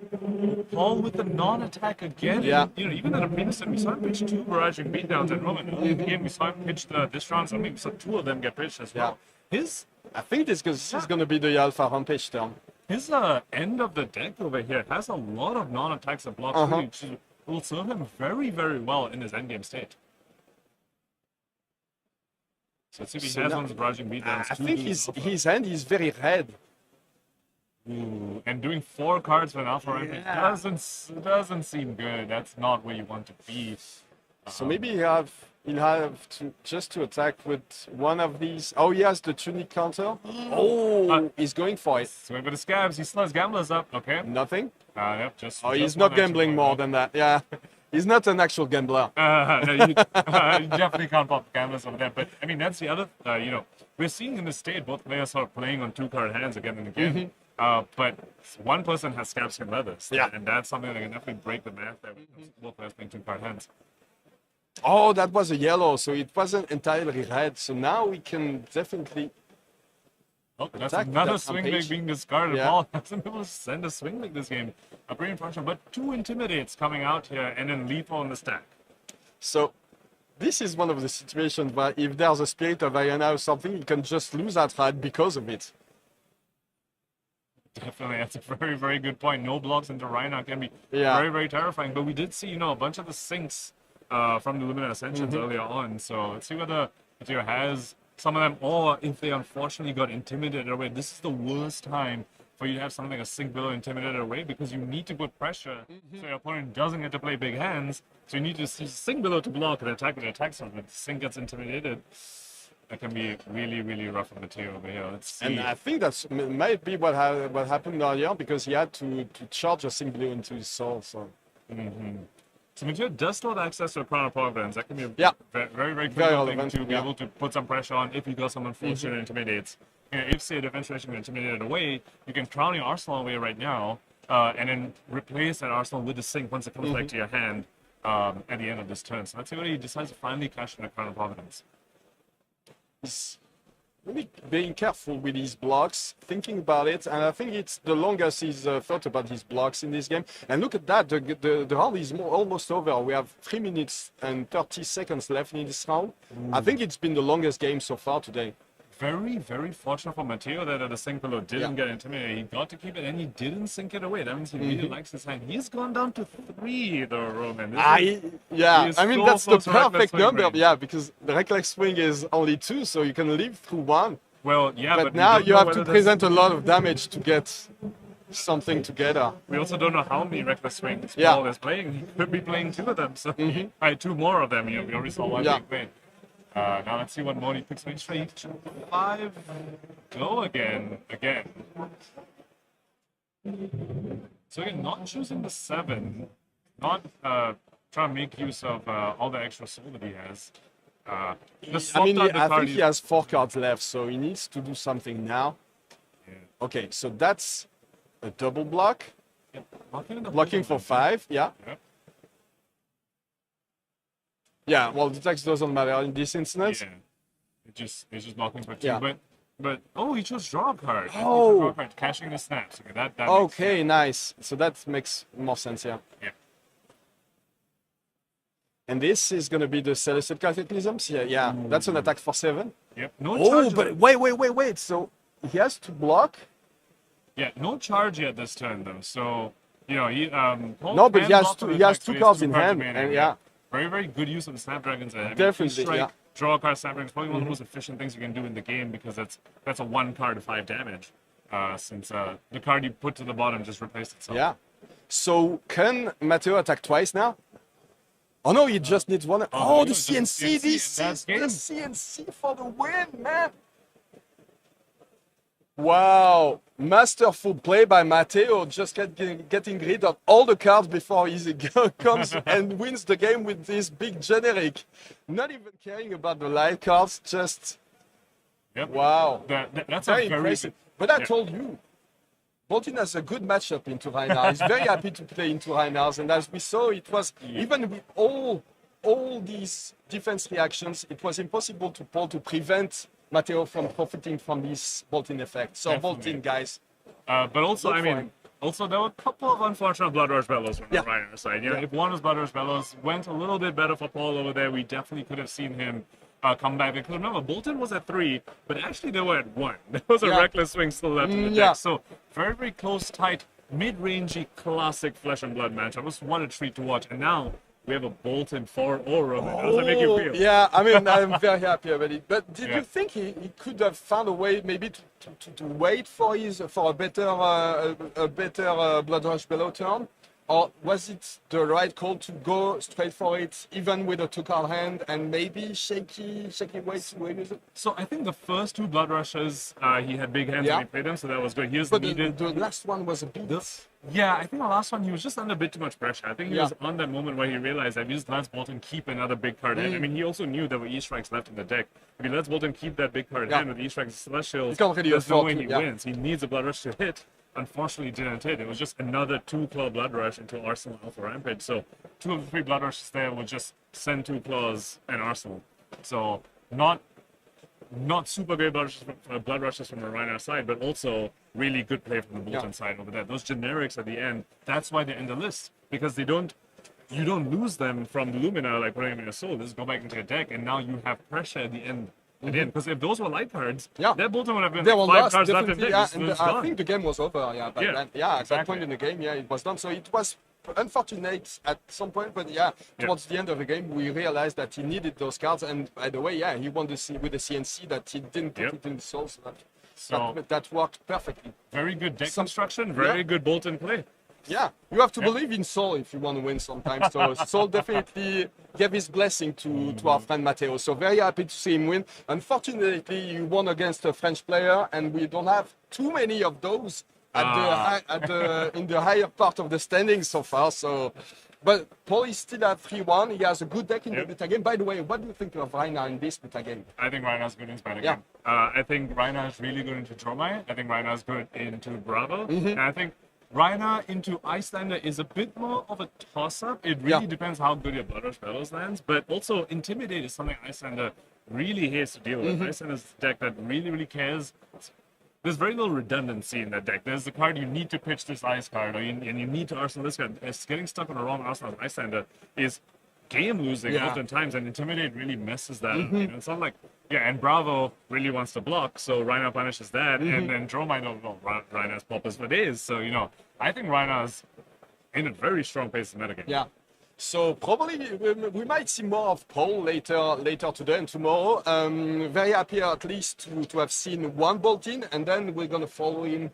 I'll tell you more about Matteo's path to maybe day 2 and to top 8. Let's see what happens with this Boltyn. But as I said earlier, probably the best metagame Boltyn has ever seen. So definitely looking forward to it. So we're going to take a short break and come back later with you. I think that was the last CC round. So now it's going to be a draft session. I don't think we have another game right now, but we probably have. Our players are going to be drafting, and then we'll come back with the first round of draft. Oh, there is a backup for the round 4. So we'll be right back with another round then, with the backup for the round 4. Okay.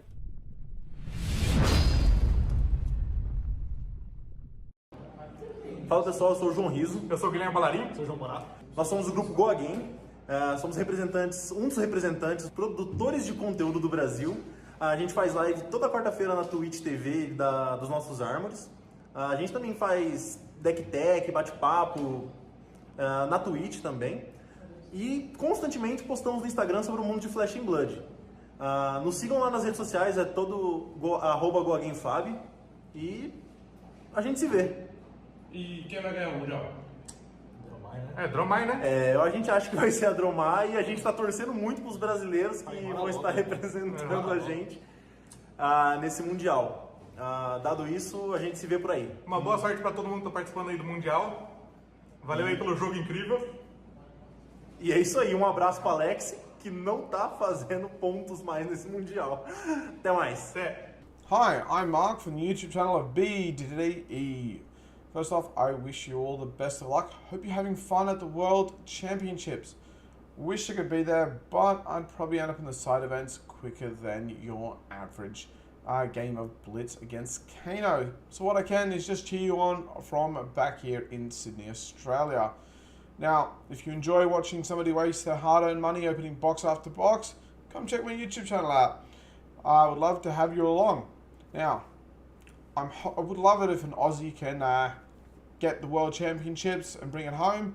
However, more importantly to me, I want the Queen of Ash herself to be able to win and reign supreme. So if you're playing Dromai, I'll be backing you more than anybody else. So the best of luck to you all, and may Dromai win. Catch us all later. Hi guys, this is Kevin and Michael from Fab Art of the Hour.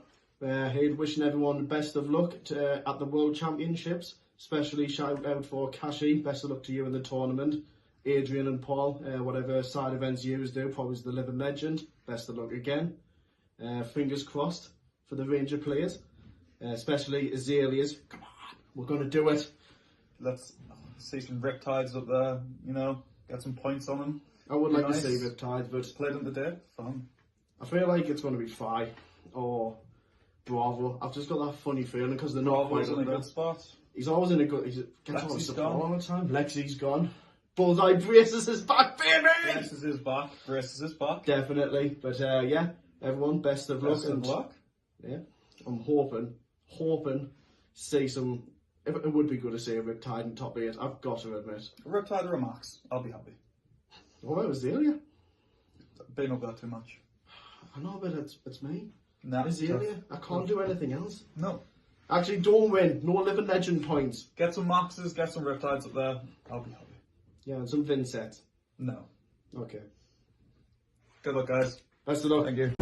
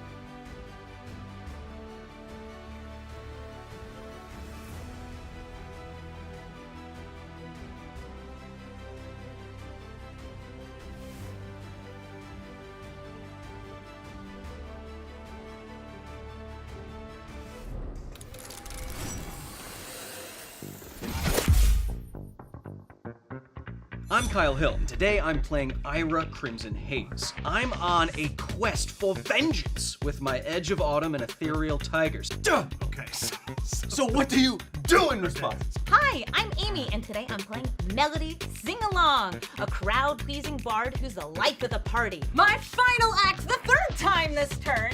Again, swinging for 7. Just kill me already. 7! I'm trying! I'm Cedric, and today I'm playing Bravant, Civic Protector. I'll be defending heroes at the table to protect the fun and enjoyment of those around me. Pardon me, Professor. Yes. Then I'm going to show off a little chivalry here. Oh, wow. And they told me chivalry was dead. Not quite. I'm the Professor, and today I'm playing the Professor. Professor Teklovossen, that is. Throughout the game, I'll be taking my prototype base equipment and transforming them into a powerful Evo mech suit to usher in an apocalypse automaton. Ha ha ha. That's a big one. 6 damage coming to Amy. 6 damage coming to Cedric. 6 damage coming to Kyle. Defend yourselves, if you can. Unleash your genius inventor with me as your hero.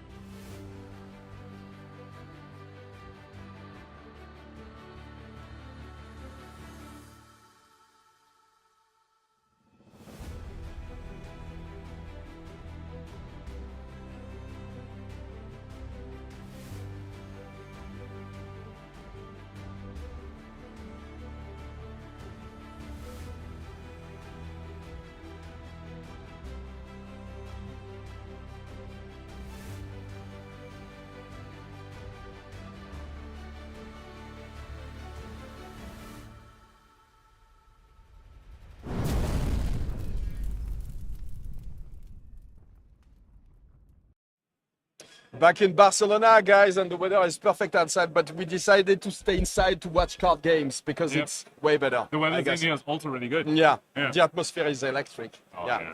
So we have another game for you guys, and it's another exciting one because it's going to be Levia. Do we say Levia or Levia? So I say Levia, but I think some people say Levia is the correct way. I'm not entirely sure, but you know, Levia, Levia, everyone knows who we're talking about. It's a Shadow Brood Queen.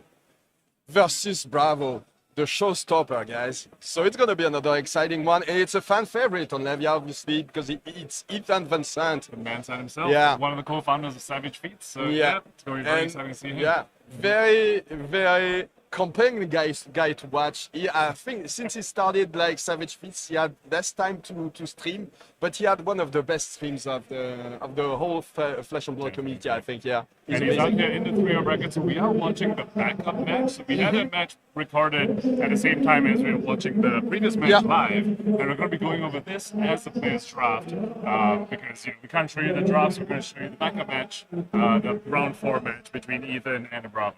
We don't know who won. Yeah, we haven't checked the results, so yeah, we're gonna watch it with you. We're gonna watch it live and do the commentary live, and we can get into it. Oh, there you go. So that's versus Zach Bunn, one of the very best US players. So that's a nice, yeah. Well, I thought it was. I thought it was just you know. These guys are friends too. Yeah, I thought it was just an up and coming Bravo, and it turns out it's Zach. Yeah, I mean. Yeah, that's one of the information that you usually think that somebody will tell you about. So that's Zach Bunn. Yeah. We're in for many surprises today. Zach Bunn, member of the Wolfpack, and Ethan Van Sant, now member of the Runaways.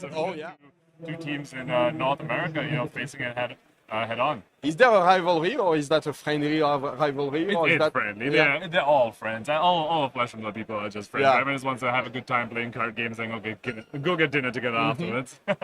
Something that kind of vibe. So it looks like we have some issues with the video, but it's gonna be coming up shortly. Don't worry about it.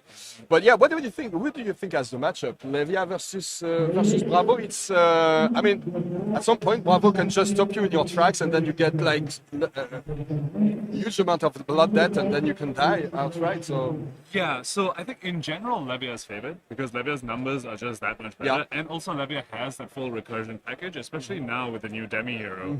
Levia Redeemed is the one. If we see a flip this game, I expect it to be Levia Redeemed because then you get to do you can't get consumed. Yeah, exactly, and you get to do a full recursion package with half a meal and stuff, which I know Ethan is very, very likely going to be packing. I've heard him talk about this matchup before, and he thinks if you have those recursion packages in, Bravo's numbers just do not beat you. But you're right, there's a small window in the middle of the game where Levia has racked up to, you know, say about 8 to 10 blood debt. Because remember, you need 13 blood debt to flip to redeem. Before you can flip, So in that middle point, if you get disrupted a little too hard, that can be really tough for you, and after suddenly you're taking blood debt, and that's how you lose the game. So Bravo has a short window to win the game, but remember, Levia still has Hardeneds. Still has Crown of Providence. That's what I was about to talk about. You have really good armor. So if you're playing Bravo, you have to get rid of this Hardeneds as soon as possible. But sometimes you don't present enough damage or enough disruption to force your opponent to use it, and then you're stuck with it for the rest of the game, and it's really annoying to play versus. So yeah, it's definitely an interesting matchup, and it might not be one of the matchups that these Bravo players that play tested a lot against, because not a lot of Levias were expected at this World Championship. So how do you play against a deck that you don't really play against usually, and yet that you don't play test again? Definitely, and not only is it, you know, you probably haven't play tested into Levias, and even if you have, how many of them are as experienced and as good as the hero?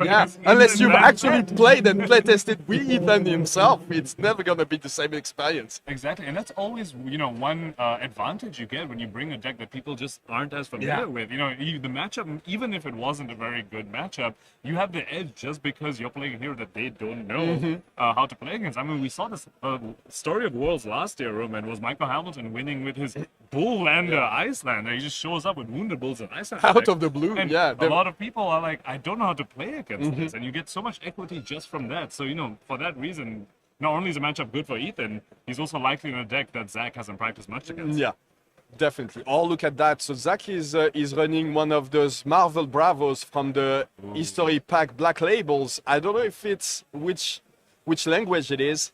I can't see it now, but a little bit difficult to tell. But yeah, but you know, the Foulkes definitely they are amazing.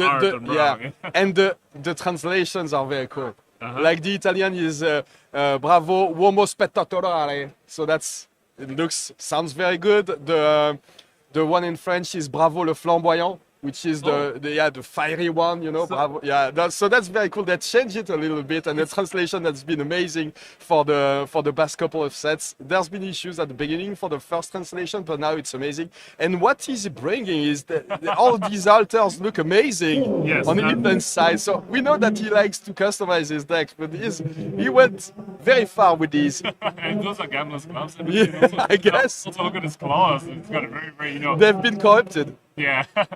Very, very demonic Levia themed altar. So, I believe it's the sleeves that are altered. He just puts a card in the sleeve. And I believe so, because I believe the policy is you can't use actual altars for real cards, like for non-token cards. So I believe that's what's happening over here. Now, speaking of equipment, on Zach Bunn's side, he's running the new Guardian boots, the Civic Steps. You know, Guardians have been complaining about, you know, having to run Iron Rod for a long time. They're running Civic Steps. However, you know, I think Ethan's pretty happy to see Civic Steps on the Bravo side. He give a wants quicken to Levia, should be very happy. Save him from having to roll scabs for extra action points. Yes, he'll take the quicken any day. So, you know, we spoke about the equipment earlier, about how Bravo has a small window in the game where they need to put a disruption, get through the equipment so that Levia can potentially die to the Blood Debt. So we're going to need to see Ethan... friendly handshake. We're going to see Ethan use his equipment in a very disciplined manner. But similarly for Zach Bunn's side, for those Civic Steps, is giving a Levia a quicken randomly can really hurt you. Maybe you can do it if you know that the only second attack that Levia can do is another Mandible Claw attack, and then she's going to waste the go again on that. Definitely. Or if the Levia just has, you know, 2 cards in hand, they have to turn off Blood Debt. They send the attack. They have no resources to do a second attack anyway. So the equipment usage this game is going to be very, very interesting to see. Definitely. Oh, that's interesting. So a showtime on turn 0 for Bravo, always interesting. So you're going to get the Crippling Crush, obviously. Getting in the arsenal, and you know that there's some pressure. So we were talking about making sure that the Carrion Husk was used as early as possible. When you're playing Bravo, you want to force your opponent to use it, and that's the perfect way to force your opponent to use it. So, like, a dominated Crippling Crush is usually a nice way to force your opponent to crack the Carrion Husk. Definitely a very, very scary start from Bravo, because you also know they're going to draw an extra card from the showtime. And also very, very critically, Zach Bunn didn't allow Ethan to fill his graveyard. Now that's a very critical resources for Levia, because a lot of our cards say, as an additional cost, you need to banish 3 cards from a graveyard. But if you don't have enough cards in a graveyard, you can't play those cards at all. So, you know, Zach Bunn's saying, I'm just going to set up, got my showtime, got my crippling in arsenal. What are you going to do with your 0 cards in graveyard? Okay, so it is only going to be a setup turn with the Skullcraft. So I believe Ethan probably gave this go again. Oh, they gave it, yeah, with the Art of War. Because that is typically the mode you choose as the Levia. You know, well, usually we're used to see like Fires and Katsus play Art of War. They always say +1. But in Levia, because you typically just want to send 2 big attacks, you usually say go again. So yeah, it looks like that was only a Mandible Claw, and I think Zach took it to the face. Yeah. Is he taking the Mandible Claw also? No. So, yeah, he's deciding that right now. And Ethan, remember, he banished? He banished the Shaden Death Hydra, the card that was released in Dust Till Dawn. Yep. Is it relevant in this matchup?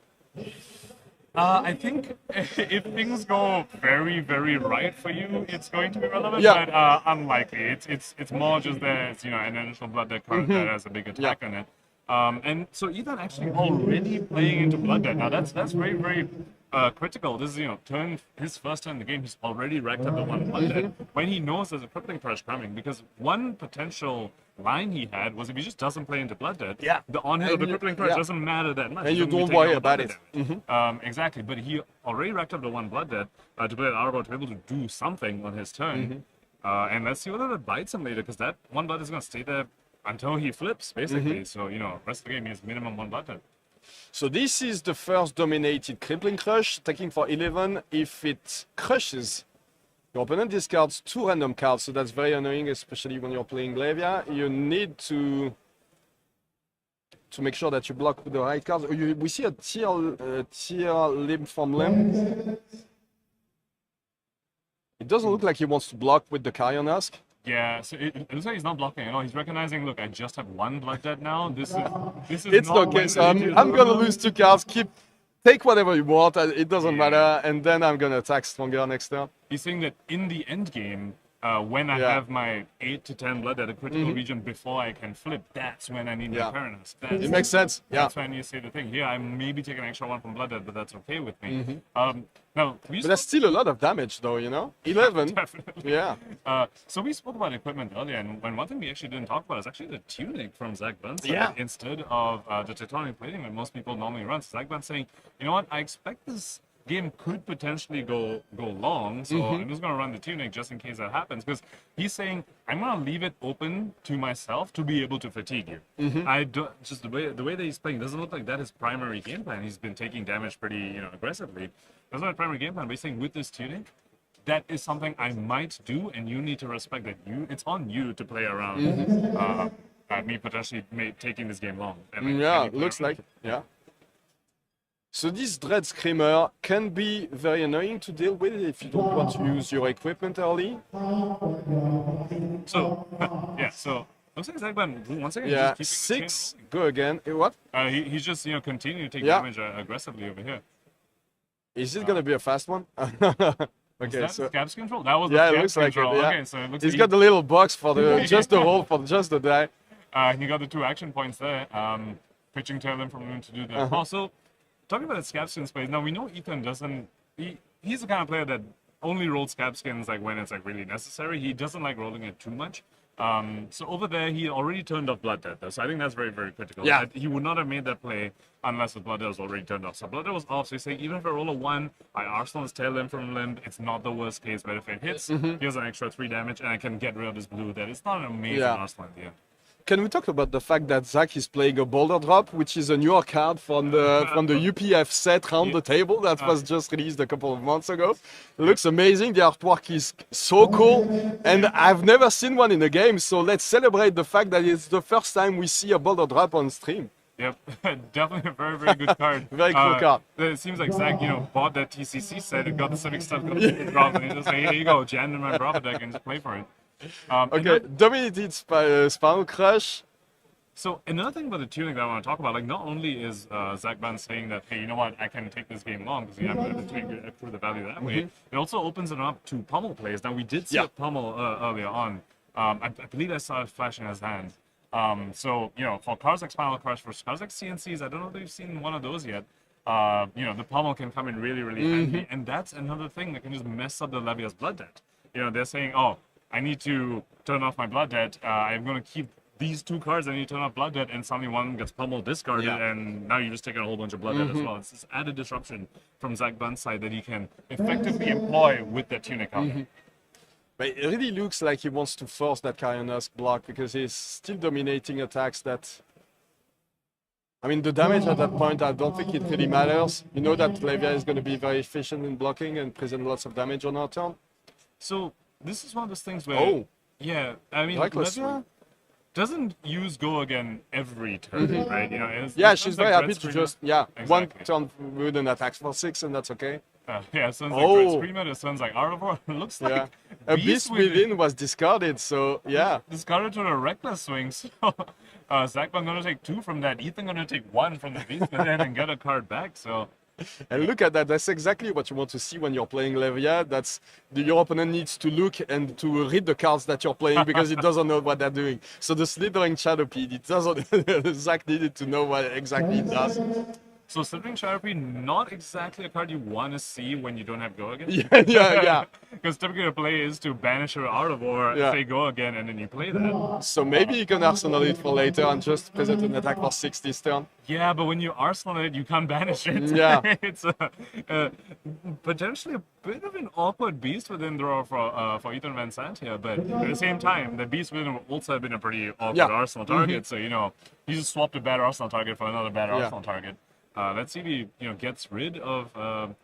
no, he's keeping the 1 for 6. I mean, in the end, it's still a 1 for 6. So, it's still a 1 for 6 at the very least. I'm just going to keep this here, and hopefully maybe with a Blood Rush, maybe he won't get the effect of being able to banish it, but he's still 1 for 6 a good rate. And Zach is saying, okay, I'm taking it all. I think we saw another Crippling Crush in his hand, so that might be the second one coming now.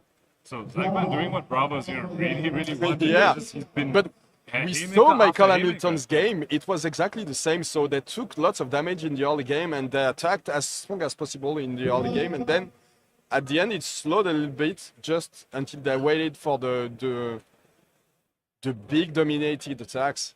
So that's going to be an E-strike. So I think, I did see a crippling pressure in Zach's hand, but I mean, I also saw another E-strike. That might have been bottomed by this first E-strike. It looks like he just had a pretty red-heavy hand there. And I really like the way Zach Bunn's playing. He's saying, look, I know once you get to 13 Blood Debt and you flip to Redeemed, I cannot beat your value. I cannot beat your recursion value, so I'm going to try to put pressure on you. Ethan's at 20 with 1 Blood Debt.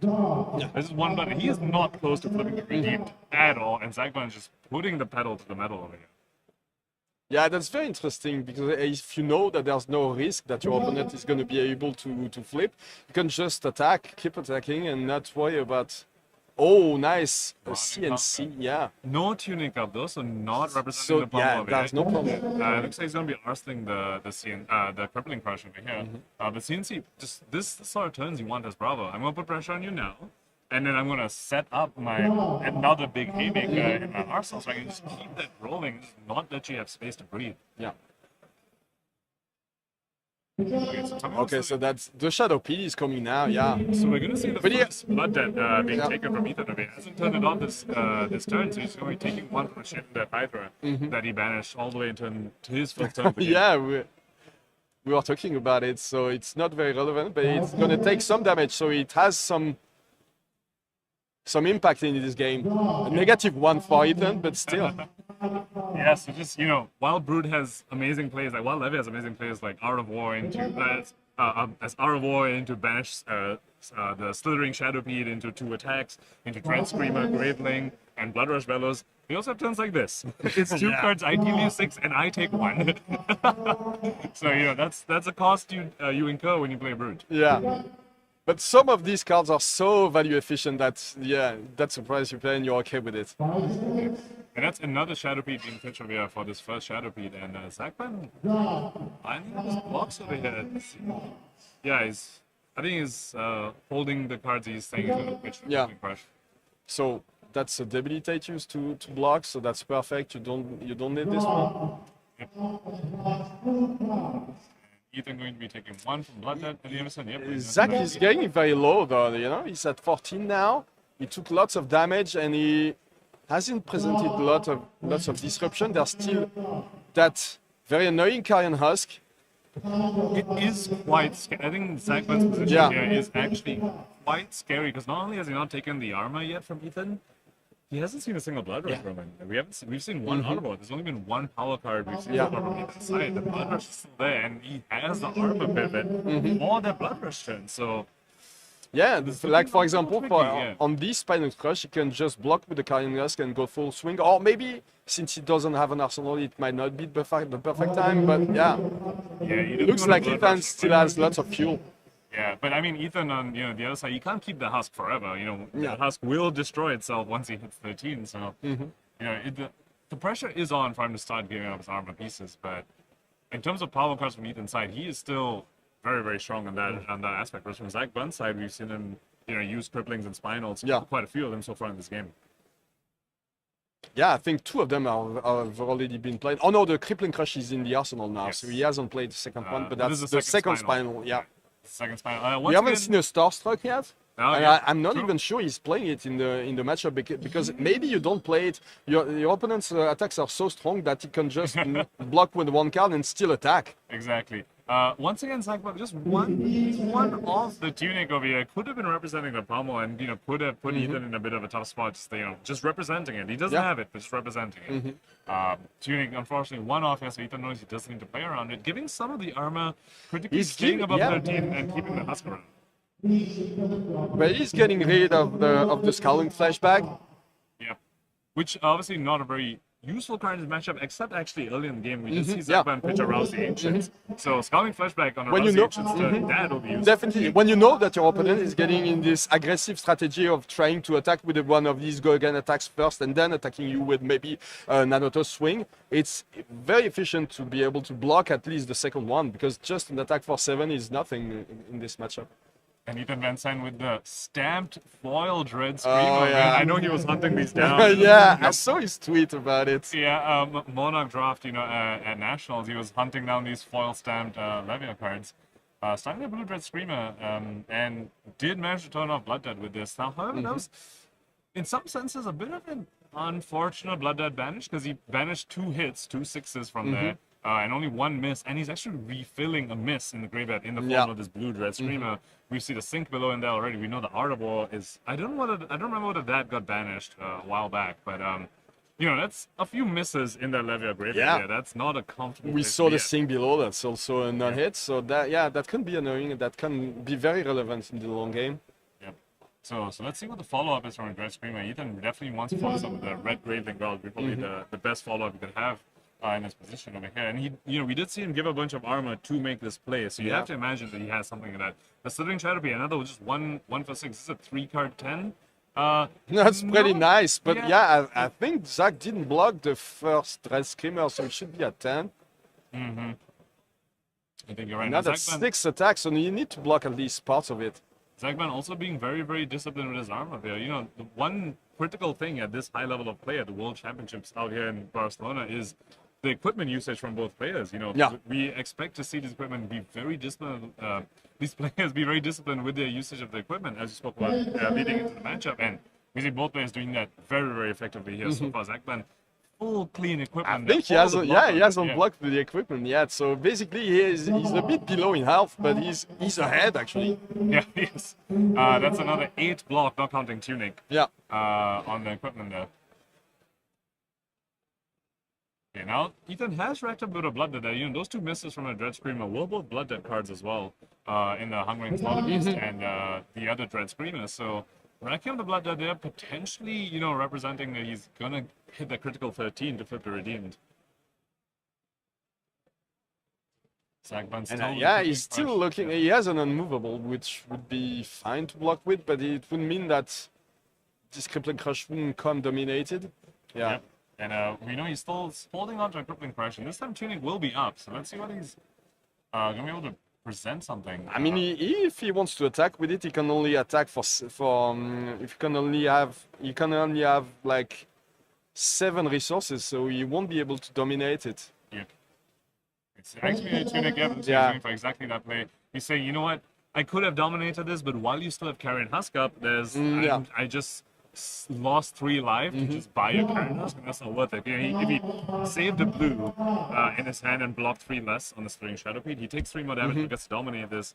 But Ethan, we've been talking about this all match, Roman, discipline with the equipment. Look at this. They're saying you don't get to dominate. Like, your first dominate is going to cost you 3 life because I've been so disciplined with Carrion Husk. Because if he manages, like if he blocks with 3 cards that block for 3, he can just go down to 14 and just keep his guys another turn. Yep. Which would be amazing. Although with just 1 card, there's no way for him to turn off Blood Dead. Oh, so, so he lose it on that one, So he will take 3 to 4 damage from Blood Dead. So let's see whether he thinks that trade is useful. Now remember, he also has seen a lot of power cards from Zagman. 2nd Crippling Crush, 2 Spinals already.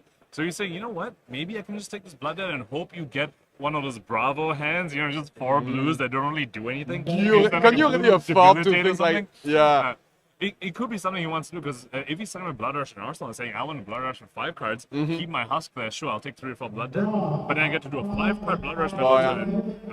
Either you don't disrupt me because you don't draw a good card, or I still have Carrion Husk up to stop your Spinal or something if you do it. It could be something we see him do. Let's see what the option is. Okay, so he's blocking with 1 card for mana, looks like, and the Carrion Husk at last getting destroyed and getting to the banished zone. So how close is he to flipping? So I think he's still quite far from flipping. Yeah, it looks like it. Just 3.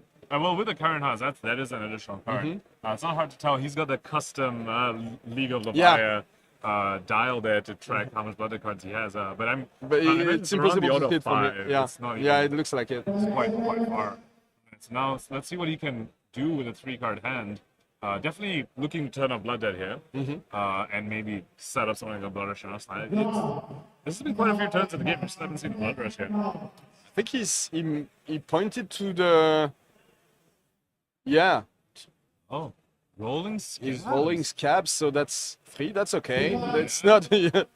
It's something. He didn't pop Gamma Scabs. Oh, he has the convulsions from the Bellows of Hell, and he's only using the Savage Feast, discarding the Endless Maw. So that's why he wanted to roll Scab. Savage Feast, when you have the extra action points, absolutely amazing card. Now, that was a very, very interesting line from Ethan over there, using Savage Feast and discarding Endless Maw, when in fact he could have done Endless Maw for 9 and Arsenal Savage Feast. So he's saying, look, I will give up 3 damage in exchange for getting a card that can Arsenal. Well, getting a random card in Arsenal. So he lost 3 life there. So he lost 3 damage there. And instead of Arsenaling Savage Feast, he's going to Arsenal a random card at the top. Maybe he's saying, I still haven't seen the Blood Rush. Good chance it has to be coming now, and hopefully get to Arsenal that. So, losing 3 damage, let's see if that bites him. Let's see whether a risk paid off. He couldn't quite catch what he drew off the top there.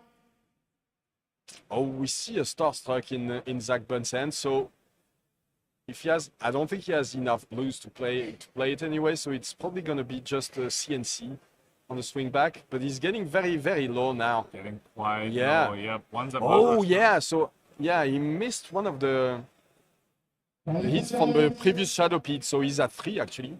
Yes, okay, so that is the reason why Ethan actually chose not to use Endless Maw, because then he would have turned off Blood Debt, and then he wouldn't have been able to flip to Consume.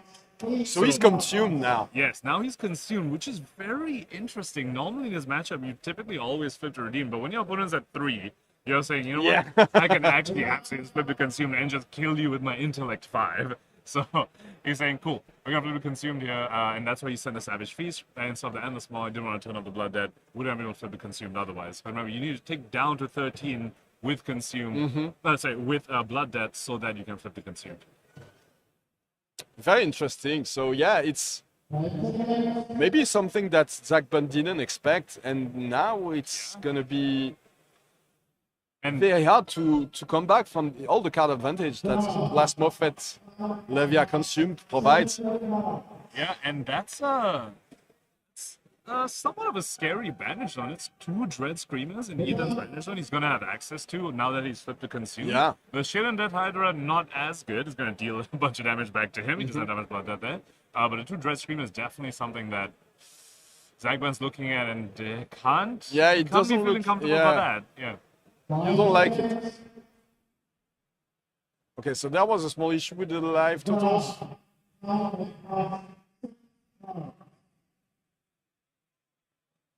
Yeah, and he's looking at this card. Probably hasn't played a lot versus that one. So I think live totals have been properly updated. I think the 3 damage that Zach took was a mistake and should have been taken by Ethan because of the blood debt. So Zach was still at a 7, but Ethan now has Intellect 5 with 2 Dread Screamers.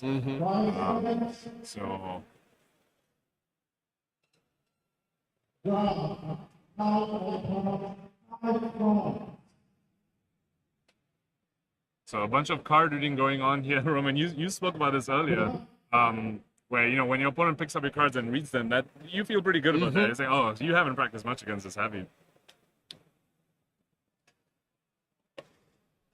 So Zach Bunn coming in with CNC. Now once again, no tunic up, so no pommel represented. So Ethan knows. He hasn't seen a pommel yet, I think. So on each of these command and conquers, there was no additional threat from the pommel. That's very hard to deal with. Yeah, no pommel being represented at all. So let's see. So Ethan can actually very comfortably block this out and still have a 4-card hand. He can block 2 on this and have 2 cards in hand, but he's got a Dread Screamer. And the Dread Screamer from the banished, and the card in Arsenal as well. So he's feeling in a very, very comfortable spot, facing that Zach Bunn, who is at 7, granted with a full suite of armor. Yeah, so, I mean, the life totals don't totally represent what's going on in the game, but still it's easy to see that Zach Bunn is on the back foot there. Ooh, looks like Ethan found an Art of War in his hand. And there's a Tell Him from Limb. Is he gonna be able to use it? No. That's gonna be the pitch for this. For the Art of War. Yeah, and then banishing the Deadwood Rumbler. Will we see a +1 over here? It's a very rare thing for Levia to call +1 on Art of War, but when he already has the Go Again, Access Go Again, Dread Screamer, and the Banish Zone, you know, maybe does, or maybe just saves the Gorgon and Dread Screamer later. He says Gorgon now, gives a Hungering Slaughter Beast in his banish on Gorgon, and still has 2 Dread Screamers just sitting there in banish zone. They can give them Gorgon later on. That's a Blood Rush Bellow. Oh, that's exactly what he wanted to see. And as you said, he hadn't seen one since the beginning of the game, so he knew they were coming at some point. And of the draw from this Art of War, one of them is coming. That's yeah, a and double power turn. Don't tell me that you need to read this, Zach. You know what it does. Come and on. Then starting with the claw, coming for 5, being buffed by Blood Rush Bellow. So we're gonna see some equipment blocks, I guess. Yeah, definitely gonna be presenting a lot of damage here, probably more than what Zach Bunn can block. Oh, So- the second Starstruck is getting used to block, I think. So we're still not sure what Ethan picked from the Arbor yet. It still could have been Go Again, it still could have been +1. So we need to see what Also, he actually plays. Oh, he's looks not like- using the dice to represent it. So he did put a Hungering Slaughter Beast on top. So yeah, so he might have chosen Go Again on the Arbor. Let's see what the die he represents over here. If he puts 8 on this, then we know he chose Go Again. If he puts 9, he uses +1. And he created, look at Zach Bunn creating a seismic surge with the Starstruck when he defends. Yep. With the Unity. Yeah, with the Unity keyword. Don't think it's going to be relevant because he probably have to block with lots of cards from his end. Yeah, when the Hungering Slaughter Beast coming. Yeah. Okay, so 9. So Ethan did choose +1 there from the Arbor. Right? It's a play saying, look, this is +1. If I need to Go Again, I lose my Dread Screamer. And if I don't need my Go Again, well, I just chose +1. So that works out perfectly for me. So Hungering Slaughter Beast coming for 9, saying it's 7. Now remember, he is against a Brute. So remember, he is not. Yeah, you can't get down to 2. He can't get down to 2. Yeah, he still has no way. all the armor to get around that, but it's looking a little tricky for him right Once now. again, not using his equipment, you know? Yep, being very disciplined. Yeah. I really like this play. Although he does need to be careful because if he goes down to 2 with equipment still up, well, you know, you don't want that. Yeah. Equipment not going to save you from Reckless Swing. Oh, Doomsday being banished for Ethan. Well, at this point, I mean, after that he's flipped, he wouldn't have been able to cast it anyway because you can't get more blood death in a blood zone. But I mean, you don't need it at that point. You know, just want to assemble enough attacks to So rush your opponent down. And yeah, it doesn't look like Zach will be able to do anything this turn anyway. So yeah. So Ethan probably actually happy to see the Doomsday being banished over there, saying that's actually a dead card. Not flip to consume. Well, at the very least, it's a blue, but yeah. Yeah. So there's a bit of pressure on Ethan now. He does need to close the game out within the next few turns. We just saw him banish 3 cards over top of his deck because he had 3 Blood Dead remaining. 3 or 4 Blood Dead remaining, actually. So I think there's a second Blood Rush below. Yeah. But there is pressure on him. You know, Zach Bunn, all his equipment, if he just blocks him, if he's able to survive for a couple more turns, Ethan will just run out of cards in deck. And that is the risk you incur when you flip to Consumed in his matchup, which is why a lot of times Levia elect to flip to Redeemed instead, because, you know, if you flip to Consumed... For a longer and game, it's way fatigue, better, yeah. But exactly. as we saw, Zach Bunn took a lot of damage early game, so it's probably looked like the game wasn't going to be that long, at least on Ethan's side. Exactly. But 8 to 9 more life on the armor On the blocks equipment, that yeah. Bunn as well. So Even he's- 9, if you can, at some point, he's going to have to block with the tunic. Exactly, so kind of effectively at 13 life. Let's see. Starting the Dread Screamer here, they're probably going to get the go again. There are some misses in there now, especially with the Blood Rush and the Yeah, Art definitely. Wall. Yeah, there's lots right? of them, but what are the odds? I'd love to have an exact count, you know? It's impossible to do it for the coverage because it's too much work, but I'd definitely love to know how many cards and how many misses he has in this discard pile. Yeah, so the equipment pieces, I mean, the Scalding Flashback they use, the Art of War is the Blood Rush, so, you know, it's kind of... There's some of them, yeah. There's a small chance that he gets 3 whiffs there. That's the first one. That's one, That's a yeah. Reckless Swing. Oh, this is... No, that's the blue oh red- no, we spoke- this is a second We miss. spoke about this when you played the Yeah. Blue Red Screamer. Oh, he gets the hit. Now that's a really good hit. That's exactly what we want to see as Levia. You want to see 2 misses, 1 Yeah. hit. Every time you banish 2 misses, 1 hit. That just makes the next one more likely to hit. That's always what you want to see. the third of the 3 random And when managers. that happens, you know you're devastated because you know that any kind of any different choice could have drastically changed the game. Exactly. It's all down to luck. Oh, and the barging bin down now. That we have to commend Ethan Sant's sequencing over there because perfect. you bait out 2 blocks Very from Zagman nice. first, and then say I'm going to intimidate one away. And now you have 1 card remaining, and you don't block with 2 cards in this thing, it's going to get +2. So very, very brilliant sequencing from Ethan Sant. And that's the other thing we didn't talk about. As we get to this end game from Arena, we spoke about the power turns that Ethan still has available to him. After all, he's still a brute. He does have some intimidate in his deck that can help him navigate when Zagban maybe is trying to pivot to fatiguing him out. Is that a Boyan Marauder? Which one is it? I can't see the color. I think it's a red one. Yes, it's a Boyan Marauder here, and it's getting buffed by the barraging beatdown until Zag puts 2 non-equipment defending cards in front Which he won't be able to do unless he has a defense reaction in his arsenal, but I don't think he has. Exactly, so let's see if he's... no, oh, it is a Star Strike. That was a Star Strike. Well, thanks, Zach Bunn, for giving us a quick glimpse of that. Thank you. We appreciate that, but that looks like, some armor has to come out of it. Yeah, at last he's going to have to use his equipment. Yeah, Exactly. probably getting rid of the Star Trek from his arsenal. If he can get a blue, he can at least attack with an Othos maybe next turn. Yeah, it depends what a random Intimidate was, is also the thing, Looks like it might not have been a blue, and that's why he's electing to crown away his arsenal. Going down to 3, it looks like. Zagban's still out of reckless swing range, but, getting awfully, awfully close at that point. Oh, that's the 3rd Blood Rush being banished by Ethan Van Sant, so not happy to see. Wait, the 2nd Blood Rush. We the second saw, one, yeah. Yeah, we just saw Rhinar game before this. Number of blood rushes are being, we're losing count of number of blood rushes we've seen across the 2 games. So yeah, I believe that was the 2nd blood rush being gone. And did he draw into? I see another Armor in his hand. Can't really see the texture of the rest of his hand, and it is Zagban's turn now, though. So let's see what he likes to do. Probably gonna be a hammer swing. Probably just a hammer swing because there's not much you can do with the hand he has. Yeah.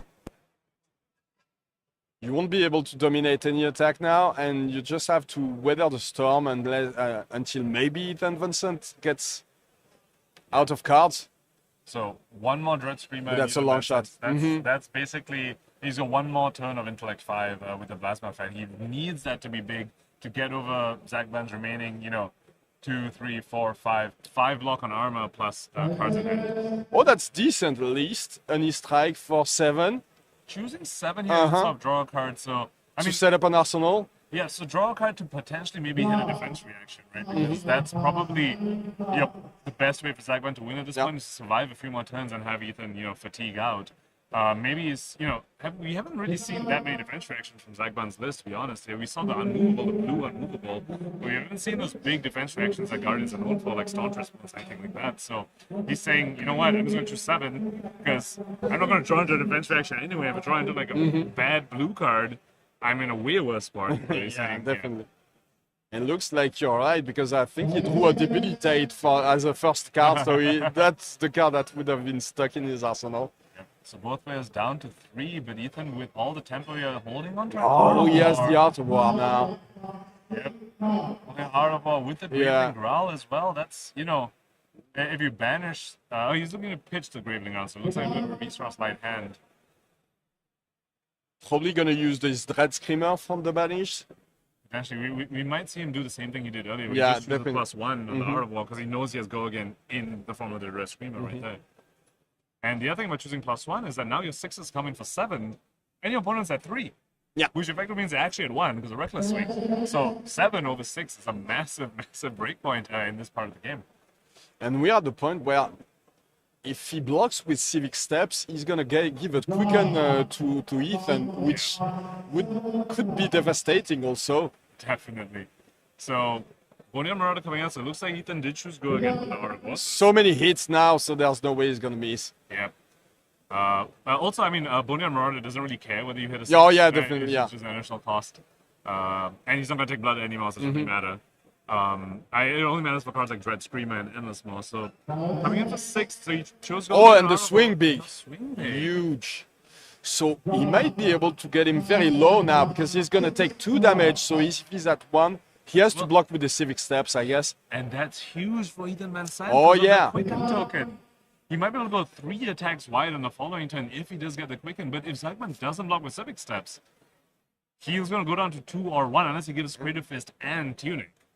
To avoid going down to 2 but and there's avoid no the way you can quicken. get to 1 because if you do, the only way you win is to hope that your opponent runs out of cards. But there's no way that happens at this point, right? Exactly. So he kind of maybe needs to give the Crater Fist and the Tunic to avoid going down to Reckless Swing range. And avoid giving Ethan the Quicken over here. It looks like, ooh, he is hesitant. He knows, there we go. No, yeah. So he's like, He doesn't want to give the Quicken, definitely, yeah. In some weird irony over here, he's probably wishing those were Iron Rod boots instead of Civic Steps. Like, no, the Quicken's too good for you. Oh, and that's the last Blood Rush. That's the last Blood Rush. Just Wow. That's 2 Blood Rushes Yes. banished by Ethan Van Sant. So no more Blood Rushes, no more Armories. Zachman thanking his lucky stars and those are gone. And Ethan doesn't But have at the this, Quicken. is that a reckless swing in hand? No, it might. I don't think so. Not entirely sure. It looks like we might. I think they're probably just clarifying the sequencing of what happens first. You banish first, and you draw first. Oh, yeah. Yeah. Looks like Zachman did find an unmovable. There's an but unmovable, that's yeah, a and blue the one. Zelus belting. And oh yeah, it's a very bad hand now. That's not a good blocking hand.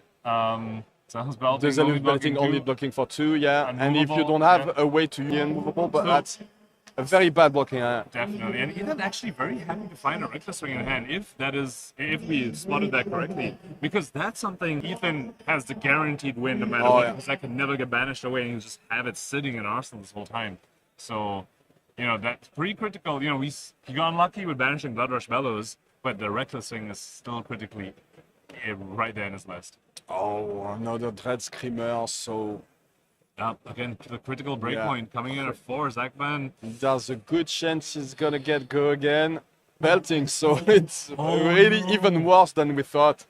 Also, Ethan is also holding on to barraging beatdown. Managed to catch a glimpse of his hand, but then finally. Yeah. It looks like he wants to get rid of these Zelus beltings, yeah. Yeah, I mean, it's an attack for 4, so, just put 2 block 2s in front of it, you're not... So bad. Yeah, I mean, you have to cover it up. You can't go down to 2, so, you're giving 2 cards or giving a card in armor always, so, it's not, Yeah. But any 6 attack is, yeah. If that's the blue unmovable, he's gonna get down to 2 anyway. Unless he Ethan attacks for 6, yeah. Yeah, I guess, yeah. But it's even worse, right? Yeah, I mean, you're safe for this turn, but in the long run and for the next turn, it's even worse. Yeah, it's definitely not a good spot for Zachman to be in. In his banish, so he also has access to it. Exactly. Ethan's definitely in the commanding position over here with the barraging beatdown in hand as well. So he's got many tricks up his sleeve that Zachman, potentially isn't prepared for. I mean, if the barraging beatdown comes out right now, he's got unmovable in his hand, Roman. Yeah. If the lead block with the 6 steps and and then you can attack with the claws. This is checkmate. Yeah. He still has barraging in hand too. You can go barraging into claw. Barraging claw, yeah. And that's done. That's almost certainly just game over here. So, we're looking at the ending line here for Zachman. Very, very likely. So he's already in reckless swing range, but he's also going to get barraging. So you know that you won't be able to attack ever this game now, and and barraging into mandible claw. This is 5 because there's no equipment, no non-equipment cards, and all he has is civic steps. Well played. Masterful by Ethan Van Sant, the Levia master. And wow. we just have to commend this play so much. We went into that game thinking he's going to flip to redeem, he's going to do that, but he's recognized, you know what, based on the way Zach's been playing, based on this current game state, I need to get consumed. Yeah. It came back to that turn where he played a Savage Feast instead of an Endless Ball for 9, saying, I need to take Blood Debt to go down to 13 so that I can flip to Consume because that's my way out of this game. Just what an incredible turn of events because Levia was the Bravo. Yeah. But that's why he's the master, and that no one knows how to play like him. This deck probably, and why when you're facing him, you know that there's no way that you can play against the same way you play against anybody else. that's how you know that's an experienced Levia player. You know, as you're picking up the deck, you're saying, oh, it's an aggro matchup, I flip to consume. Oh, it's a slower matchup, I flip to redeem. It's not all your loss. Whoops. Getting a little animated over here after that riveting game. Yeah, it was very exciting. Yeah, so he's saying, but this game, control matchup, but I flip to consume. I am shaking from that performance on Levia over there. So yeah, amazing game. Now it's the end, definitely the end of the CC part for today. So we're gonna come back with the first round of draft as soon as the players are done with it. I don't know, I think it's still ongoing, but they might be building their decks now. We'll be right back with some content creator videos, and then we'll be right back with the draft portion of this first day of the World Championship in Barcelona, Spain. Don't leave.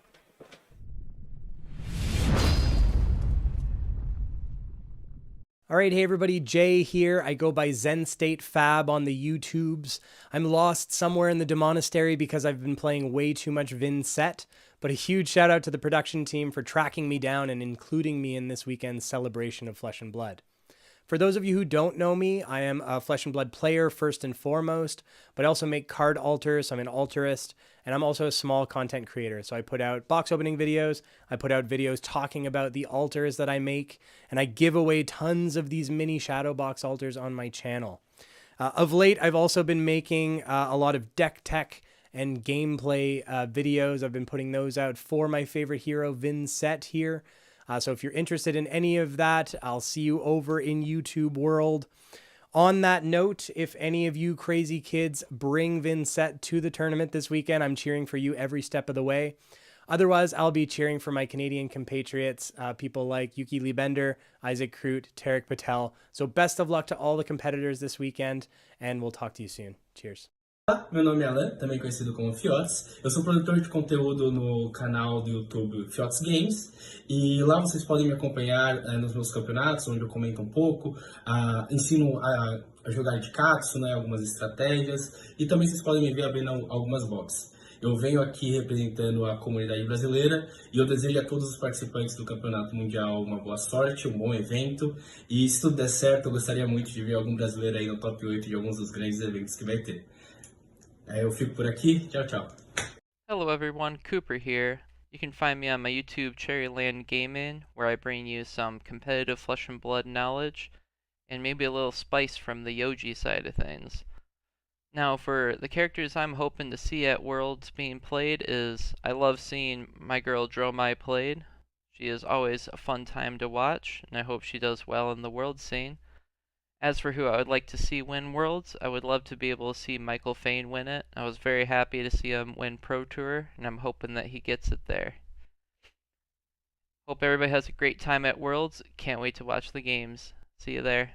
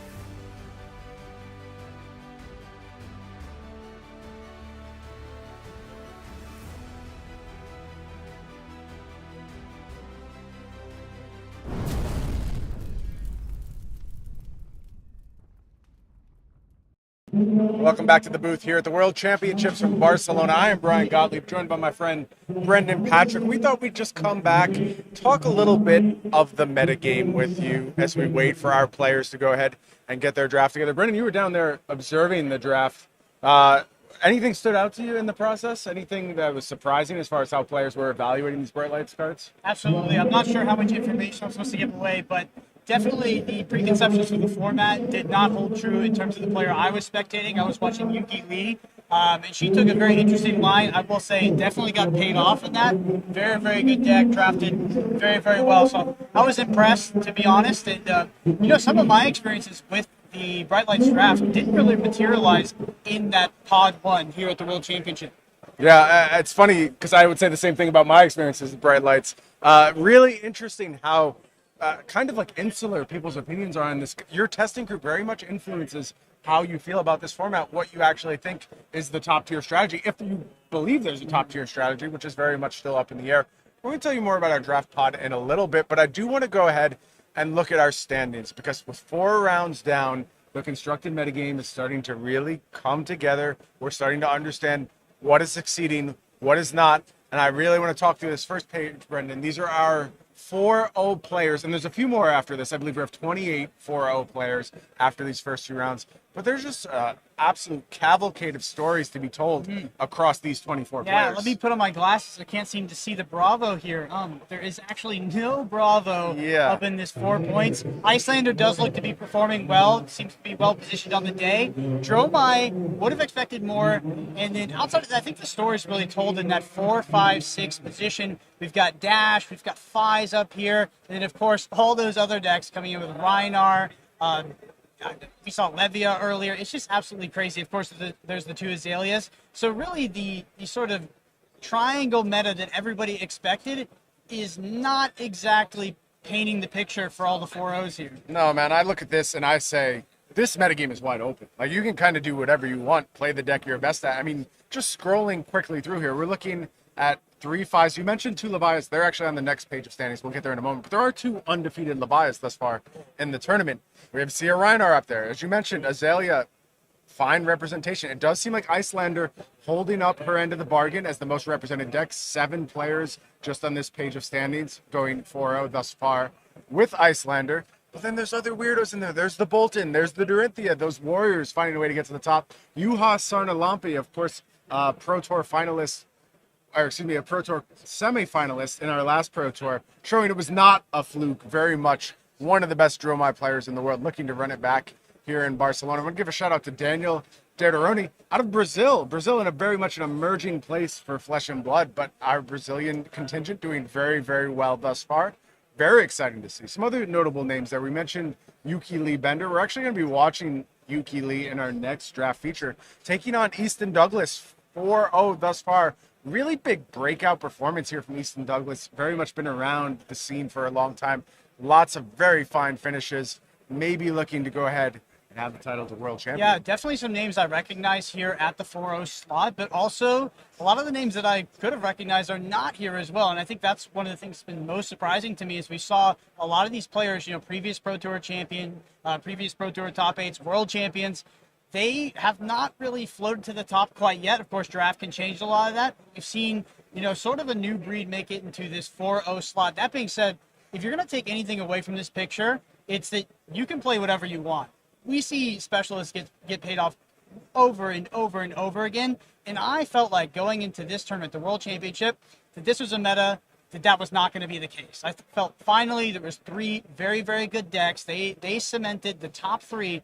But it's absolutely not the case. I mean, Iyslander is performing well, but outside of that, the rest of these decks are 4, 5, 6, 7 plus, and we just see these specialists perform again and again. Yeah, a few other notable names I want to point out. Matthew Dilks, someone who I've felt is just due for this breakout performance. Dilks has been a fearsome competitor across many TCGs, had some really deep runs early on in kind of Flesh and Blood's life cycle in the North American region, and has just been waiting for that marquee finish. And I wonder if maybe this is the time Dilks can go ahead and punch the ticket, make a nice run, and maybe claim the top 8 berth here. Yeah, I know Scott Howling Minds here came over kind of last minute, wasn't actually planning to come to the World Championships, finds himself 4-0 in Pod 2. We have Maciej Janik, has been performing well basically since the inception of Flesh and Blood. Pro Tour top 8 competitor. Absolutely. I know he was on the watch list pretty much in every single tournament, every single Tier 4 tournament I've been to. Just a huge player out of Poland. Getting married next week, too, by the way. So this would be a heck of a way to kick off a very big celebration. Absolutely, and that prize pool is nothing to sneeze at, so I'm sure he's excited. I mean, all these players right now at this point in the tournament are feeling great. I remember I went over to Yuki and she asked me how it was going, and I almost said it back, and I said, never mind. I know how it's going. She's sitting 4-0 coming into Pod 1, and after watching her draft, in a great position. Fantastic position to keep going in this tournament. Agree. Love the fact that Yuki just seamlessly switches gears here in the aftermath of Lexi. Of course, a hero that she very much put on the map, winning that Canadian National Championships back in 2021, 2022. She's been a specialist for so long, right? She was on Lexi before other people. I think she played Lexi at PT1 potentially. I could be wrong. No, you're she played at PT1, right. Yeah. And that's back in the Starville meta. And she takes that. She was this close to top 80 too. I believe she top 8 Dallas as well. I think she might have top 8 that calling, or maybe lost to win it in. I can't remember exactly, but basically was a Lexi specialist early before Lexi was good, before it got all the support and outsiders, and then sort of rode that wave after outsiders came out and just started having performance after performance after performance. But we can see here, for Yuki Lee Bender, it's not just a hero. She's just a phenomenal player. Absolutely not. Very capable with any hero she gets her hands on, and I'm excited to see her put together a run here today. Why don't we go ahead and look at that second page of standings, and we'll pick up the last of our 4-0s here. You see those last 4 players. It is another Iyslander added to the mix, as well as another Phi. So I believe that brings us to 4 Phis and 8 Icelanders amongst these 28 undefeated heroes. But there you see the 2 Levias, and man, this is a long-suffering hero. And of course, Dusk Till Dawn comes out. The Levias are over the moon. Everything changes. And there's Lexi, just shooting them down with arrows, letting nothing change the entire time, really relegating Levia to, again, the fringes of the meta very quickly after a lot of hype. But now, Lexi leaves the meta. Things starting to change here. Is this actually a meta that Levia can really succeed in? I mean, theoretically, right? So I want to flip the question back on you and ask you, why Levia instead of Rhinar, right? Because they both seem to have similar strengths, right? In similar positions in this metagame, preying on Jermai. Is it because Levia potentially is more resilient to those aggro decks that showed up in the form of Phi? Yeah, I actually think it may be the Bravo matchup. And look, I'm not a Levia master. I'm going to go talk to my friend Sant and get his lowdown on exactly why Levia was the choice here. And look, you see Ethan, you go, oh, of course, Ethan plays Levia. Ethan was debating this for a very long time. I know after the last, I believe it was U.S. Nationals, he and I had a bit of a chat. And he was really like, questioning his faith, if you would. He's like, am I supposed to still be showing up to these tournaments with Levia? It's just not working for me. I feel like I'm a great player, but I can't break through. And it always comes down to these situations, those classic Levia situations where I just get caught out and I lose. And I think he was really having a moment where he was thinking, am I supposed to be a specialist? Am I supposed to pick something else up?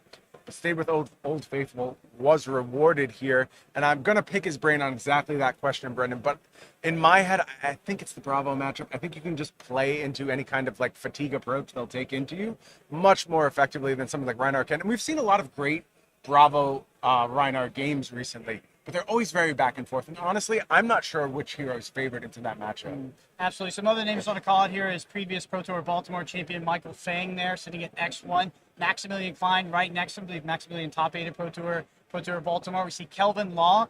I believe Kelvin Law, I don't know if he's still #1 for XP in the world, but at one for point a very long time. Yeah, I think he still is, as a matter of fact. So seeing that hard work pay off. Alamau, a big call out as well. Also, Alamau is a big limited specialist, so could pick up some wins here in the draft round to sort of make his way up to those top ranks. Yep. And we could talk a little bit about what's floating around this portion of the metagame, but I think things actually stabilize a bit when you get to the 3-1s. There's less of those specialist type decks showing up, more of the Icelanders, more of the Dromais. Just kind of the chalk meta starts to appear a little bit more at the 3-1 range. It's just a numbers game though, right? So, it's kind of funny that the top 3 decks, in quotations, are down here at the X1 bracket, while the specialist decks, the rogue decks, the dark horse decks are up here at 4-0. And look, it takes a finish like this to make the specialist decks into the legit decks that everyone is afraid of. So, something like Boltyn takes down this tournament, something like Levia takes down this tournament. Everything changes overnight. Sure. The entire metagame flips on its head. It's one thing to go 4-0 early in day one. Everybody gets excited. If you are that person that's on that Teklovossen, that Levia, just that deck that nobody's really expecting, being 4-0 in a tournament like the World Champions, there's just an aura about you. People are coming up. They're asking you what you're playing, how you're doing it. Everybody knows you've got a puzzle that they don't understand, and they just want to know more about it. So it feels awesome for sure. And I'm excited to see how far they could go. But being for Worlds is one thing. If you want to cement that hero as no longer being sort of a dark horse or an underdog deck, you've got to go farther than that. You got to finish. And not only that, you got to be ready to draft. And I want to go ahead and look at our draft pod that we're going to be covering in these draft rounds in just a few moments. And we already saw some of these folks sitting atop the standings. We are going to be starting things off with that Yuki Iyslander versus Easton Douglas matchup. Easton's deck, look, solid looking deck. A lot of power cards in it. Very, very well filled out. Yuki's felt a little special though. And I anticipate we're probably going to be seeing both of these heroes, or both these players on Dash.io. Could be wrong. That could change. I mean, there's so much flexibility in how you want to approach this draft. And I've certainly seen decks that I've been like, well, that's a clear Maxx deck, and then all of a sudden my opponent's presenting Teklovossen into me. And there are players in this format who have a huge preference for Teklovossen. One of them I know, Martinek, who's very much into that hero. We're going to be having him in our backup feature match area, taking on Ashkan Rashid Shanti. It'll be very interesting to see how this pod breaks down in terms of limited representation. What are you expecting, Brendan? You watched the draft. How do you think the hero's going to break down? So I got to watch Yuki's draft. I sort of say that I was able to look at Easton's picks, and I do think that in this pod, there's most likely 2 Dash.ios, and I think Yuki got the better picks at that, which is in a better sheet for it, however that broke down. But in terms of how this pod actually breaks down in terms of hero representation, based off how I saw the pack splitting, interestingly enough, like early into pack 2, I thought that Teklovossen might be a bit more open than it should have been because of some of the more powerful evos that are coming down. We're also seeing big 3-cost attacks coming super late, like Infused Titanium. I mean, Yuki Iyslander was actively passing those early, so I think she had an idea of what she wanted to draft. But still, I mean, usually when you get towards the tail end of a Bright Lights draft, usually you get a lot of yellow cards, a lot of block 2 cards. But in this draft in particular, I saw more blues coming late than usual. It makes me think that there's potentially less Teklovossen in this pod than something, you know, like a 6 or a 5. I mean, could be even all the way down to 4, to be honest. And I said that, you know, maybe Teklovossen was slightly open in pack 2. Dash.io was definitely open. I mean, I saw Yuki get past some of the craziest cards I've ever seen in my life. Interesting. We'll have to see how it all plays out, and we will be bringing you those draft rounds in just a few minutes. I am excited to see how this all shakes out. I think the dark horse in all of this is Maxx, and I saw some power Maxx cards going around pretty late. I think there may be an absolutely stacked Maxx deck somewhere at this table. We're going to be keeping our eyes out for it. As we move through the rounds, we're going to hear from one of our content creators for just a few minutes now, and then we'll be back with round 5 of draft here from the World Championships in Barcelona. Do not go anywhere.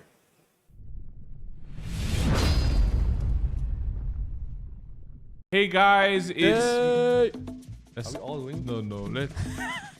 Hello! Hey! We are 1-2 Jews from the region of Malaysia and Singapore. My name is Ming Yu.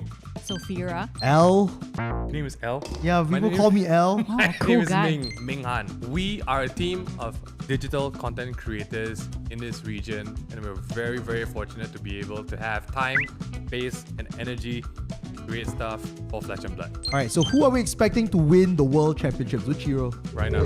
Rhinar? I'm just rooting for Rhinar every major tournament. Why? Dang. It's a meta breaker. I want Rhinar to win something. Okay. Something out there. Okay, I'm hoping for Iyslander back-to-back World Championship wins. Well, second time Let's go. Give others a chance, you know. Give others a chance. So who do you think is gonna bring it? I'm rooting for Bravo because we need to get him out of here. Yeah, Bravo needs to Like, get out. Get out. We don't want him. Actually, this game would be more fun without Guardians. Hot did take, I hot say- take, hot take. I think it's gonna be Dromite. You might as well say Arachne at this point, Yo, bro. hey, no, there's no Just hope name for all Arachne. of them already. There's literally no hope for Arachne. Let's talk about the format I'm most excited for, Living Legend. Oh, this Let's one's go. crazy. Legend. Just give me chain. We knew I'm this was waiting. gonna happen. Yes. Yes. Yes, and it was going to be hell when it happens. It's So- crazy. Unbanned cards. Unbanned cards, all the heroes back from the dead. Everything back from the day. All risen from the ashes. Dust Blades, Dust Blade, Seeds of Awakening, Agony, Seeds of Awakening. Thunder Run. And just as Okay. Rosetta Thorn was out, now it's back in. Let's start with you. Who's your favorite to win? Chain? Yes. There's I only only one have one answer. answer. Freaking Rune Blades. How about you, Miu? I'm gonna say let's use Skeleton is right. Oi, oi. That's my Actually- that's my money. I forgot about That's that. my Actually, money. that's a good one. I'm on the train of make Prism great again. Okay, Yeah. okay. So we're gonna play Prism Awakener of Soul So new Prism. with all Luminaries. Oh, what a combo. Yes. Mingan? I agree. I think Prism with the new card is going to be hell. Going to be Oh, so actually, yeah, I good. agree. New kind of trauma for old trauma players. It's quite Yeah, scary. yeah. Sorry, Serious. Stavo and Bravo. Hey, and any get Guardian. those guys out of here, And you know, man. Oldham's in LL as well, bro. Who's that again? We wish we could be there with you guys for this year's World Championships. It looks amazing. I'm excited for you guys. Hope you guys have a great time over there. And we'll see you guys real soon. Have fun in Barcelona. Bye-bye. Peace out.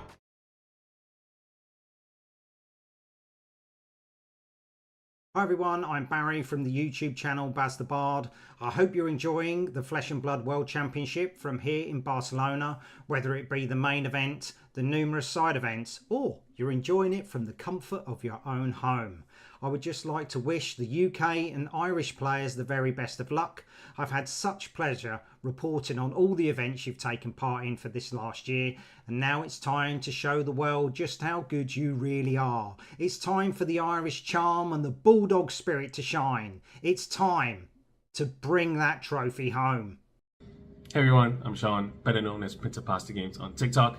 I mainly make short form content about my experiences playing Flesh and Blood here in Melbourne, Australia. I would first like to congratulate everyone who's made it into Worlds. I think it is a tremendous effort to get to where you are today. And I am super jealous because I've tried so hard to get to where you are. So be proud of that.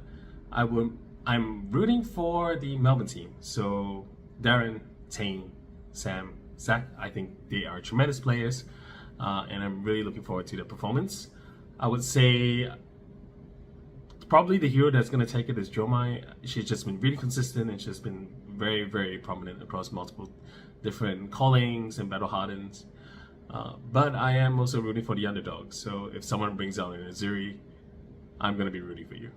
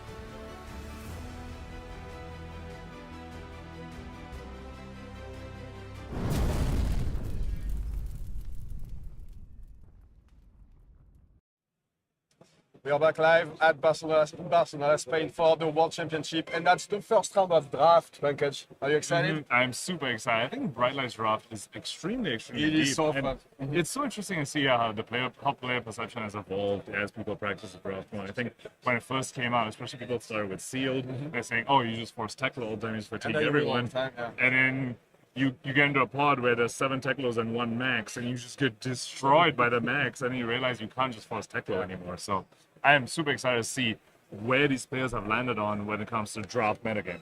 Yeah, I mean, we know who's playing and who the first 2 players that we're going to watch are playing, and we've seen their decks. We can't really talk about it, obviously, but it's very interesting because it might go pretty fast, right? Definitely. From what we saw, it might be a very short one. Both these players choosing not to force Teklo, but very, very interesting.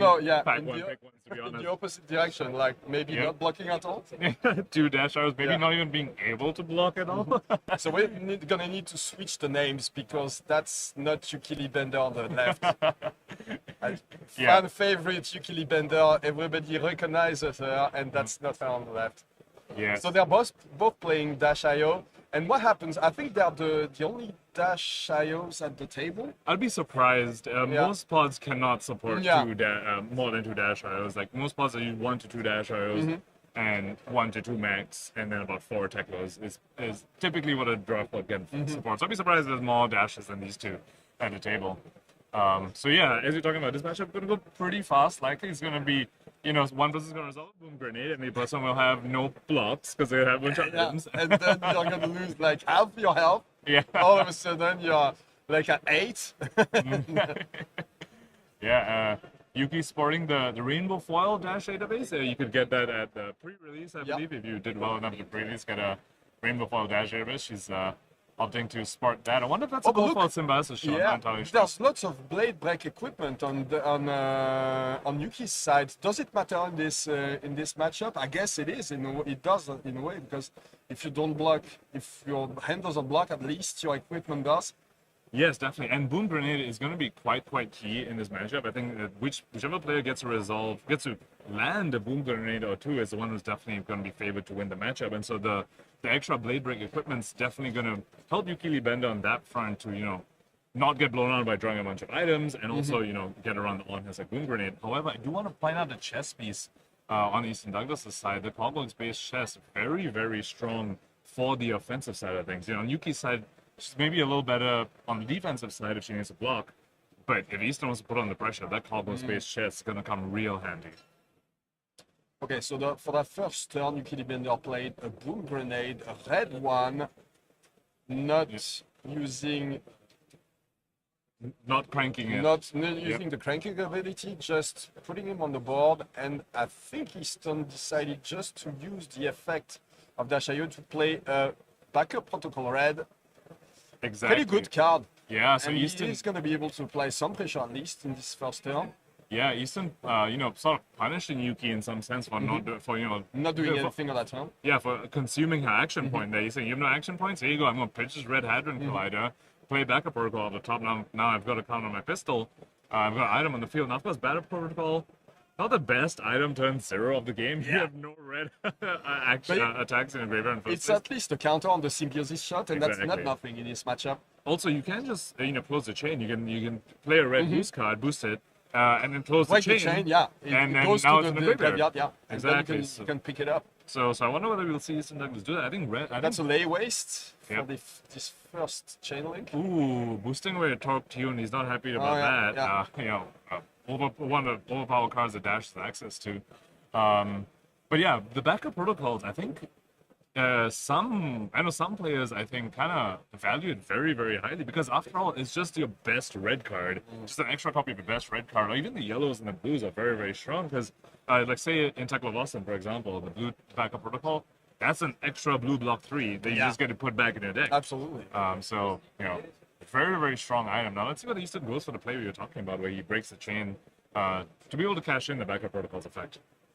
Looks like he just doesn't want to block, which makes sense because she has so few blocks in her deck anyway.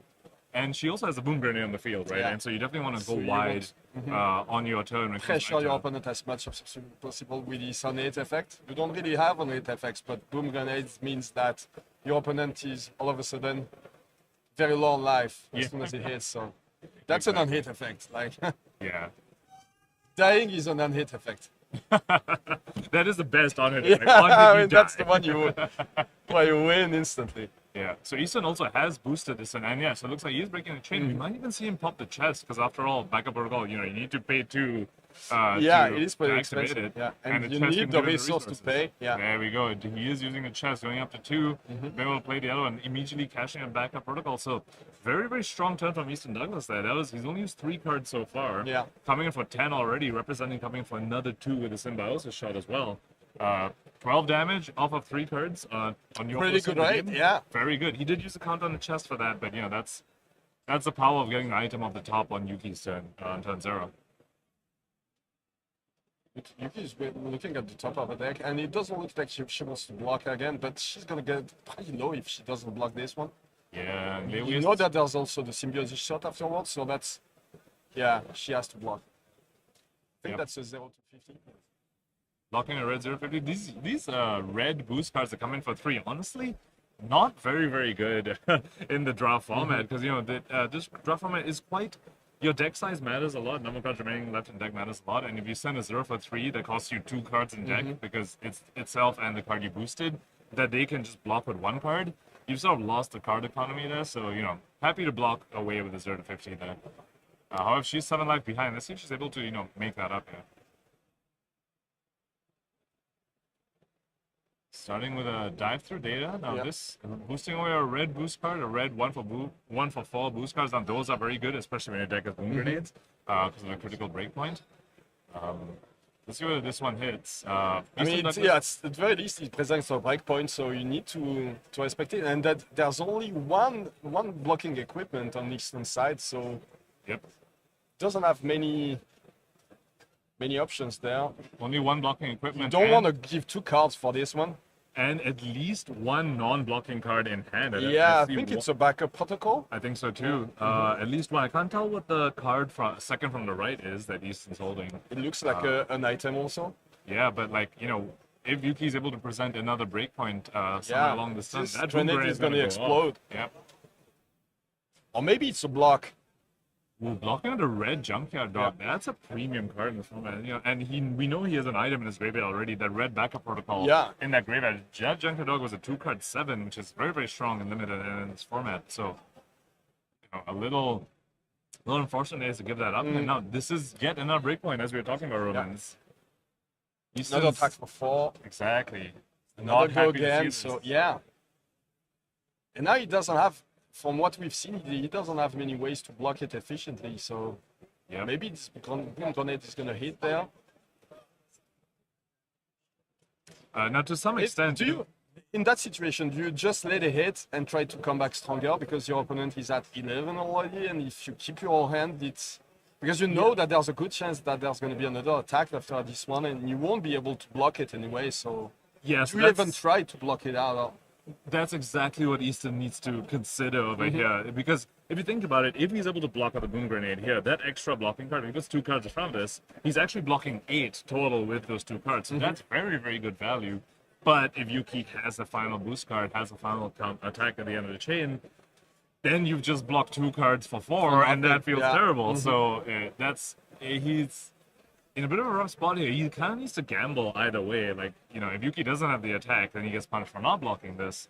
If she does have the attack, he gets punished for blocking it. It looks like he's going for the safer line. He's saying, fine, you get the boom grenade value. I trust that he's you have an taking attack. 5 damage, but blocking some of it. Yeah. Because critical to remember that card in Yuki's arsenal was her turn 0 arsenal as well. You know, she just played boom grenade, had 3 cards remaining, and arsenal 1. So very likely that's a good attack that she ended up arsenaling. And she's electing to... Just attack with the symbiosis shot, didn't like what she had on top of the deck apparently, because she still has 1 resource, so most of the time you can play something on top of the deck if that's an item. But she hasn't, that spare resource is gone now. Yeah, so didn't use the arsenal, so maybe that's a 2-cost in arsenal, or maybe she's just saying, I'm going to save my... For a bigger turn. Yeah, exactly. She's saying, look, I have another breakpoint in my arsenal, you're letting this boom grenade hit, I may have more boom grenades in the deck, so I want my breakpoints for those, for those other boom grenades. So that was indeed a backup protocol. I've had one once again. So Yep, he's swapping that out now. We did see, yeah, he does have a 1-for-4 movement. He did block with it on Yuki's turn. So It's dumpster dive. Yep. That was, I think, the only target that he could actually toss this turn. Yeah. The Junkyard Dog and the It's too expensive. Layways with both Yeah, too it's expensive. yeah. Now he has no floating though, so Yuki knows that there's no potential for like a boom grenade off the top or something. This is pretty telegraphed that Easton's turn's likely is going to be symbiosis shot. Maybe an item from Arsenal or 0+ from Arsenal, but you know, no cheeky real boom threat. grenade. Yeah, that boom grenade that can absolutely devastate your turn if you let it hit. Don't take into account the health totals. Maybe they're fixed now. I can't see the one on Yuki's side, but yeah.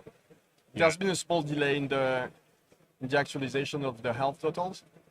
Yeah, so Easton ended up taking that boom grenade there. That was, quite a bit of damage. Yep, Yuki's blocking with the yellow cards that come in for 2 and block for 3. You might as well just always block with them because you get 3 points of value if you block with it, whereas only 2 if you attack with it. So. Ooh, infused alloy coming from Easton Douglas. Ended up being a very efficient turn from him for attacking the forward attack. Yeah, definitely. Our Yuki's definitely very happy that there's still no on-hit triggers going around here that she needs to care about. Yeah. Yep. Blocking with the yellow expedite. Yet another, another yellow card that comes in for 2. Just block with it. You get the 3 block instead of coming in for 2 with it. So now it looks like she'll be able to attack with the Strap Prospector. Oh, dissolving shield, interesting. So that's a nice way to block. Crank it. Yep. So Yuki with the equipment setup and the dissolving shield, Yeah. he's fully set up to stop any sort of breakpoints that Easton wants to. Yeah. If Easton Douglas, has a boom grenade or something, that's not landing when she has dissolving shield and 3 blade break. So a bit of a life deficit here from Yuki's side, but she has 5 extra block on the table right now. So. Should be feeling pretty good about that. The health total doesn't really reflect the actual state of the game. Tempo is on her side, and she has more life on the board as well. So she's looking to be. And there's still this alloy incoming, so yeah. Yeah. So she's looking to be in the lead here. But it's dash IO or anything that happens. She might just end up drawing 4 non-blocks at some point in the game and just explode because of that. Literally explode because of the grenade. Yeah. Getting right into her face. So Yuki does have 1 card in hand. So you never know what's going to happen from the top of the deck at that point. It's not. Yeah. So she could suddenly flash in a boom grenade. Easton, but that's that you can't really play around it. If you keep playing around every 0 for 4 your opponent does, then you're like, if they have a boom grenade at the top and put 2 cards in front of this, you will just bleed too much value. So you kind of just need to keep gambling. We saw Easton take the gamble the previous turn. You might just need to gamble again. It's basically the same as when there's a pummel in your opponent's hand and you're playing around it all the time, overblocking, but at some point you're out of cards and you're doing nothing during your turn. So exactly, yeah. You lose if you just keep playing around it. So you need to make them have it sometimes. So I think. Yeah, it looks like he declared no blocks over here. Yeah, and she doesn't have it. Yep. Maybe you have it, didn't have it. Great. Good gamble. So, 4 cards from Easton Douglas over here. Yeah, and it looks like at least 2 of them are boost cards, so he'll be able to have a pretty strong turn. Yeah, although it's into a dissolving shield turn, so Yeah. Yeah, so maybe you wait until there's a little bit less of these counters on it, so it's gonna lose 1 on the next turn, but she should be able to profit from it. Okay. So I'm looking at the underloop.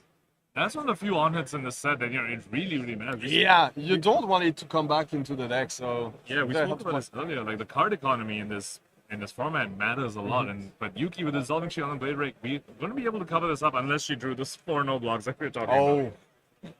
She would even then she'd be able if she used all her equipment, but yeah, that's not the most efficient use for your equipment. Is that another scrap prospector maybe? So in this sort of situation for Yuki, some of those galvanized cards can also come in really, really handy because especially with dissolving shield, you can use 1 counter and just have the damage prevention floating, and use galvanize, and then it blocks for 2, so that's 1 more block. Exactly. So you block 4 with the galvanized card, and you just leave the damage prevention floating from a dissolving shield. So this is a sort of situation where I actually really do like the galvanized cards, and I believe there's 1 in a hand, if I'm not mistaken. Like. And she has one boom grenade also. I think I see a crankshaft. Yeah. So let's see if she opts for that line. Very, very efficient way to block breakpoints, you know, because you leave the one floating to block the next breakpoint, and you're already blocking one breakpoint right now with the galvanized. So let's see what sort of line she goes for here. And to be honest, you know, at this sort of life, we spoke about card economy, but once both players are at 7 life, it's unlikely we're getting to the second cycle of the deck anyway. So it could be very well that Yuki just doesn't respect this on it because you're saying you're never seeing the card regardless. You're at 7. But we are already lying because we said this game was going to take 5 minutes and it's already been 10, and they're still thinking a lot about their blocks. But I guess it makes sense in this situation because every attack matters. No, you're like 16, you are 18 at the beginning of the game, and any kind of hit that you take can like divide your health by 2. So you need to really think about it. Even if the number of turns is pretty low, it might be a longer game than expected. Yep. So she's taking it. Every attack matters, every block matters, and also when you are confident that this match isn't going to time because you're both already at 7, you can take some extra time to think about your lines. So Yuki went to reactions there and was saying, look, I'm going to save this Dissolving Shield in case you present some on hit, and if you don't, I'm just going to leave it. Maybe she has other plans for it going down the line. Oh, she had a system reset. Yeah, it was boosted away. Too bad. I mean, she doesn't have that many items to use, but... So, oh wait, this is system reset or system failure? The one that's no, that's failure. Yeah, that's failure. My bad. So, would have been good if Easton had more counters on the Symbiosis shot or something, but without that, you know, probably happy that she boosted it away, because after all, it is a 2-block. I love this sort of situation when you're on the Dash IO side and you put something a Daylink or a Medex. It doesn't look like much, but it does wonders in this deck. It's also just, are you bluffing? Like, you know, you have one card in hand, like, is this an item? Like, I'm just going to Arsenal, it's probably not even an item. Most of the time it's not, and it's just like, but are you going to respect on it? Can I take cards from you because they respect the on hit that actually doesn't even matter? So Yuki is respecting and representing, using the 2 counters in the shield and the blade break to do that. Which is where it gets really funny. You know, Easton's probably just holding on to what's not an item, saying, haha, I got you. Gotcha. We haven't seen that many symbiosis shots, and it's very weird because they're the only... So we have the information, and they're the only 2 Dash IOs at the table, and they should have lots of items, but they haven't shot with the gun much. Yeah, I think each player has only shot once with it. But Easton does, you know, did boost his data link and still has 1 counter symbiosis shot, so should be able to send one in at least. Yeah. Okay, so using the Dissolving Shield and the Teklo base arms to block it out. You really don't want the opt. That's another option for a strong item hit from the top of the deck. And this dumpster dive, is that coming for 2? Or 3? I believe it's coming the for yellow 3. One? Yeah, the yellow one comes for 3. Yeah, the one is for 4. And it didn't get buffed, so because it didn't banish an item and equipment, so it's coming for 3. And we were talking about the bluff earlier, Roman, and yeah, that was a bluff. The data link didn't have it on it. That was a dumpster dive in hand, not an item. But you know, Yuki still had to respect it because if it is an item, that's really, really bad for you. So you know, we saw Yuki go ahead and use the Dissolving Shield there. Now the rest of the turn's pretty face up. Easton Knuckles is going to come in for 3 and then 2 from a Symbiosis shot, so Yuki has all the information she needs to decide on blocks. Another scrap. Yep, scrap harvester, and I think this was why she was trying to be a little more conservative with a Dissolving Shield, because if she could get an extra counter on it by using scrap harvester, put an scrap a card, put an extra counter on Dissolving Shield, she could extend the value for a little bit. So that's probably why she was hesitant to use a Dissolving Shield until she felt like she really needed to.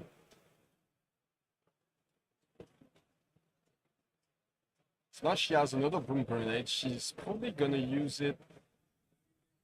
She's at 4, so she's very low now. Yeah. So looks like she's pitching with the red boom. Oh yeah, another to play red the boom other on one. the Yeah, top. makes sense. And she's cranking it. So she's going to have the 2 action points over here.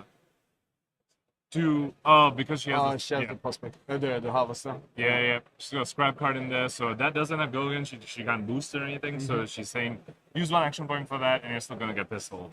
And going to use the crank. However, so that was an interesting decision here, because the boom grenade now isn't going to stay. It looks like.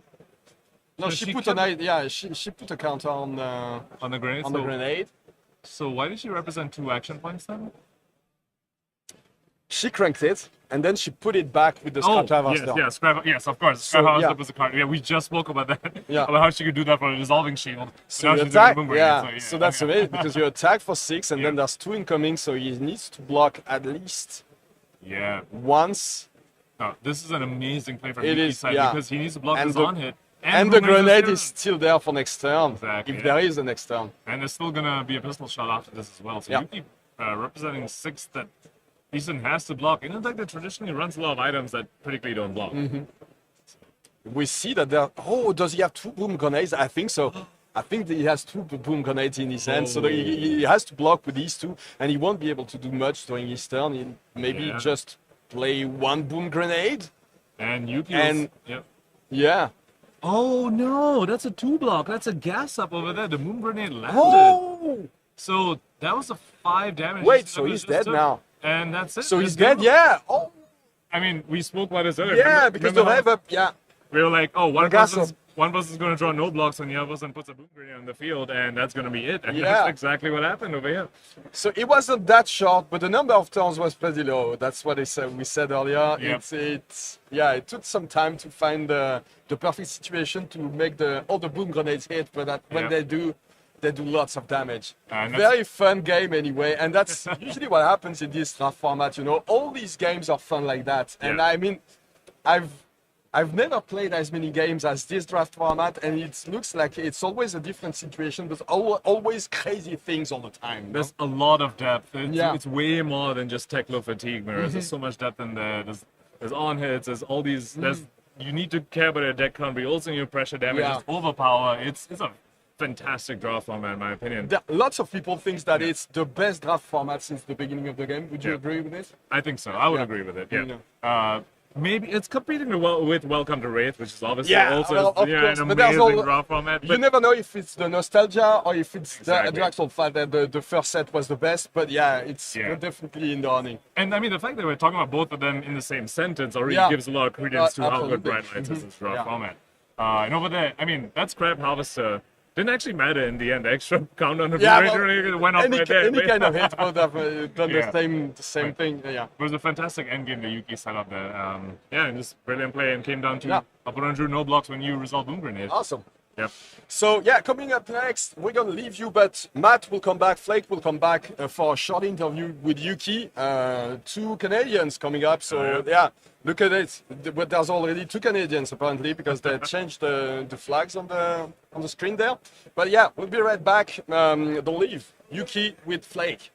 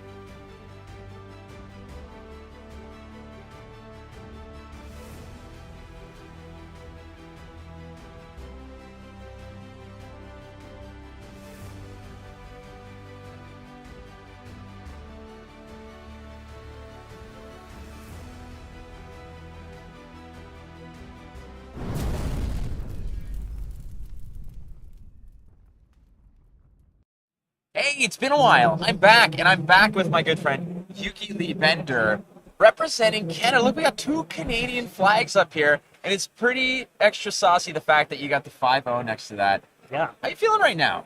Feeling great. Honestly, I didn't get that much sleep. I think I slept about 2.5 hours last night, so just hoping we can keep it on the rails for the last 2 rounds here. But I'm thrilled. All right, we're going to talk about draft real quick, but Yuki Iyslander, Lexi, synonymous. Now that Lexi has been elevated to living legend status, I want to talk real quick about what that transition is for you to go from Lexi to a brand new hero and who that hero is. Yeah, I mean, I definitely felt a little bit out of sorts having Lexi not in my back pocket like I usually do. Like, usually I test every other deck, and then I can go back to Lexi if I want to. This event, I was not going to bring Iyslander, and then the night before, I was like, you know what? I'm not really feeling confident on any of the decks. I don't have that much experience. Maybe I'll pack Iyslander and see how it goes in testing. And the more I tested, the more I was like, I played this deck a lot. I played it at Nats. I played it at Worlds. I haven't won anything on it, but I did top Nats, and I think I top 64 Worlds. So it's a deck that I know well. I played it in PQs and went with the comfort pick for now. But, you know, as soon as she's gone, I'm going to have to figure something else out. So. Yeah, exactly. Like, you don't have much time with this No. hero. So let's talk about the draft situation here. Again, Bright Lights being the draft format for the World Championships here. Going into it, there have been stories, some of which I have been a part of, where not by design, when everybody's like, okay, who's on Teklovossen, and there's 8 hands that go up. How did your pod end up? And beyond that, what is your strategy when you're looking into it? Are you just hard locked on Teklovossen? What part of that bell curve are you on? I think Teklovossen is really popular. I think he's the easiest hero to draft, and the floor on his deck's really good. Like, if you don't get all the cards you need, you just have like good block 3s. You can play like, you know, simple flesh and blood, good fundamentals. So the deck's very solid. I'm actually the highest on Maxx and Dash. I think that they have the highest ceiling, and I think that if you can get the good Maxx or Dash deck, you can kind of run over the Teklovossens. I don't think that deck is quite as resilient or quite as powerful. In draft, I'm usually looking to just pick up the boost cards early because, frankly, I think the Teklovossen decks need good boost cards to pressure Dash or Maxx, because if you just sit there and let them set up a bunch of items, they're going to run you over if they know what they're doing. So I'm pretty happy to just draft boost cards, and if Teklo is open and I'm getting Evos late and Evo upgrade cards late, I'll beat the Teklo. But usually the way it works out when I draft that way is I wind up as a solid Maxx or a solid Dash deck, and in this format, all the heroes are so powerful. I think finding the open lane for your seat is really my preference, but Teklo's a very nice kind of like starting point and a good way to be confident in the format, I think. That's great. And you are also, you have On the Bobble, which is a podcast about Limited specifically. So, you know, there's a lot of insight that you're providing here that is going to be helpful. But beyond that, how much draft practice have you put in? I've heard a difference of people saying, I did, you know, 3 or 4 drafts here or there, all the way through till I've done 50 to 60 drafts up into this tournament. For yourself, what was that minimum number that you said I have to do in order to be prepared for this? I think I've done about 15 to 20 range, and I feel pretty good about the format. There's definitely some things that I'd like to explore, like I think that there might be a Teklo level or Dash deck that seems really cool. I haven't actually like put it together. So I think that there's like a lot of very interesting niche cases in this format that are still worth exploring, but at about 20 drafts, I felt 15 to 20, I was feeling pretty confident in the format. It felt like the biggest thing for me is if I feel like I understand what a good version of all the decks looks like and how I want to navigate the draft to find whichever seat I'm supposed to be in, I'm usually pretty comfortable with the format. And so I'll draft as much as I need to kind of figure out those major archetypes, and then there might be too many fringe ones and bright lights to do all of it, at least for me, but yeah, that's sort of where my comfort level was. Well, you're off to an amazing start here, Yuki Iyslander again. I'm going to ask you one last question before you got to go to your next matchup, which is, who is Canada beating in the finals?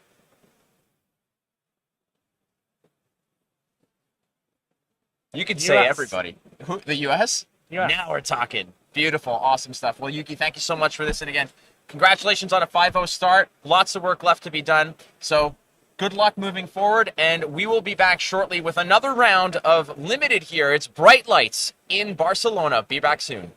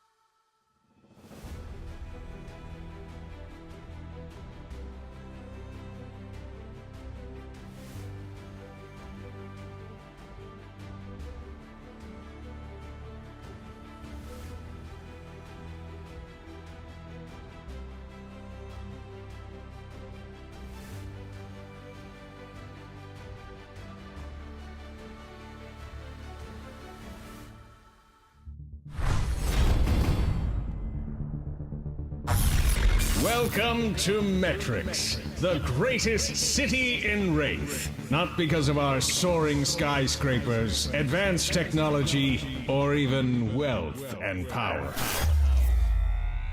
But because we built this place from the ground up, with nothing but bare hands and brilliant minds. No ether, no divinity, just a spark of genius.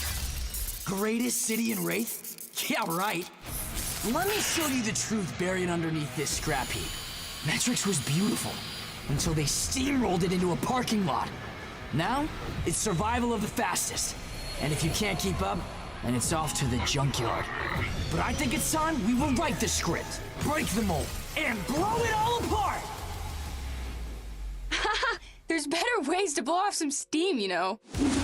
This becoming more than human thing is a real hoot. It's actually kind of incredible, this symbiosis between muscle and machine. But while technology races ahead, simple problems remain unsolved. And this relentless pursuit is coming at the expense of our humanity. And without that, what do we become?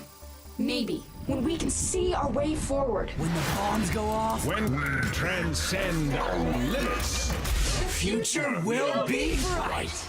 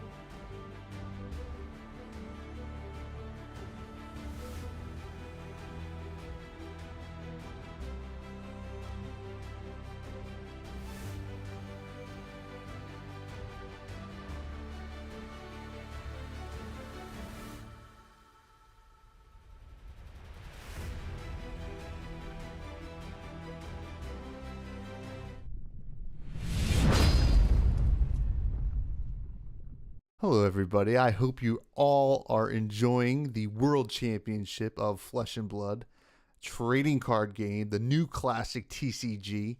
I'm Tommy Fresh, and you are all of my buds, and I am from Fresh and Buds, which is a weekly Flesh and Blood podcast in which I host and talk to and enjoy the company of guests from all over the community, from all different aspects of the community.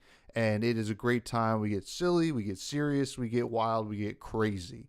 You can find it on YouTube and any audio platform that you like to listen to podcasts.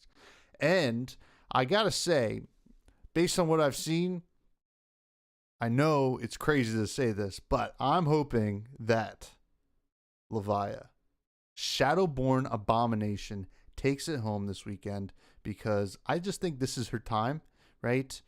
We got Lexi out of the way. Time for Levia. One L to another L, and then that makes Living Legend. Wow. This is crazy. World Championship. Goodbye. Greetings from Germany. I'm Robin from Harlequin TCG, and I want to wish everyone at Worlds best of luck while playing in the events. I want to use this opportunity to say thank you to all the judges out there, everyone else helping in the background to make these events possible, and also thank you to all the commentators who guide us through these awesome live streams. I'm looking forward to see some new Bright Light hero action in the feature match area. That would be great. And I hope they make their way to the top 8. So good luck. Shout out to my team, especially to Max and Phil. Good luck while playing every game of Flesh and Blood you can play there. So greetings. Bye. Hi, I'm Minlock. And this is Plauto, and we are La Siempre Fiesta. So we are the Spanish national casters, and we are also the World in Barcelona caster in Spanish, and you can check us out right now at La Siempre Fiesta. We believe that the Spanish player is going to win the World Championship playing Bravo. We hope you have a great time in the World Championship. We hope we can see you there. And thank you very much. Muchas gracias. Muchas gracias a todos. Nos vemos. Hasta luego. Hasta luego.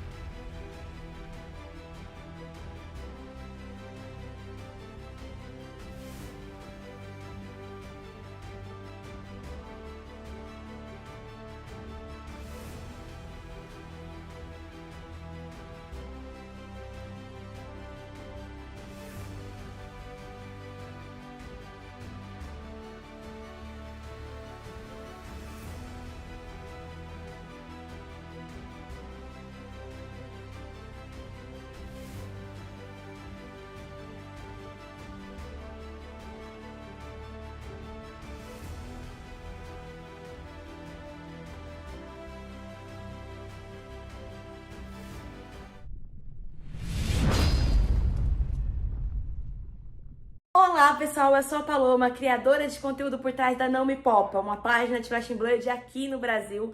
E o meu conteúdo é voltado para iniciantes, para galera que tá começando a jogar o Flesh and Blood agora, principalmente mulheres que tem pouca representatividade nos card games em geral aqui no Brasil. Então meu objetivo é trazer a mulherada pro Flesh and Blood e lotar a loja de mulheres por aqui.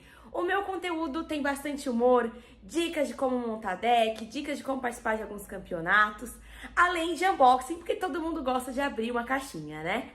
Mas se você gosta desse tipo de conteúdo, me segue com a rede social como @nãomepopa. E sobre a minha torcida no Worlds, eu acho que eu não preciso dizer que o meu coração está com todos os brasileiros que estão participando desse evento. Vai pra cima, galera. Bora, Brasil! What is up, Flesh and Blood Worlds in Barcelona? This is Mark Chamberlain in Colorado Springs, Colorado. I'm just one of the content creators. I do a little bit of stuff on my YouTube channel, Mark Chamberlain VO, where I have put up some of the early lore. I even put up the entire lore book. You can check out my Prism video. There's a lot of cool stuff on there. For the last couple of years, I've been the resident Guardian writer at wraithtimes.com, as well as one of their voice actors alongside Mr. Kevin Breyer. These days, I make a lot of fab content for the LGS that I work with. That's the Iron Lion in Colorado Springs. You can check out my videos and scripts and all of my ideas that show up on the Instagram page and on our Facebook page. That's ironlioncollectibles.com. But as far as Worlds goes, personally, I'm rooting for all of Team Ascent, and especially for Chris Brummett. He's a good friend, a good player. He's the pinnacle of what we see in Flesh and Blood competition. That he's always just so spry and fun and a good guy to hang out with. I'm rooting for everybody on the team, but especially Chris. And really, good luck to everybody in Barcelona. Good luck to everyone at the Calling, at Worlds. Good luck to everybody playing in the Flesh and Blood this weekend. Take care and good luck. Hi, I'm Ted, your favorite box breaker from TCG Ted on YouTube. Hi, I'm Nate. We do a podcast called The Buy List every week, where you can find informative market analysis of all Flesh and Blood cards and budget deck tech. We do a deep dive into cards before they break the meta. We try to get you out in front of it. So you look at cards like Adaptive Plating, Twin Drive. Before those cards double in value, we're trying to highlight them and get you out in front of it. Obviously, we are super excited for the new Worlds meta. It is wide open, and we are excited to see all the new cards that just get to see play. Obviously, my boys on the Wolfpack, boys and girls on the Wolfpack, rooting for them. But here at the Buy List, we are Team Fang Gang all the way. We need stickers, honestly. But Michael Fang, we love you. Yep, for sure. All the way. Michael Fang, we're looking for him to take it down this weekend. Absolutely. And whether you're watching Worlds, playing at your local armory, just remember, guys, to have fun, enjoy the games of Flesh and Blood. And at the end of the day, it's all just cardboard, baby.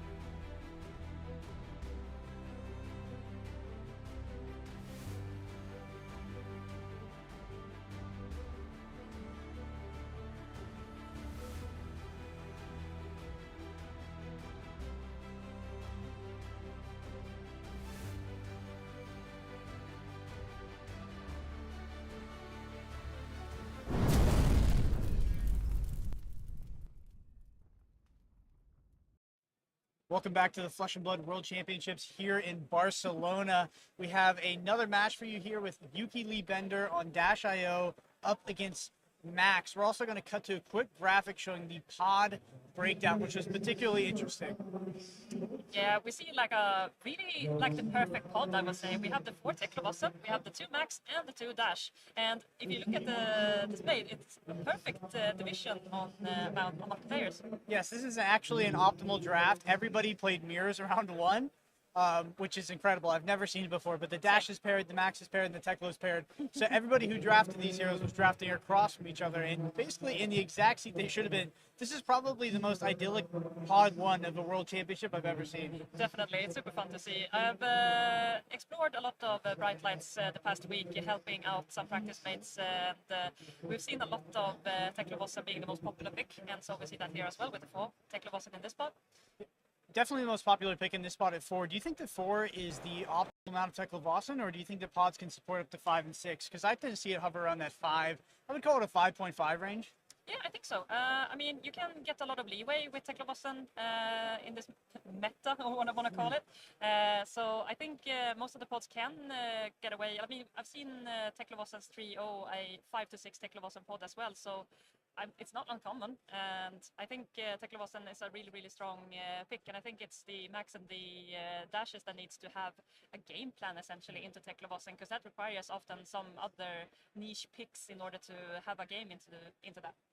Yeah, and speaking of the World Championships, looks like we have everybody in this pod representing a different country. I think Danielle might also be from Italy, potentially. I'm not sure because it's not represented, but a good showcase of where players are coming from in order to compete here at the Flesh and Blood World Championships. So, yeah, super excited. I mean, Yuki Lee Bender's deck, obviously a very powerful Dash.io deck, but, you know, on the other hand, she's going up against quite an aggressive Maxx deck from what I've seen in terms of the deck list, and Dash.io does have that sort of inherent potential fail rate on first cycle to draw too many items in a hand, and then the Maxx sets up a quick fire, and next thing you know, you're just dead. Yeah. I mean, I think the Maxx versus Dash can often be like a race, because both the bad Dash and the Maxx is gonna try to display as much damage as possible. Maxx is gonna use a lot of non-attack actions that is gonna pump his attacks coming in, but you often need to boost to make those happen. So you really need to make it quick against Dash, who can also do those red bomb grenades off the top. Yep, definitely. It looks like we do have one piece of blocking equipment there for Daniel will be relevant for those 4 breakpoints coming in on the boom grenades. Yuki Lee Bender, 3 pieces of Battle Worn, or Blade Break, sorry. Yeah, we don't see the Cogworks here. I think Cogworks is just really strong in both the Maxx and the Dash, but also seeing a lot of blocking capabilities on the Dash is really, really helpful, especially when you start at such a lower life total than the rest of the group. We're going to see is this on turn 0, seeing a boost on an outpace? Well, you need to get the first boost out to get the hyperdriver, right? So it's a necessary evil, I think, on the turn 0 start here. Yeah, so just outpace into activate Maxx and then stack those 2 hyperdrivers. Makes sense. Yeah, and then there's the debate if you want to not crank that first hyperdriver, so you have those 2 boosts available to you, or if you want to come in with the Banksy, because when you're facing up the Dash, they typically have a lot of items in their hand, so you can get a lot of free damage in that way. Looks like Daniel opts for the safer play, potentially. Oh, doesn't boosting that hyperdriver. So here is the Banksy sort of asking the question of Yuki Lee Bender. Do you have the 3 block? Do you have too many items in hand? Oh, she has a 2 block. It's just two blocks in hand, so he has to commit both of them. Yeah, I feel like she's still okay, right? Could have been a lot worse. Yeah, she doesn't have an item on the top, otherwise she could have played that one out. So going into Yuki's turn is going to be a naked start here for Dash. Are you incentivized to also pressure the Dash player in order to disincentivize them from being able to play the item that could potentially be on top of the deck? Yeah, if I have the cards for it, then absolutely. If you have a really strong starting turn, then it's absolutely often pays off, because often is the case that they draw into those items on their hand starting turn, so you can get a lot of free damage in on the first turn. So Yuki is thinking here. Not sure if we do have an item on top of the deck or not. I love this poker game also. I love to play a dash mirror, because it's always like a poker situation when you see your opponent looking at the top of their card, and then you see the reaction on their face if it might be something good or something bad, and you try to decipher what might be on the top and try to go from there. It can always be like a poker strategy type of things. it's particularly interesting in the context of a judge question as well. It makes you think that they're probably asking a question regarding playing the top of the deck at instant speed, because that's really where the funky interactions come from. Could be wrong, of course, but it's an interesting bit of posturing there. Yeah, and it's definitely really strong to pay or play cards for your items from the top, because then if you crank them, all of a sudden you're sitting there with 2 action points available to you, so you can come in with those double pistol shots at the end. And there we see a boom grenade, a key card in this matchup, a key way for Dash.io to actually push damage and close out this game, threatening so much against the Maxx here. Maxx will likely look to cover up as much of these attacks as possible. It's why it can be so important for these Dash.io players to have access to overpower to actually push through these boom grenades. Yeah, it's a critical combination that you have there, and unfortunately we see the second red boom grenade off the top there when we boost off the 0 to 60. It's only a 3 attack, but Daniel looks like he's opting to take it. Did Yuki know that the boom grenade was on top via Dash.io's ability prior to boosting? I'm not sure if she actually looked. I think she just boosted and knew that she can't play any more items off the top anymore because it's it only is once per turn. Exactly. So, you know, I guess it is a downside, but you need to be actually pushing damage on the turn the boom grenades coming through. We do see Daniel actually take the damage, go all the way down to 13. Yeah, since Yuki did not crank the boom grenade, it will stick until the next turn as well. So I think Daniel is opting up to take the damage up front and try to come back with his full hand. They've already taken so much damage that Symbiosis Shot is such a powerful weapon when you can stack those counters up turn by turn. But I'm sure Daniel's coming back with something pretty big. Yeah, I would be super scared to see a Maxx with a 5-card hand and a Hyperdriver active coming at me. This is going to be huge. That's the way to start it out. This Quickfire is going to be discounted by that Hyperdriver, only costing 1 to play, so able to pitch a yellow. It's going to give +4. Oh, it's a double Quickfire, +8. That's a lot to deal with. Hopefully Yuki Lee Bender hasn't drawn too many items. We do see a Rev Up after that. Rev Up also getting a discount via the Hyperdriver. Absolutely crazy. This is a Rev Up for 14 damage. And he boosted, so we only have 1 floating, so I'm curious what he's going to be able to do with that, because you need to make another Hyperdriver going. Yeah, you need to have cranked, right, in order to be able to swing banks. Exactly. So I'm not sure what he's opting to do, because there's 5 cards being displayed here. That's what he had. Looks like a red backup protocol on the top there for Yuki. Yuki chaining these items off the top. Yeah, that's exactly what you want to do as Dash. The more items you get off the top, the better, as the extra action point that you can get on your turn for cranking and also getting those symbiosis shots is absolutely massive. Now Yuki still has this 3 block available to her inner arsenal, so she's not dead by any means, but this is definitely a big punch to take on turn 1 from the Maxx, so she's not super happy about it. Yeah, I feel like Yuki's feeling relatively safe here, actually, with the equipment and the shield sitting on board. Probably just thinking about how she's going to crack back on the turn after. Yeah. 14 it's no small amount, especially when you start at 18. Yeah. But, I mean, it's Daniel here's at 12. Yeah. I mean, I think if Yuki can push enough damage to put Daniel on the back foot, then I think she is contemplating taking this damage, but the question is if she has that. There's a Scrap Prospector in hand, at least. I believe there's an Overload script in Arsenal. Still has a healthy amount of equipment here. And we have the Dissolving Shield as well. We can't forget about that. Activating that twice will prevent 1 for each activation. So she can actually block 5 with the items she has on board. I'm sure we'll see the Dissolving Shield activated here.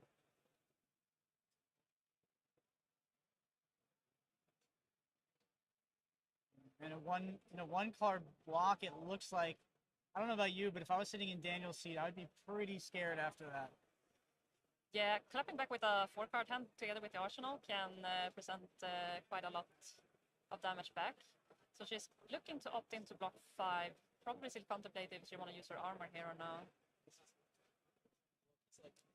I'm used to these Dash versus Maxx games going very, very quickly. So I really enjoyed seeing these players on this level actually really, really thinking through their steps, because I don't think they have that many rounds in typical to play in this aggro matchup. So every single damage counts. So you really need to be careful about your decisions on when and where to block and how to utilize your hands optimally. Here we'll see if Yuki's able to push lethal on this turn to take some cards out of Daniel's hand. You see backup protocol red off the top. Probably decides to crank it to get 2 action points. Yeah. Yep. Oh, I love those new I cranks. did not notice that there was a crank token. That is hilarious. I saw those yesterday. I completely forgot they existed. So super great addition for the stream. On a full tilt. Full tilt.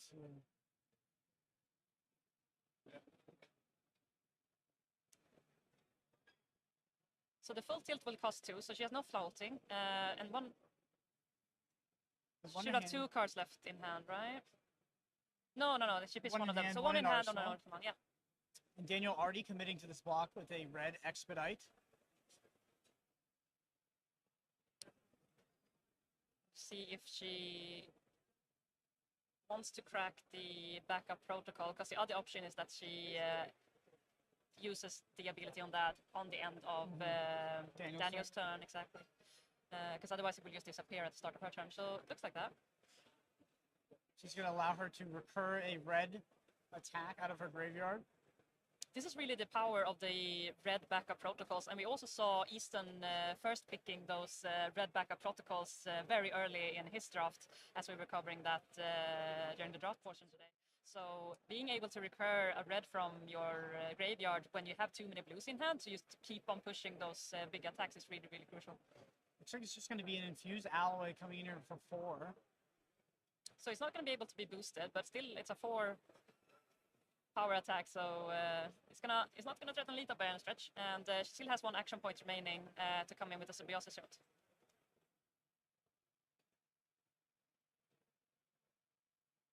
Daniel working with a 3-card hand here on the following turn, potentially could opt to block this infused alloy.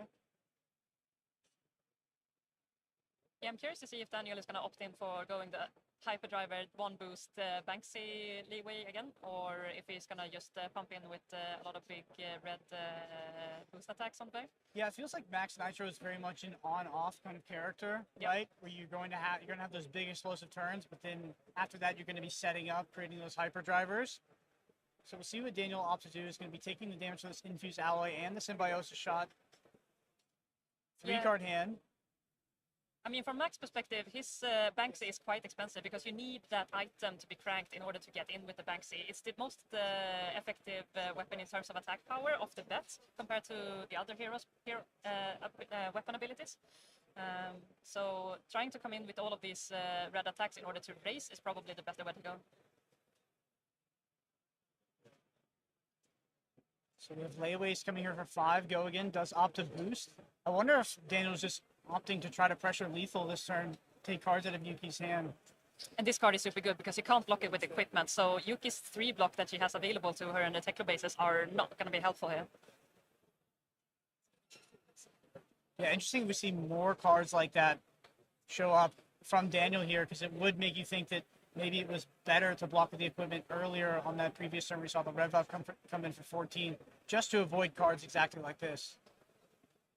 Yeah, I also like to use my equipment early, but at the same time, keeping them around for any potential on-hits, like the Banksy, for example, like keeping those 3 blocks for that Banksy to not let that hyperdriver get an extra counter on it is also really crucial. I think we're going to see that here. Absolutely. That's totally correct. Right now, this Banksy doesn't necessarily take a card. It takes all 3 equipment. And wow, perfectly executed. Yeah, perfect pitch. So we're going to deny that Banksy on-hit effect to not get that hyperdriver up to 2 counters. Daniel all the way down to 4. Yuki working with another 4-card hand. Yeah, I'm going to see 1-2 block in Daniel's hand. Does opt to boost this? It's going to be coming in for 4. Lets her opt 1. Looks like she left it on top. The opt is on hits effect. So on-hit effect. Yeah. So that was just a boost. I love this game plan from Dash. Just coming in with those 1-for-4s is super, super effective and just lets you dig for finding those items off the top, giving you more opportunities to actually finding those items and be able to play those out. And you typically need to save your your pitch economy to be able to get those items out. So you can't just go all guns blazing all the time in order to be able to get those items out at the ready. So it doesn't look like she has an item on the top since she's committing to this razzle-dazzle now. Is that being lethal? Daniel must block in order to stay alive. And he doesn't have any equipment block available, so he needs to commit his hand. The symbiosis shot after this will threaten to take Daniel all the... Actually, will be lethal considering that razzle-dazzle did leak 1 damage. So yeah, Daniel in a really tough spot here. Yeah, these 1-for-4s are really awkward to block because you typically always leak 1 damage because you can't block 2 cards with them. Unless you have these non-attack actions that block for 2, then absolutely, but it's not really a good way to go with them. And I watched Yuki's draft, and she was valuing these 1-for-4s very, very early in the draft and over traditional 3-for-X's, right? Infused Titanium, Big Bertha's, Junkyard Dog. She was taking these 1-for-4s pretty much every single time, looking for those critical breakpoints to push those boom grenades over. Yeah. Because of Dash's ability that items off the top cost 1 extra to play, if you find an expensive item, it can be very expensive to get around. So these 1-for-4s are super, super effective. Now back to Yuki with a full 5-card hand here. Yeah, I don't think Daniel is in a super comfortable position. He's down at 2 life. He's just 1 symbiosis shot away from death, basically. I think that's a yellow boom grenade we see in Yuki's hand as well. But at this point in time, those boom grenades are not going to be super helpful anymore because any point of damage is now lethal. It's almost on hit, you die, so the boom grenades aren't going to be doing much. So we opt to use them. Cranking him. Oh, and cranking that Double as trouble. Well. Getting points on that symbiosis shot. Oh, we have the Overload Script. Overpower.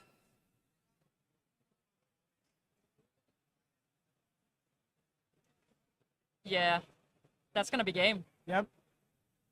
Well played from Yuki Lee Bender. It was a blistering match, but I mean, you see the power of Dash.io here. Once Daniel got on the back foot, I mean, Yuki just had so much space to maneuver that game and close it out. Definitely, and those boom grenades really help to push him over because this infused ally only coming in for 4, and just making that overload script and boom grenade combo super, super effective. Yeah, and for the record, when I was watching Yuki draft, the pack 1 pick 1 of the entire draft was actually overload script. She picked that over, Evos, 3-for-6s, 3-for-7s. She took overload script as the pack 1 pick 1. So I think from the very beginning, Yuki had a mind to be drafting Dash.io. Yeah, and we see exactly why. This is the combination that you can use to actually push over damage, and it's typically really good against Teklovossen, who can block so much. But with the overload, we cannot do that anymore, and especially with the equipment that is also now actions. You can't typically block with your equipment either. So that really locks Teklovossen in an awkward position where he can only block with 1 hand or 1 card either way. So really, really effective play here, and we see that overload script doing good work. And how do you feel about the sort of triangle metagame in draft?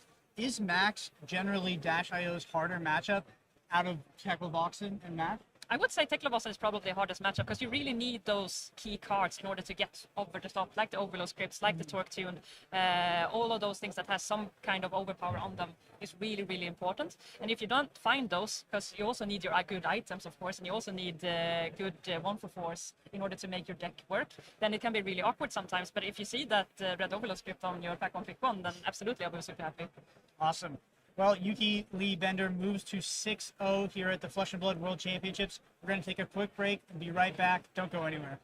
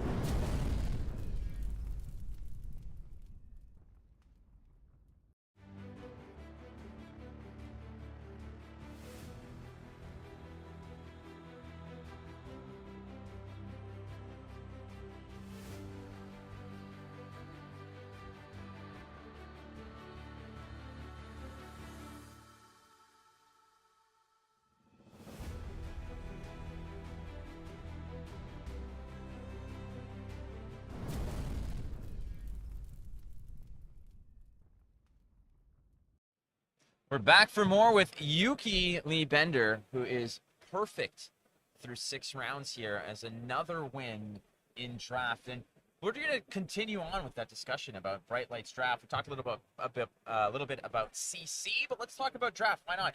Because the safe pick for many people is Teklovossen, and sometimes there's just 8 of them at the table. But you are on Dash.io, and a lot of people want to know, when you're drafting that hero, when you're setting on it, you said, what are you looking to draft? What are the key elements, the key cards that you're looking to hunt down?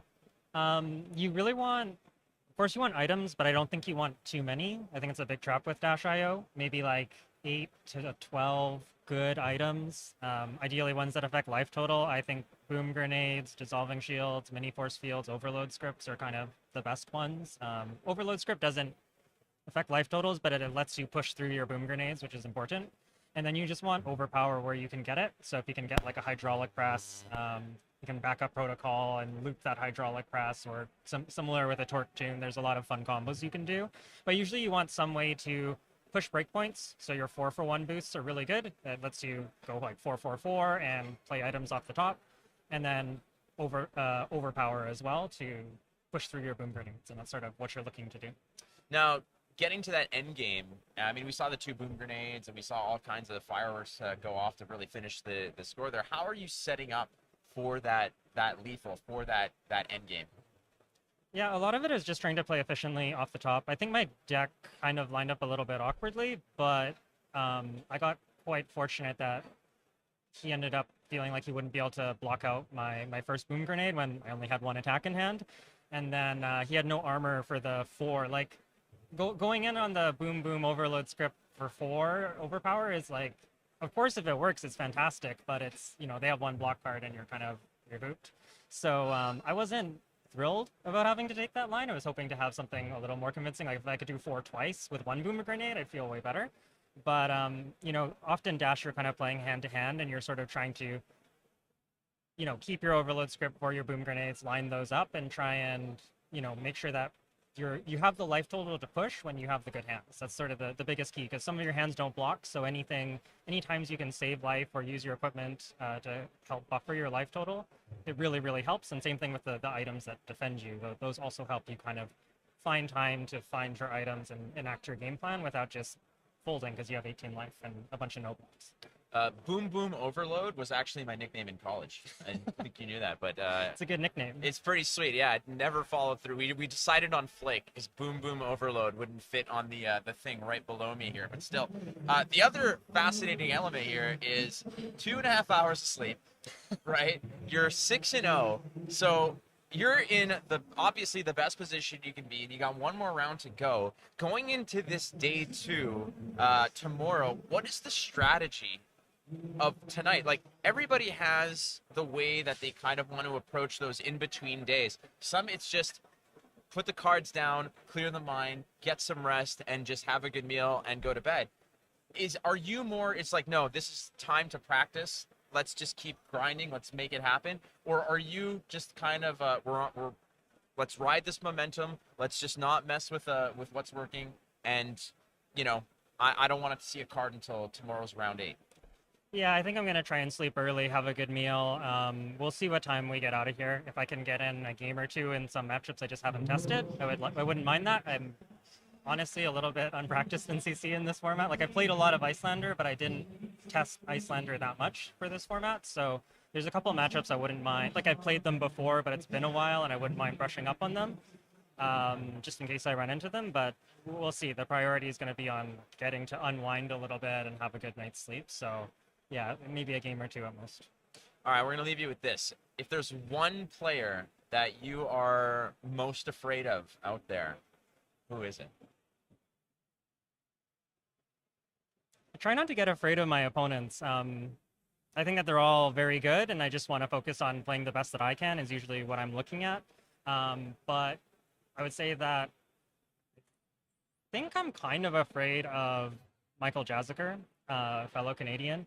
I have won twice the 2 times that I played into him, but I feel like I've gotten lucky. Like, it was been like end of the day and I felt behind the whole game and he kind of there was maybe a small slip up here or there, and I felt like I kind of got away with something.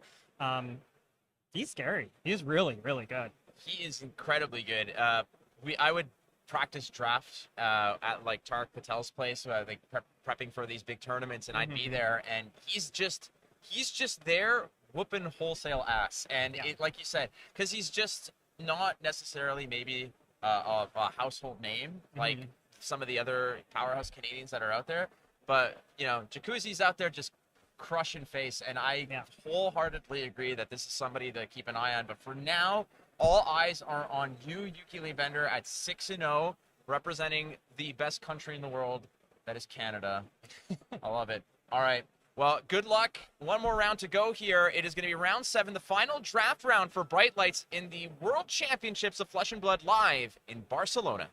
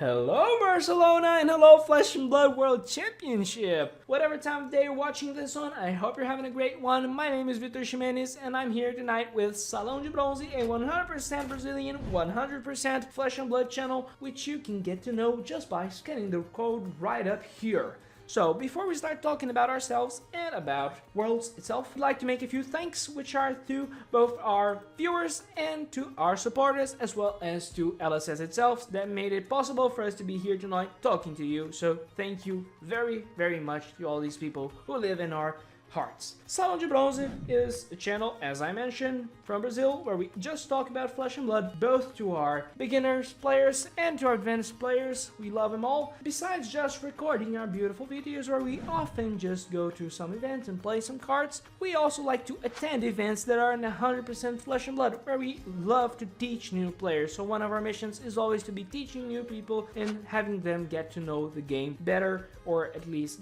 getting to know it at all. So we're taking it to as many places as we can, and we've taught perhaps hundreds of people this far, and it's a pleasure to be increasing the Flesh and Blood family bigger and bigger every day. So thank you to anyone who's watched us since you started playing and got here tonight to watching Worlds. It's exciting, ain't it? Since we got to the topic, why not talk a little bit about Worlds? Who are we thinking is going to win? Honestly, myself, I have no idea. I'm not a very big meta knower, so I'm just rooting for the people I'm rooting. You may ask you, Vitor, what are the people you're rooting for? Well, I wear two flags. One flag is Brazil. If Brazil wins, if any Brazilian player wins, I'm gonna be partying tonight. And if Brazil winds up not winning, there's another flag that also would get me very happy, and that is the Mech flag. Hey, if Mechanologist takes tonight, I'm gonna be so happy. I'm gonna keep playing Mechanologist. And if I'm sad, I'm also gonna keep playing Mechanologist. So Dash, Teklovossen, Baby Maxx, I am with you tonight. Win. Those are my predictions, I'd say. Mechanologist and Brazil, you're my guys. And if that's not it, I'm gonna party regardless. Flesh and Blood is awesome. So here's a kiss to everyone, and thank you. Have a great Worlds, everyone. Hello there, and thanks for tuning in to the World Championship of Flesh and Blood. We are the Runaways, both a competitive team, a content creator, and a community hub for those who care about leveling up their game. I'm Sant, and I can promise you that our content is made with the best intentions of sharing some of the spice that our team uncovers to help you get ahead on your next big event, even Worlds. As for predictions, I have the money on myself taking it down on Levia. Hey everyone, I'm Daniel Rutkowski, and I want to give a major shout out to our Runaways competitive team and the Squares community out there in Barcelona. Even though I couldn't make it to Worlds this year, I'm incredibly proud of the work everyone put in and can't wait to watch them play some incredible games on camera for you all to enjoy. I'm betting on one of the Runaways Iyslander gamers to win this event, but I'd love to see something spicy like Ethan on Levia or a Rogue-IO as well. Hi, I'm Yanji, and I want to take a second to plug another way that you can engage with the Flesh and Blood community. This time it's the Runaways Discord, so we do testing streams, answer your questions, and help coordinate games for those of you who are looking to play with some of the best players in the world, both in our team and outside. So good luck to everyone who's playing at World. Specifically, I got Daniel Rutkowski making the finals, and if he doesn't get there, then I have Lucas Oswald winning the whole thing. My name's Hoodwill, and you may know me as an author and narrator for the Wraith Times, or as the audio guy for creators like Arsenal Pass, The Snapshot, and Fabled Academy. You may have seen me posting card images for Fabrary that I clean up during preview seasons, or know me as the guy who can't stop playing Boltyn on Cardboard Cast. If you only know me from this shirt at tournaments, or don't know me at all, I encourage you to stop by and visit the channel, Cardboard Cast. This is where I do in-depth video explanations on Boltyn strategies for new and intermediate players, and occasionally gameplay recaps. Good luck to everyone at Worlds, and may the best warrior win.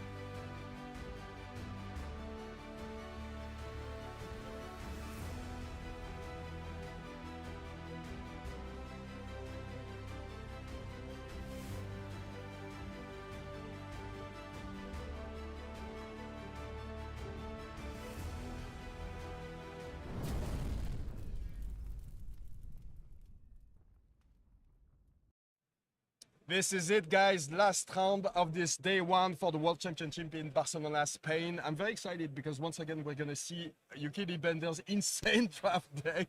Absolutely. I'm very excited to see it again. Dash.io finally, in the finals of the draft pod. Everyone who said, Force Teklo is the way to go. No, we have Dash.io in the finals. Also, Yuki, we have to talk about it. She's gone through every single hero in this draft format. Round 1, Dash.io. Round 2, Maxx. Now round 3, the Teklo. Yeah, exactly. We'll see how it goes against this very heavy fatigue plan that Teklovossen manages to assemble. So she's versus Maciej. He's a Polish player, I think. We don't see the flags now, but you can see. Now, Yuki in the second game, we saw her with the overload script, it became really, really handy into the Maxx. And I fully expect to see the same thing happen against the same Maciej plan, here. basically, yeah. Exactly. You get an overload script out and you have a boom grenade or 2 on the field. That's how you get over Teklo's blocks. Teklo saying, I want to fatigue you. You say, you can't block because I have overpower. So even your Evos don't block unless you have extra block cards. And that is actually one thing we also spoke about in round 1, which is how critical those block cards can actually be in this format, because that's the only tool you have against overpower. So we don't know who's starting, but it looks like it's Maciej. No, not at all. It's hard to tell because it does an instant on the top. Okay, so it is Yuki's. So it is a boom grenade on turn 0. So that's basically the same thing that happened on the first game. Yeah, I'm getting a bit of deja vu here, Roman. I feel like the same thing happened. Absolutely. She has so many of these grenades that it's about to happen. Yep, and we see Maciej just go ahead and doesn't filter like out. the hand, so filter out with the hero power for Teklovossen. Nice. Definitely, he's looking for a big attack just to send a Yuki to punish her for trying to keep a hand so that she for the boom grenade. Because if he can send just a big 6 or 7 attack over here, Yuki will most likely just eat the whole thing to make use of his boom grenade. She kind of has to when she plays a boom grenade like that. So he got rid of I think it was just a random 0-cost boost card when he pitched Teklovossen there.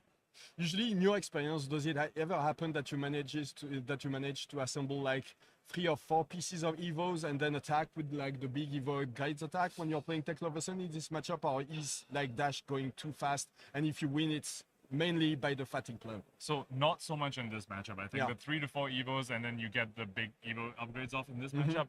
Unlikely, yeah, exactly because of what you said. Dash goes very quickly. But I did want to bring up what you can do instead in this matchup is actually boost aggressively as a Teklovossen player, because Dash is going to have a bunch of no blocks. They don't really have a real weapon. So you can boost away your cards, not needing to worry too much about, losing out on the card equity part of it, because, Dash can only punish you for it. And that's what happened. He's got, And he hit gold over here. That's perfect because boosted away Evo. With the crankshaft, so attacking for 5 even, so that's at least some amount of damage, and she took it all. She's already at 13 on that first turn. Yeah, she has to, right, to make use of his boom grenade over here. So Maciej really striking gold over here, getting the damage in. The zoom call. Yeah, so that's charging rod in the banish zone. He's able to play them because they're free, and then the Evo zoom call on the head. That is such a good start for the Teklovossen play. Basically, half of his Evos are online. This is the caster curse coming into play. We just spoke about how it's unlikely to get 3 to 4 Evos and there make you use go. of it. And then just look at how easy it is. His first real turn, he's just like, here you go, 2 Evos out. What are y'all talking about? I mean, if it happens for him every single game, it's easy for him to win these. Yeah. But the issue with these yellow Evos is that you can't really block with them, right? Yes, that is definitely true. And also, even the 2-block blade break, well, once you block with it, well, now your gun's even worse because now that Evo piece is off the field. There's no way that you're going to get the 4th. Exactly. Yeah. Even any Evo upgrade pieces you have also, don't get the full effectiveness if you block with an Evo. So look at that. So he's got the yellow Evo arms. I don't remember the name of these. But if he can, if he can just scrap them, he might be able to have a 3rd piece of equipment very soon. Definitely, and one of those scrap cards, that says that you get to play your next Evo as an instant in particular. That's very, very good when you have a 0-cost Evo in your graveyard. Now, however, both of the cards he just blocked do block for 2, and now there's an outpace coming with the boom grenade, so he may not be able to cover up this breakpoint because he can't block with the charging rods at all. And if he has another blocking Evo piece in hand, he won't be able to block with it over here. And looks like that's what's happening. So he's taking it, he's taking 5 then. Taking the full 5. Yuki off to another, that's Pingalik, a really good answer to Maciej's, opening with the double Evo. Yeah, he doesn't look too happy about it, but I mean, he's already got 2 Evos, so there's not much more you can ask from your deck. Definitely, he just needs to keep 1 card from now on, and he's able to actually use the weapon. Yeah, full tilt. Yeah, it looks like there's a full tilt coming out from Yuki. So Yuki definitely, aggressively boosting into his Teklovossen, which can be a little risky. You could potentially get fatigued, obviously, but when you have boom grenades and able to land those boom grenades... I mean, we've seen all the damage that she did already, so that's... Yeah. And we haven't seen the Overload script yet. We saw that in the Maxx games. That is in the deck along with a couple of other boom grenades. So, we don't know whether Maciej knows this. I mean, he probably has heard about this strength of Yuki's deck by now. So, we also saw him aggressively boosting, so... Oh, there you go. That's a scrap compactor. Yeah, so he can scrap the cogsplitter. Is that the name? Yes, Evo cogsplitter. Yeah. So Maciej off to a really, really good, really good start here. And yeah, Evo scrap compactor. That's exactly the card I was talking about just now. Lets you play an next Evo as an instant. Perfect. 3 Evos out. This is his second real turn of the game. And he's got 3 Evos out. His gun has go again now. And that is the moment where Teklo can really pivot into being even more aggressive, but without losing the card equity, because you can start with a gun into the 2 cost, and you don't even need to boost the 2 cost. Because your gun already had to go again. So and all the Evo upgrade cards are just online now, so you can attack with the heavy artillery, with the pulse wave protocol. Yep. Terminator tank if you're already lucky, or war machine. Yep, and those will have overpower on them too, and disrupt Yuki's turn level. So it tends to finish the game pretty fast. Yeah. You know what I love on Maciej's side is that his graveyard is really messy, and his sleeves are not properly put together. And I know that sometimes, there are some opponents that really hate it, and you can get into their brain, into their head. You just be as messy as you can. The psychological damage is playing absolutely, for that. Touch their cards, take their dice. Now that may be a little bit too much, but yeah, just... So one thing we haven't spoken about yet, as we talk about Yuki, being at like 10 life total, is that once again she has a 3 blade rig equipments, which it came in handy in the mirror and into Maxx as well. That's a lot of health, because when you start with 3 more health, that's basically you circumvent the fact that she starts with only 18 life. Exactly. So over here she's starting her turn with boom grenade off the top. Let's see what she has decides another to one crank in it. her hand. So this could just be a setup turn from her. We might just see her play boom grenade off the top, don't crank it, play the other one from hand, don't crank that, and move to arsenal. 5-card hand with double boom grenade. If she can get an overpower off on it, that's literally how she won the previous game into the Maxx. So, let's see if she's able to do that. Looks like she is cranking his boom grenade. It sounds like it looks like she's confident that she's able to get that off this turn. Or she might have the scrap harvester. The scrap harvester to get the... To put the counter back steam on counter back on it. Yep. We saw that happen in the first game as well. So, a lot of deja vu moments out here. Yeah, well, that's a small deck, and she's going through it pretty fast. So that's a Fender Bender for now. Fender Bender, which I believe was her spoiler card, if I remember. Oh, Dissolving Shield. Yeah, with the Evo Cogsplitter instant. With the Cogsplitter instant. Yeah. That is very, very good. Very nice. Of course, Fender Bender with the effect that if you block with equipment, it's going to get buff power. But if you just use a Dissolving Shield, you get to play around that. So blocking a breakpoint with still 2 damage prevention, being represented in Dissolving Shield, that's really, really good for Maciej here. And that's a nice way to block all these breakpoints for the 4 attack cards with the Dissolving Shield. So he only needs 2 cards from his hand to block the most efficient turns from Yuki. Exactly, and Yuki did crank the boom grenade as well. So let's see if she's able to keep she might lose this one. Oh, she's got a steam canister in hand. That's why she used steam canister and just put it back on the boom grenade.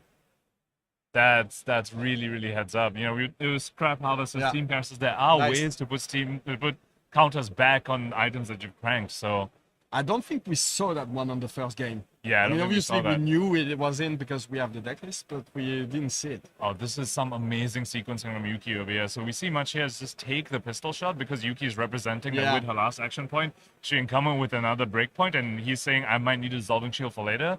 But Yuki's saying, nope, psych. It's just a steam canister. Look at that. And that dissolving shield, that's going to lose a counter on Maciej, and because, that's the way the card works. So Yuki really getting into his head over here, saying, here's a pistol shot. You think I have a break point? No, I don't. I'm just setting up a little more. Very, very good sequencing from Yuki here. And as we can see, she has the other boom gun. I think it's a blue one, so she's going to have a pretty strong turn next turn if she can keep all the cards she has in her hand. And obviously, Maciej is not going to have a very big turn. He only has 2 cards, so she might get over it. Oh, the Pulse Wave Protocol, nice. Pulse Wave being pitched over here. Now, this matchup, unlikely to get a second cycle. So, So we're not no way. Yeah, so it probably tells us that Maciej probably didn't have the resources in that hand to get that off, because that'd be a very, very strong card to get off when you have 3 Evos. You get to take a card from a Dash's hand, effectively. So that's probably a double head hand. Yeah. Attacking with the Teklo level for 3 go again. Yep. Although, I mean, Yuki's seeing the Pulse Wave in the pitch zone. So it probably could just be a red card that Maciej might come in with. But, Yuki with Boom Grenade out right now. Maciej's Dissolving Shield now just on 1. I'm going to guess she's going to be taking some damage here to try and just have a big turn. Makes sense. Yeah, so Dissolving Shield Look 1. at Maciej is already looking at the deck size. Just trying to calculate how long he has to last, how long he has to defend. Yeah, that's always an alternate win condition you have to think about, right? Especially when you're playing a deck like Teklovossen that has a real weapon, unlike these other heroes. Always be like, maybe can I get there with fatigue? Although, with the Boom Grenades and with the Overload scripts that we know that Yuki has, probably going to be a little unlikely. But he probably doesn't know that, so he's going with the plan, with the usual Teklovossen plan, and that's sometimes these wins can happen. You just block it out, and there's nothing that you have to do. Just block, use your cards, and your opponent runs out of cards. Definitely. So looks like Yuki is giving up a block over here. And then Maciej is not using the go again, just moving ahead to Arsenal. And Yuki's saying, before, when you pass for each hand, I'm going to go ahead and get my count on my Boom Grenades. I want don't to lose keep my grenade. Yep. So Yuki probably just had maybe an extra blue in hand. That's why she decided to block with that blue, because, you don't really want to send the blue, especially if you're going to boost it. It feels very, very inefficient. Speaking of inefficient things, boosting one of these yellow 2 attacks, not great, especially when you boost away a red dumpster dive, which is something you definitely want. Oh, boosting with the Tenklo Sentry-based chest. Oh, that is such a good block for Maciej here. You get And to scrap that again. To scrap it, it's insane. The value of these cards. Yeah, and he's not getting punished with, that 2 block that he has because Yuki only sent a yellow 2 one, attack. The red expedite would have been so much better, but Yeah, would have forced at least a Dissolving Shield counter or an actual 3 block from him. Getting rid of this Dissolving Shield on that turn is very important because we know that there's a second Boom Grenade, so if she wants to use it. So that's an infuse alloy. So Yuki currently without any action points, but remember, Dash Database definitely can cheat action points off the top of the deck. If she has a crank item on top, she can go ahead and put it out and, get the action point back. So Maciej does need to consider that. However, Yuki wouldn't have known that when she decided her block. There was only 1 attack from Maciej, and so there's actually very, very little information from Maciej here about what the texture of Yuki's hand is. He's really thinking about it. Look at that. So he does have a pretty easy way to stop this with his Dissolving Shield as well. But now it's gone. Yep. So, So did Yuki find the crank item? Looks like she did, and so Boom Grenade will be gone unless she can play another steam canister off the top and get it on Maciej. So it looks like the Boom Grenade would have been wasted. So not great. I think she was really looking for that overload script that we know that she has to really try and push that grenade through. Would have been amazing, like playing it from the top there, but so that's going to be a Teklo leveler into Crankshaft. So that's still representing 8 damage. No, 7. Yes. And that's only 3 Evos, sorry. I thought it was more, but it does feel that way. Because he had like 3 in the first 2 turns and then nothing since then, so feels a bit weird, but And this is exactly what we were talking about earlier, where normally before the 3rd Evo you need to crankshaft boost into the gun. But because he has that third Evo, he saves a card in deck, and he doesn't need to boost away with the crankshaft, and that's how he's winning, even in a damage race, while also winning in the card equity race, because Yuki does need to keep boosting. So Maciej is quite firmly in the lead here, and you know, we spoke about Yuki's armor. Now Maciej still does have the armor until Yuki finds an overload script. He can still cash in that armor if he needs to stop a boom grenade, because the entire time Yuki's boosting away her cards. It might be the right time to actually use this equipment, because at some point, once the overload script is there, it's not going to be able to get anything from them. Exactly. Oh, so she's using it now. She just used all her blade break. She's saying, I want my 5-card hand. Yeah. And there's no real on hits that you're going to present, so Mhm. just cash in the life right now.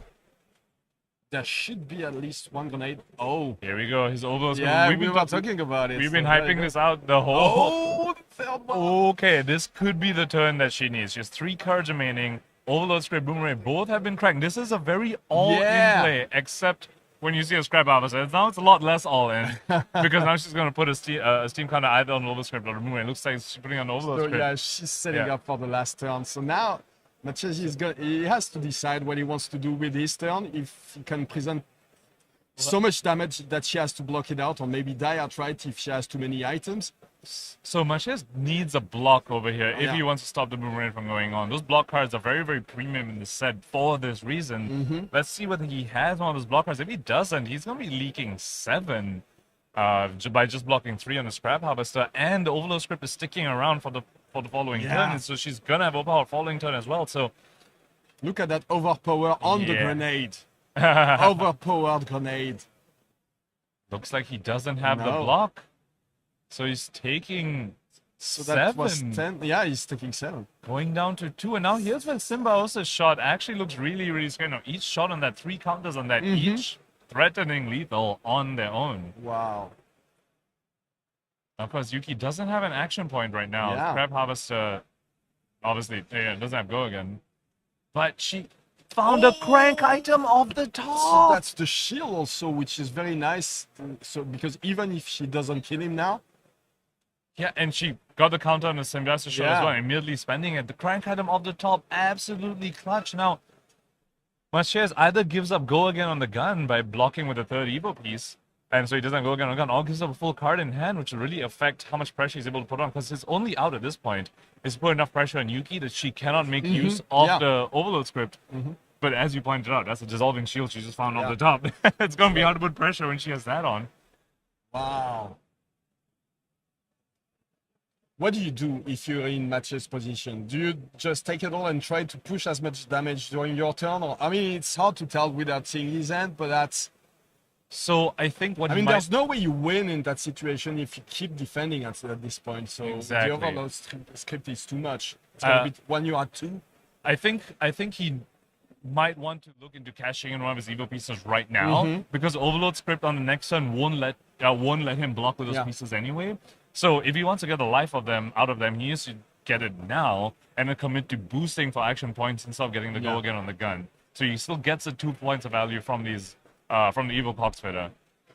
That's a play that but that's conditional on him actually having boost cards. If he doesn't have the boost cards, then then it having a bigger hand matter. doesn't do anything. So. And at this point, does the Teklo leveler, I mean, the 3rd activation and the 3rd option on the Teklo leveler matter at all? Well, if he has boost cards, it shouldn't matter. Yeah. But if he doesn't have boost cards, then it does matter. But normally, Teklo decks don't really prioritize the boost cards very high. Yeah, you see him block with his Junkyard Dog. A card that doesn't have boost? Yes. But it's still a very good card. But at this point in the game, it doesn't matter. It's very expensive to play also, so... What an incredible shift of pace. We started this game, Roman, saying that Maciej was in a very, very good spot with the triple Evo by turn 2. But Yuki's saying, I've got overloads and boom grenades for days. She manages to find exactly the right answer. Definitely, it looks like...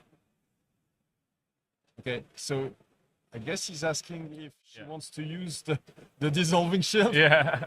She says no. Yep. So that's 2 go again on the Teklo leveler right there. And So now far, she's at 4. So far, we haven't seen any boost card yet. So it looks like that's a boost card. Yeah, that's a boost card. So Maciej could have cashed in the Evo Cogspeeder on a block and then went for the boost card into the Teklo leveler.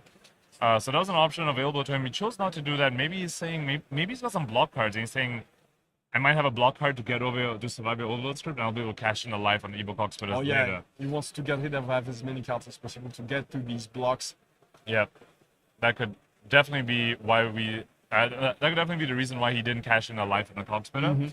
Since he knows he won't be able to cash in a life on Yuki's turn right now because of the overload script. Although it could be used on the symbiosis shot, so maybe that's another thing he was saving it for. Do you think the cards in Yuki's deck matter at this point? The number of cards? Yeah.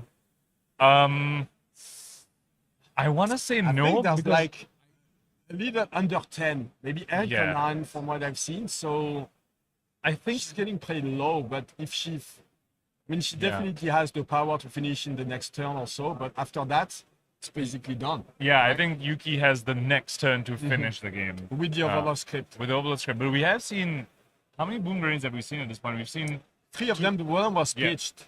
One didn't fire. Oh, yeah. Like one didn't fire, So and that yeah. 3, and I think that's we've one seen- that was pitched. But I think So- the one that was pitched was the blue one. maybe? Yeah.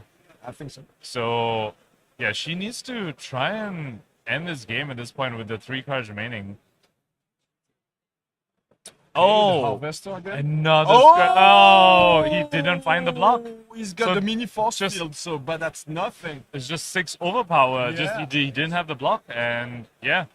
Look at that, yeah, I had something else. It would have been Yeah. another even for the Well, symbiosis this shot as well. Yeah, this insane deck by Yuki Iyslander going 3, obviously no surprise there, but still she showed us how it's done. Don't Yep. have to play Teklovossen in this Bright Lights draft. Just play a very efficient, very fast, and very explosive. Yeah, shall we say? explosive. Yeah, very explosive dash deck. Very impressive, very cool. And so and keep in mind, that was a Teklovossen that found 3 Evo Yeah. pieces in the first 2 turns of the game, and Yeah. Yuki was just didn't like, get no. to use them, Exactly. Overload script doing everything you want in this situation. So, and even yeah. got the Cogs better instant speed dissolving shield. He had defensive pieces, but Yuki's managed to get over it with some amazing drafting, amazing deck building, and amazing play right Yeah, there. amazing player, obviously. But it's really impressive because as soon as you know that there's an overload script in your deck, you just have to Yep. get to it. And with Dash, you see it very fast. So Exactly. you know that anytime you can, if you have time to play it, you'll find it and you'll be able to make use of it. So that was very impressive. Very impressive patience on Yuki's part. And those very- scrap yeah. officers too. Yeah. Those did Wow. so much work, Yeah. keeping a boom gradient for longer, keeping overload script for longer. That was just Yuki really showing how to make use of all the mechanics in this set. We talk about how deep the set is. There's boosting, there's crank, there's steam counters, there's scrapping, and she's really And these showing us keywords, yeah. exactly showing us how to make use of all of that in this amazing drafting. Very impressive, yeah. So we'll take a short break once again, and for the 3rd time today, there's going to be an interview with Matt and Yuki Iyslander. Don't leave, we'll be right back.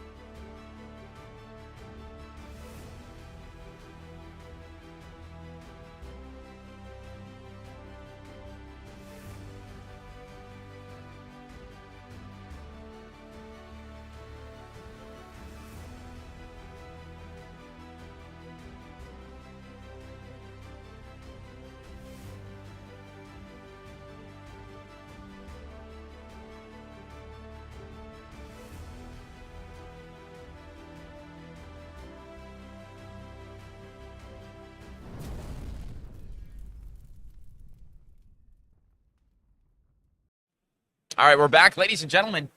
That's it for day one, and it was quite exciting. Again, Flake alongside Brian, Flake's #1 fan, Gottlieb. #1 fan. Number one fan. Canada on top. We like to see it. But that is 1-7-0 that we can bank on. But there are going to be several to end day number one. Yeah, we gave Yuki a little break from the interview since she's basically lived in the booth at this part. An incredible run through that draft. And I just love the way Yuki did it. So focused in on that draft strategy early on, getting those incredible dash cards and showing the Teklovossen threat can absolutely be overcome. You have to plan, you have to think, you have to be very, very efficient in what you're doing. And critically, you have to get those overpower pieces to line up with your boom grenades and push that critical damage along the way. Well, the fascinating part about this was that after the draft, Maciej came up to me and he said, Flake, take a look at this. And I'm just looking through it. I'm like, let's have it. It looks good. He's like, wait till you get to the end. And I'm looking through the Evos. He's like, I got 2 Evos for each spot. I think I've got a deck to make it happen. And, you know, Teklovossen being one of the heroes in this format that people say, hey, when all else fails, that's a safe bet. Just go with that. Yuki proving that there's so much more nuance to this format than just going with Boss Voss. Difference between a safe bet and the best bet, and what Yuki did there was take the best bet. Why don't we take a look at the pod? We'll just recap a little bit how Yuki found her way to that so impressive 7-0 record. We started things off with a mirror match. Of course, it was Yuki taking on another dash. Just, again, very patient play. It was a game that only lasted about 4 turns against Easton Douglas, but so thoughtful throughout and just a very measured approach to playing that dash mirror. Well, I mean, it's a lot of the logic or the theory behind these pods. They say if everything lines up, it's 4 Boss Vosses, you got 2 Maxes and 2 dashes if all things kind of fall the way they are. I want to know how Maciej got to play adults yeah, and that's still huge lost. Advantage and still was not able to convert. The mustache factor, in fact, is probably what it goes. Obviously, that's the adult version of Teklovossen. It's but take a look at Yuki's positioning here. She is way beyond. She is so isolated from the other dash in this pod. It's fascinating. This is actually a perfect draft pod in terms of distribution. Yuki sits exactly across from Easton. The Teklovossens all are across from each other. Now, granted, there are a pair of them, but Teklovossen, a little bit deeper pool, can support more drafters better than these other heroes, I would say. And then those Maxes positioned across from each other as well. So very good job by these players of reading the signals, getting into the right lanes. And it is just telling what happens when the best players in the world come together to draft bright lights. You see results like this. You see players open to playing all these heroes. And in fact, as we looked at the other undefeated pods, because there were 3 undefeated pods being played through, it was only this one that had the 4 Teklovossen spread. In the second pod, 3 Teklovossens, and then in the third pod, only 2 Teklovossens. And I believe not one of these pods was actually won by a Teklovossen. I do know in the second pod, it was Philip van Donseler. It was a max draft on Philip's part. Philip from the Netherlands, now sitting at 7-0. So that is our second 7-0 player and playing Phi as well. So now a Phi sitting at that 7-0. Very, very dangerous position, looking to make a run deep into day 2. Well, again, tomorrow we're actually kicking off with draft, so they can keep that mindset going into the next day. But like you mentioned, a potential for 4 perfect scores going into day 2. But day 2 is just, again, another chapter. You need to perform well. It's only 8 of these, 464 players will be able to actually go down to that top 8 and compete to be the world champion of Flesh and Blood. Yeah, man, it's a long run. It's a long grind, and if you're in a position like Yuki at 7-0, your work's only just started. You're in a great position, but there's so much more to do from this spot. Why don't we go ahead and take a look at our standings? Because I want to note some other players sitting towards the top here. Now, these are not after round 6. These are pre-round 6 standings. So, in fact, I believe these may be the round 5. These are the round 5 standings. Yeah, nonetheless, yeah. So, I mean, a little bit behind here, but we do know that these are the players who are going to be focusing on as we head into day 2. It's all good because there's, like we said, here we go. So these are the round 6 standings. Again, round 7 is still in progress. It's just wrapping up. So once we get all those through, but take a look at where we're at.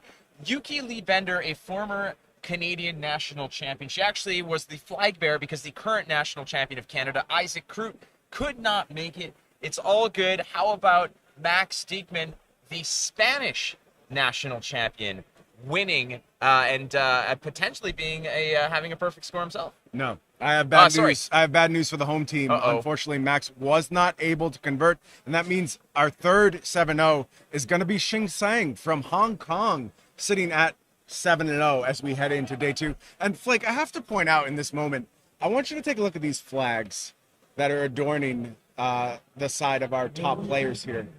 We're covering the entire freaking globe, man. We are all over the place. Players from all over the world showing their talents. I see Canada, I see Spain, I see Poland, I see the Netherlands, I see Hong Kong, I see Germany, I see Italy, I see the UK, then we go to Brazil, and finally we have our first repeat performance from Spain when we get all the way down to 11th place. Just an incredible diversity of national prowess on display here in this World Championship. What a great place to showcase that, too. You missed the golden opportunity for a IC London, IC France kind of opener here. I know, but London's not a country. It's all good here, but you're right. And ultimately, the fact that this is an incredible tapestry of the types of players that we have, all walks of life, all across the globe. This game is everywhere, and people are playing it at such a high skill level. This isn't a game that I feel is dominated by any particular pocket of the world like it may have been early on.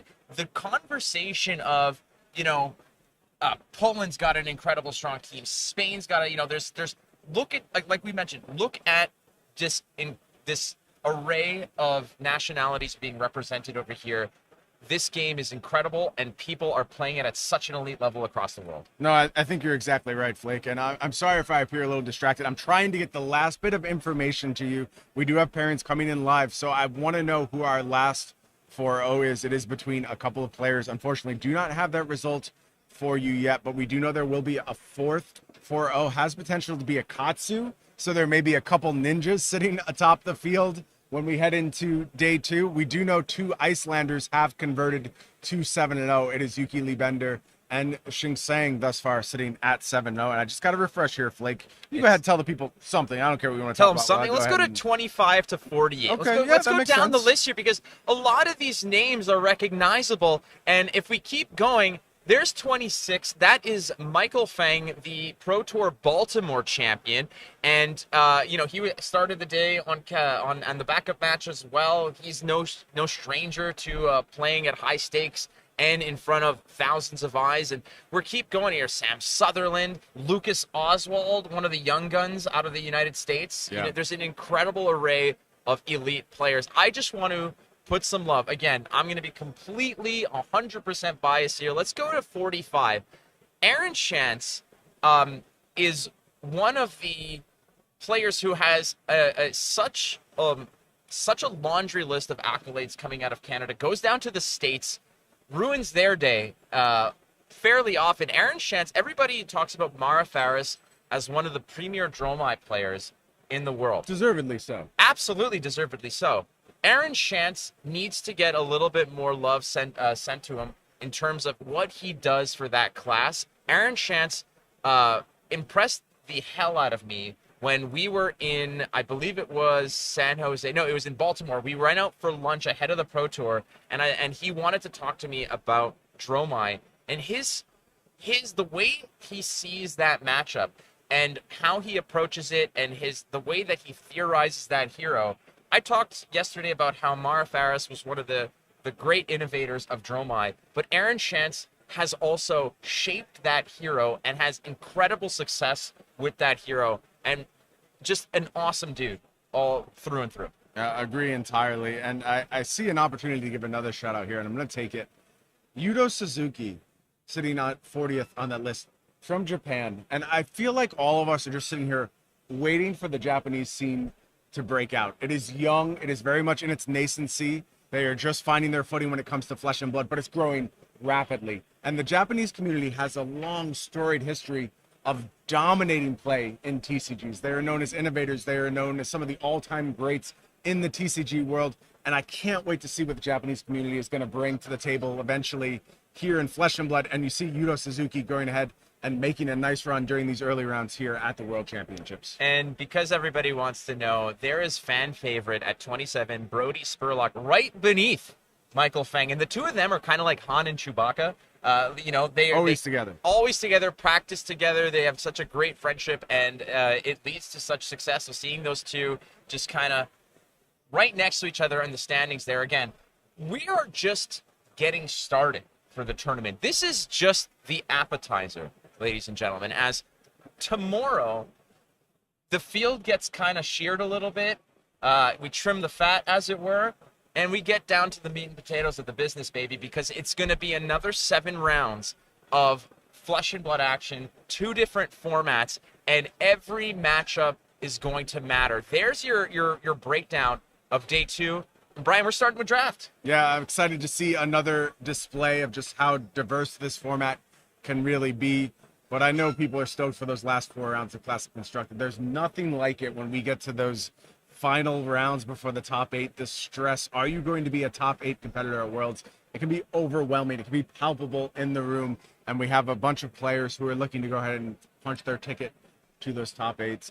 I'm so excited to see day 2 of this World Championship play out. They say there's nothing better than playoff hockey. I will say that this comes close second.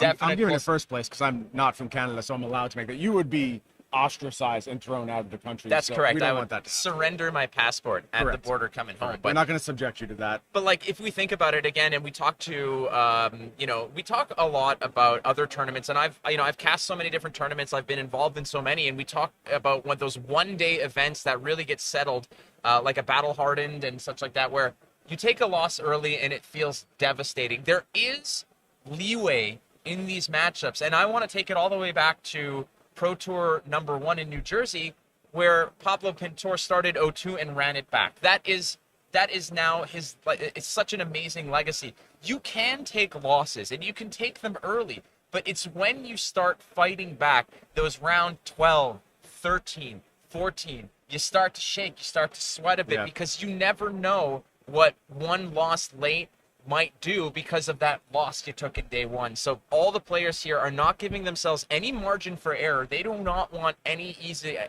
outs in this tournament. No, and so often that's where greatness comes from, adversity. When your back is against the wall and you go ahead and dig deep and find the way to pull out those W's where you know your tournament life is over if you just take one more loss. And certainly we'll see stories like that develop as we move through day 2 tomorrow. But I think that's going to do it for us here today, Flake. I am unfortunately not able to report on this last 4-0 result. We will kick off tomorrow morning. We will let you know all of the 7-0 players. It is either going to be Alex Lowe on Katsu or Joris Velhest from Belgium on Iyslander. So we're looking at either a 2 Ninja, 2 Iyslander split for our 7-0s or a 3 Iyslander, 1-5 split for our 7-0s. And just such a tremendous departure from where this metagame was just a few weeks ago.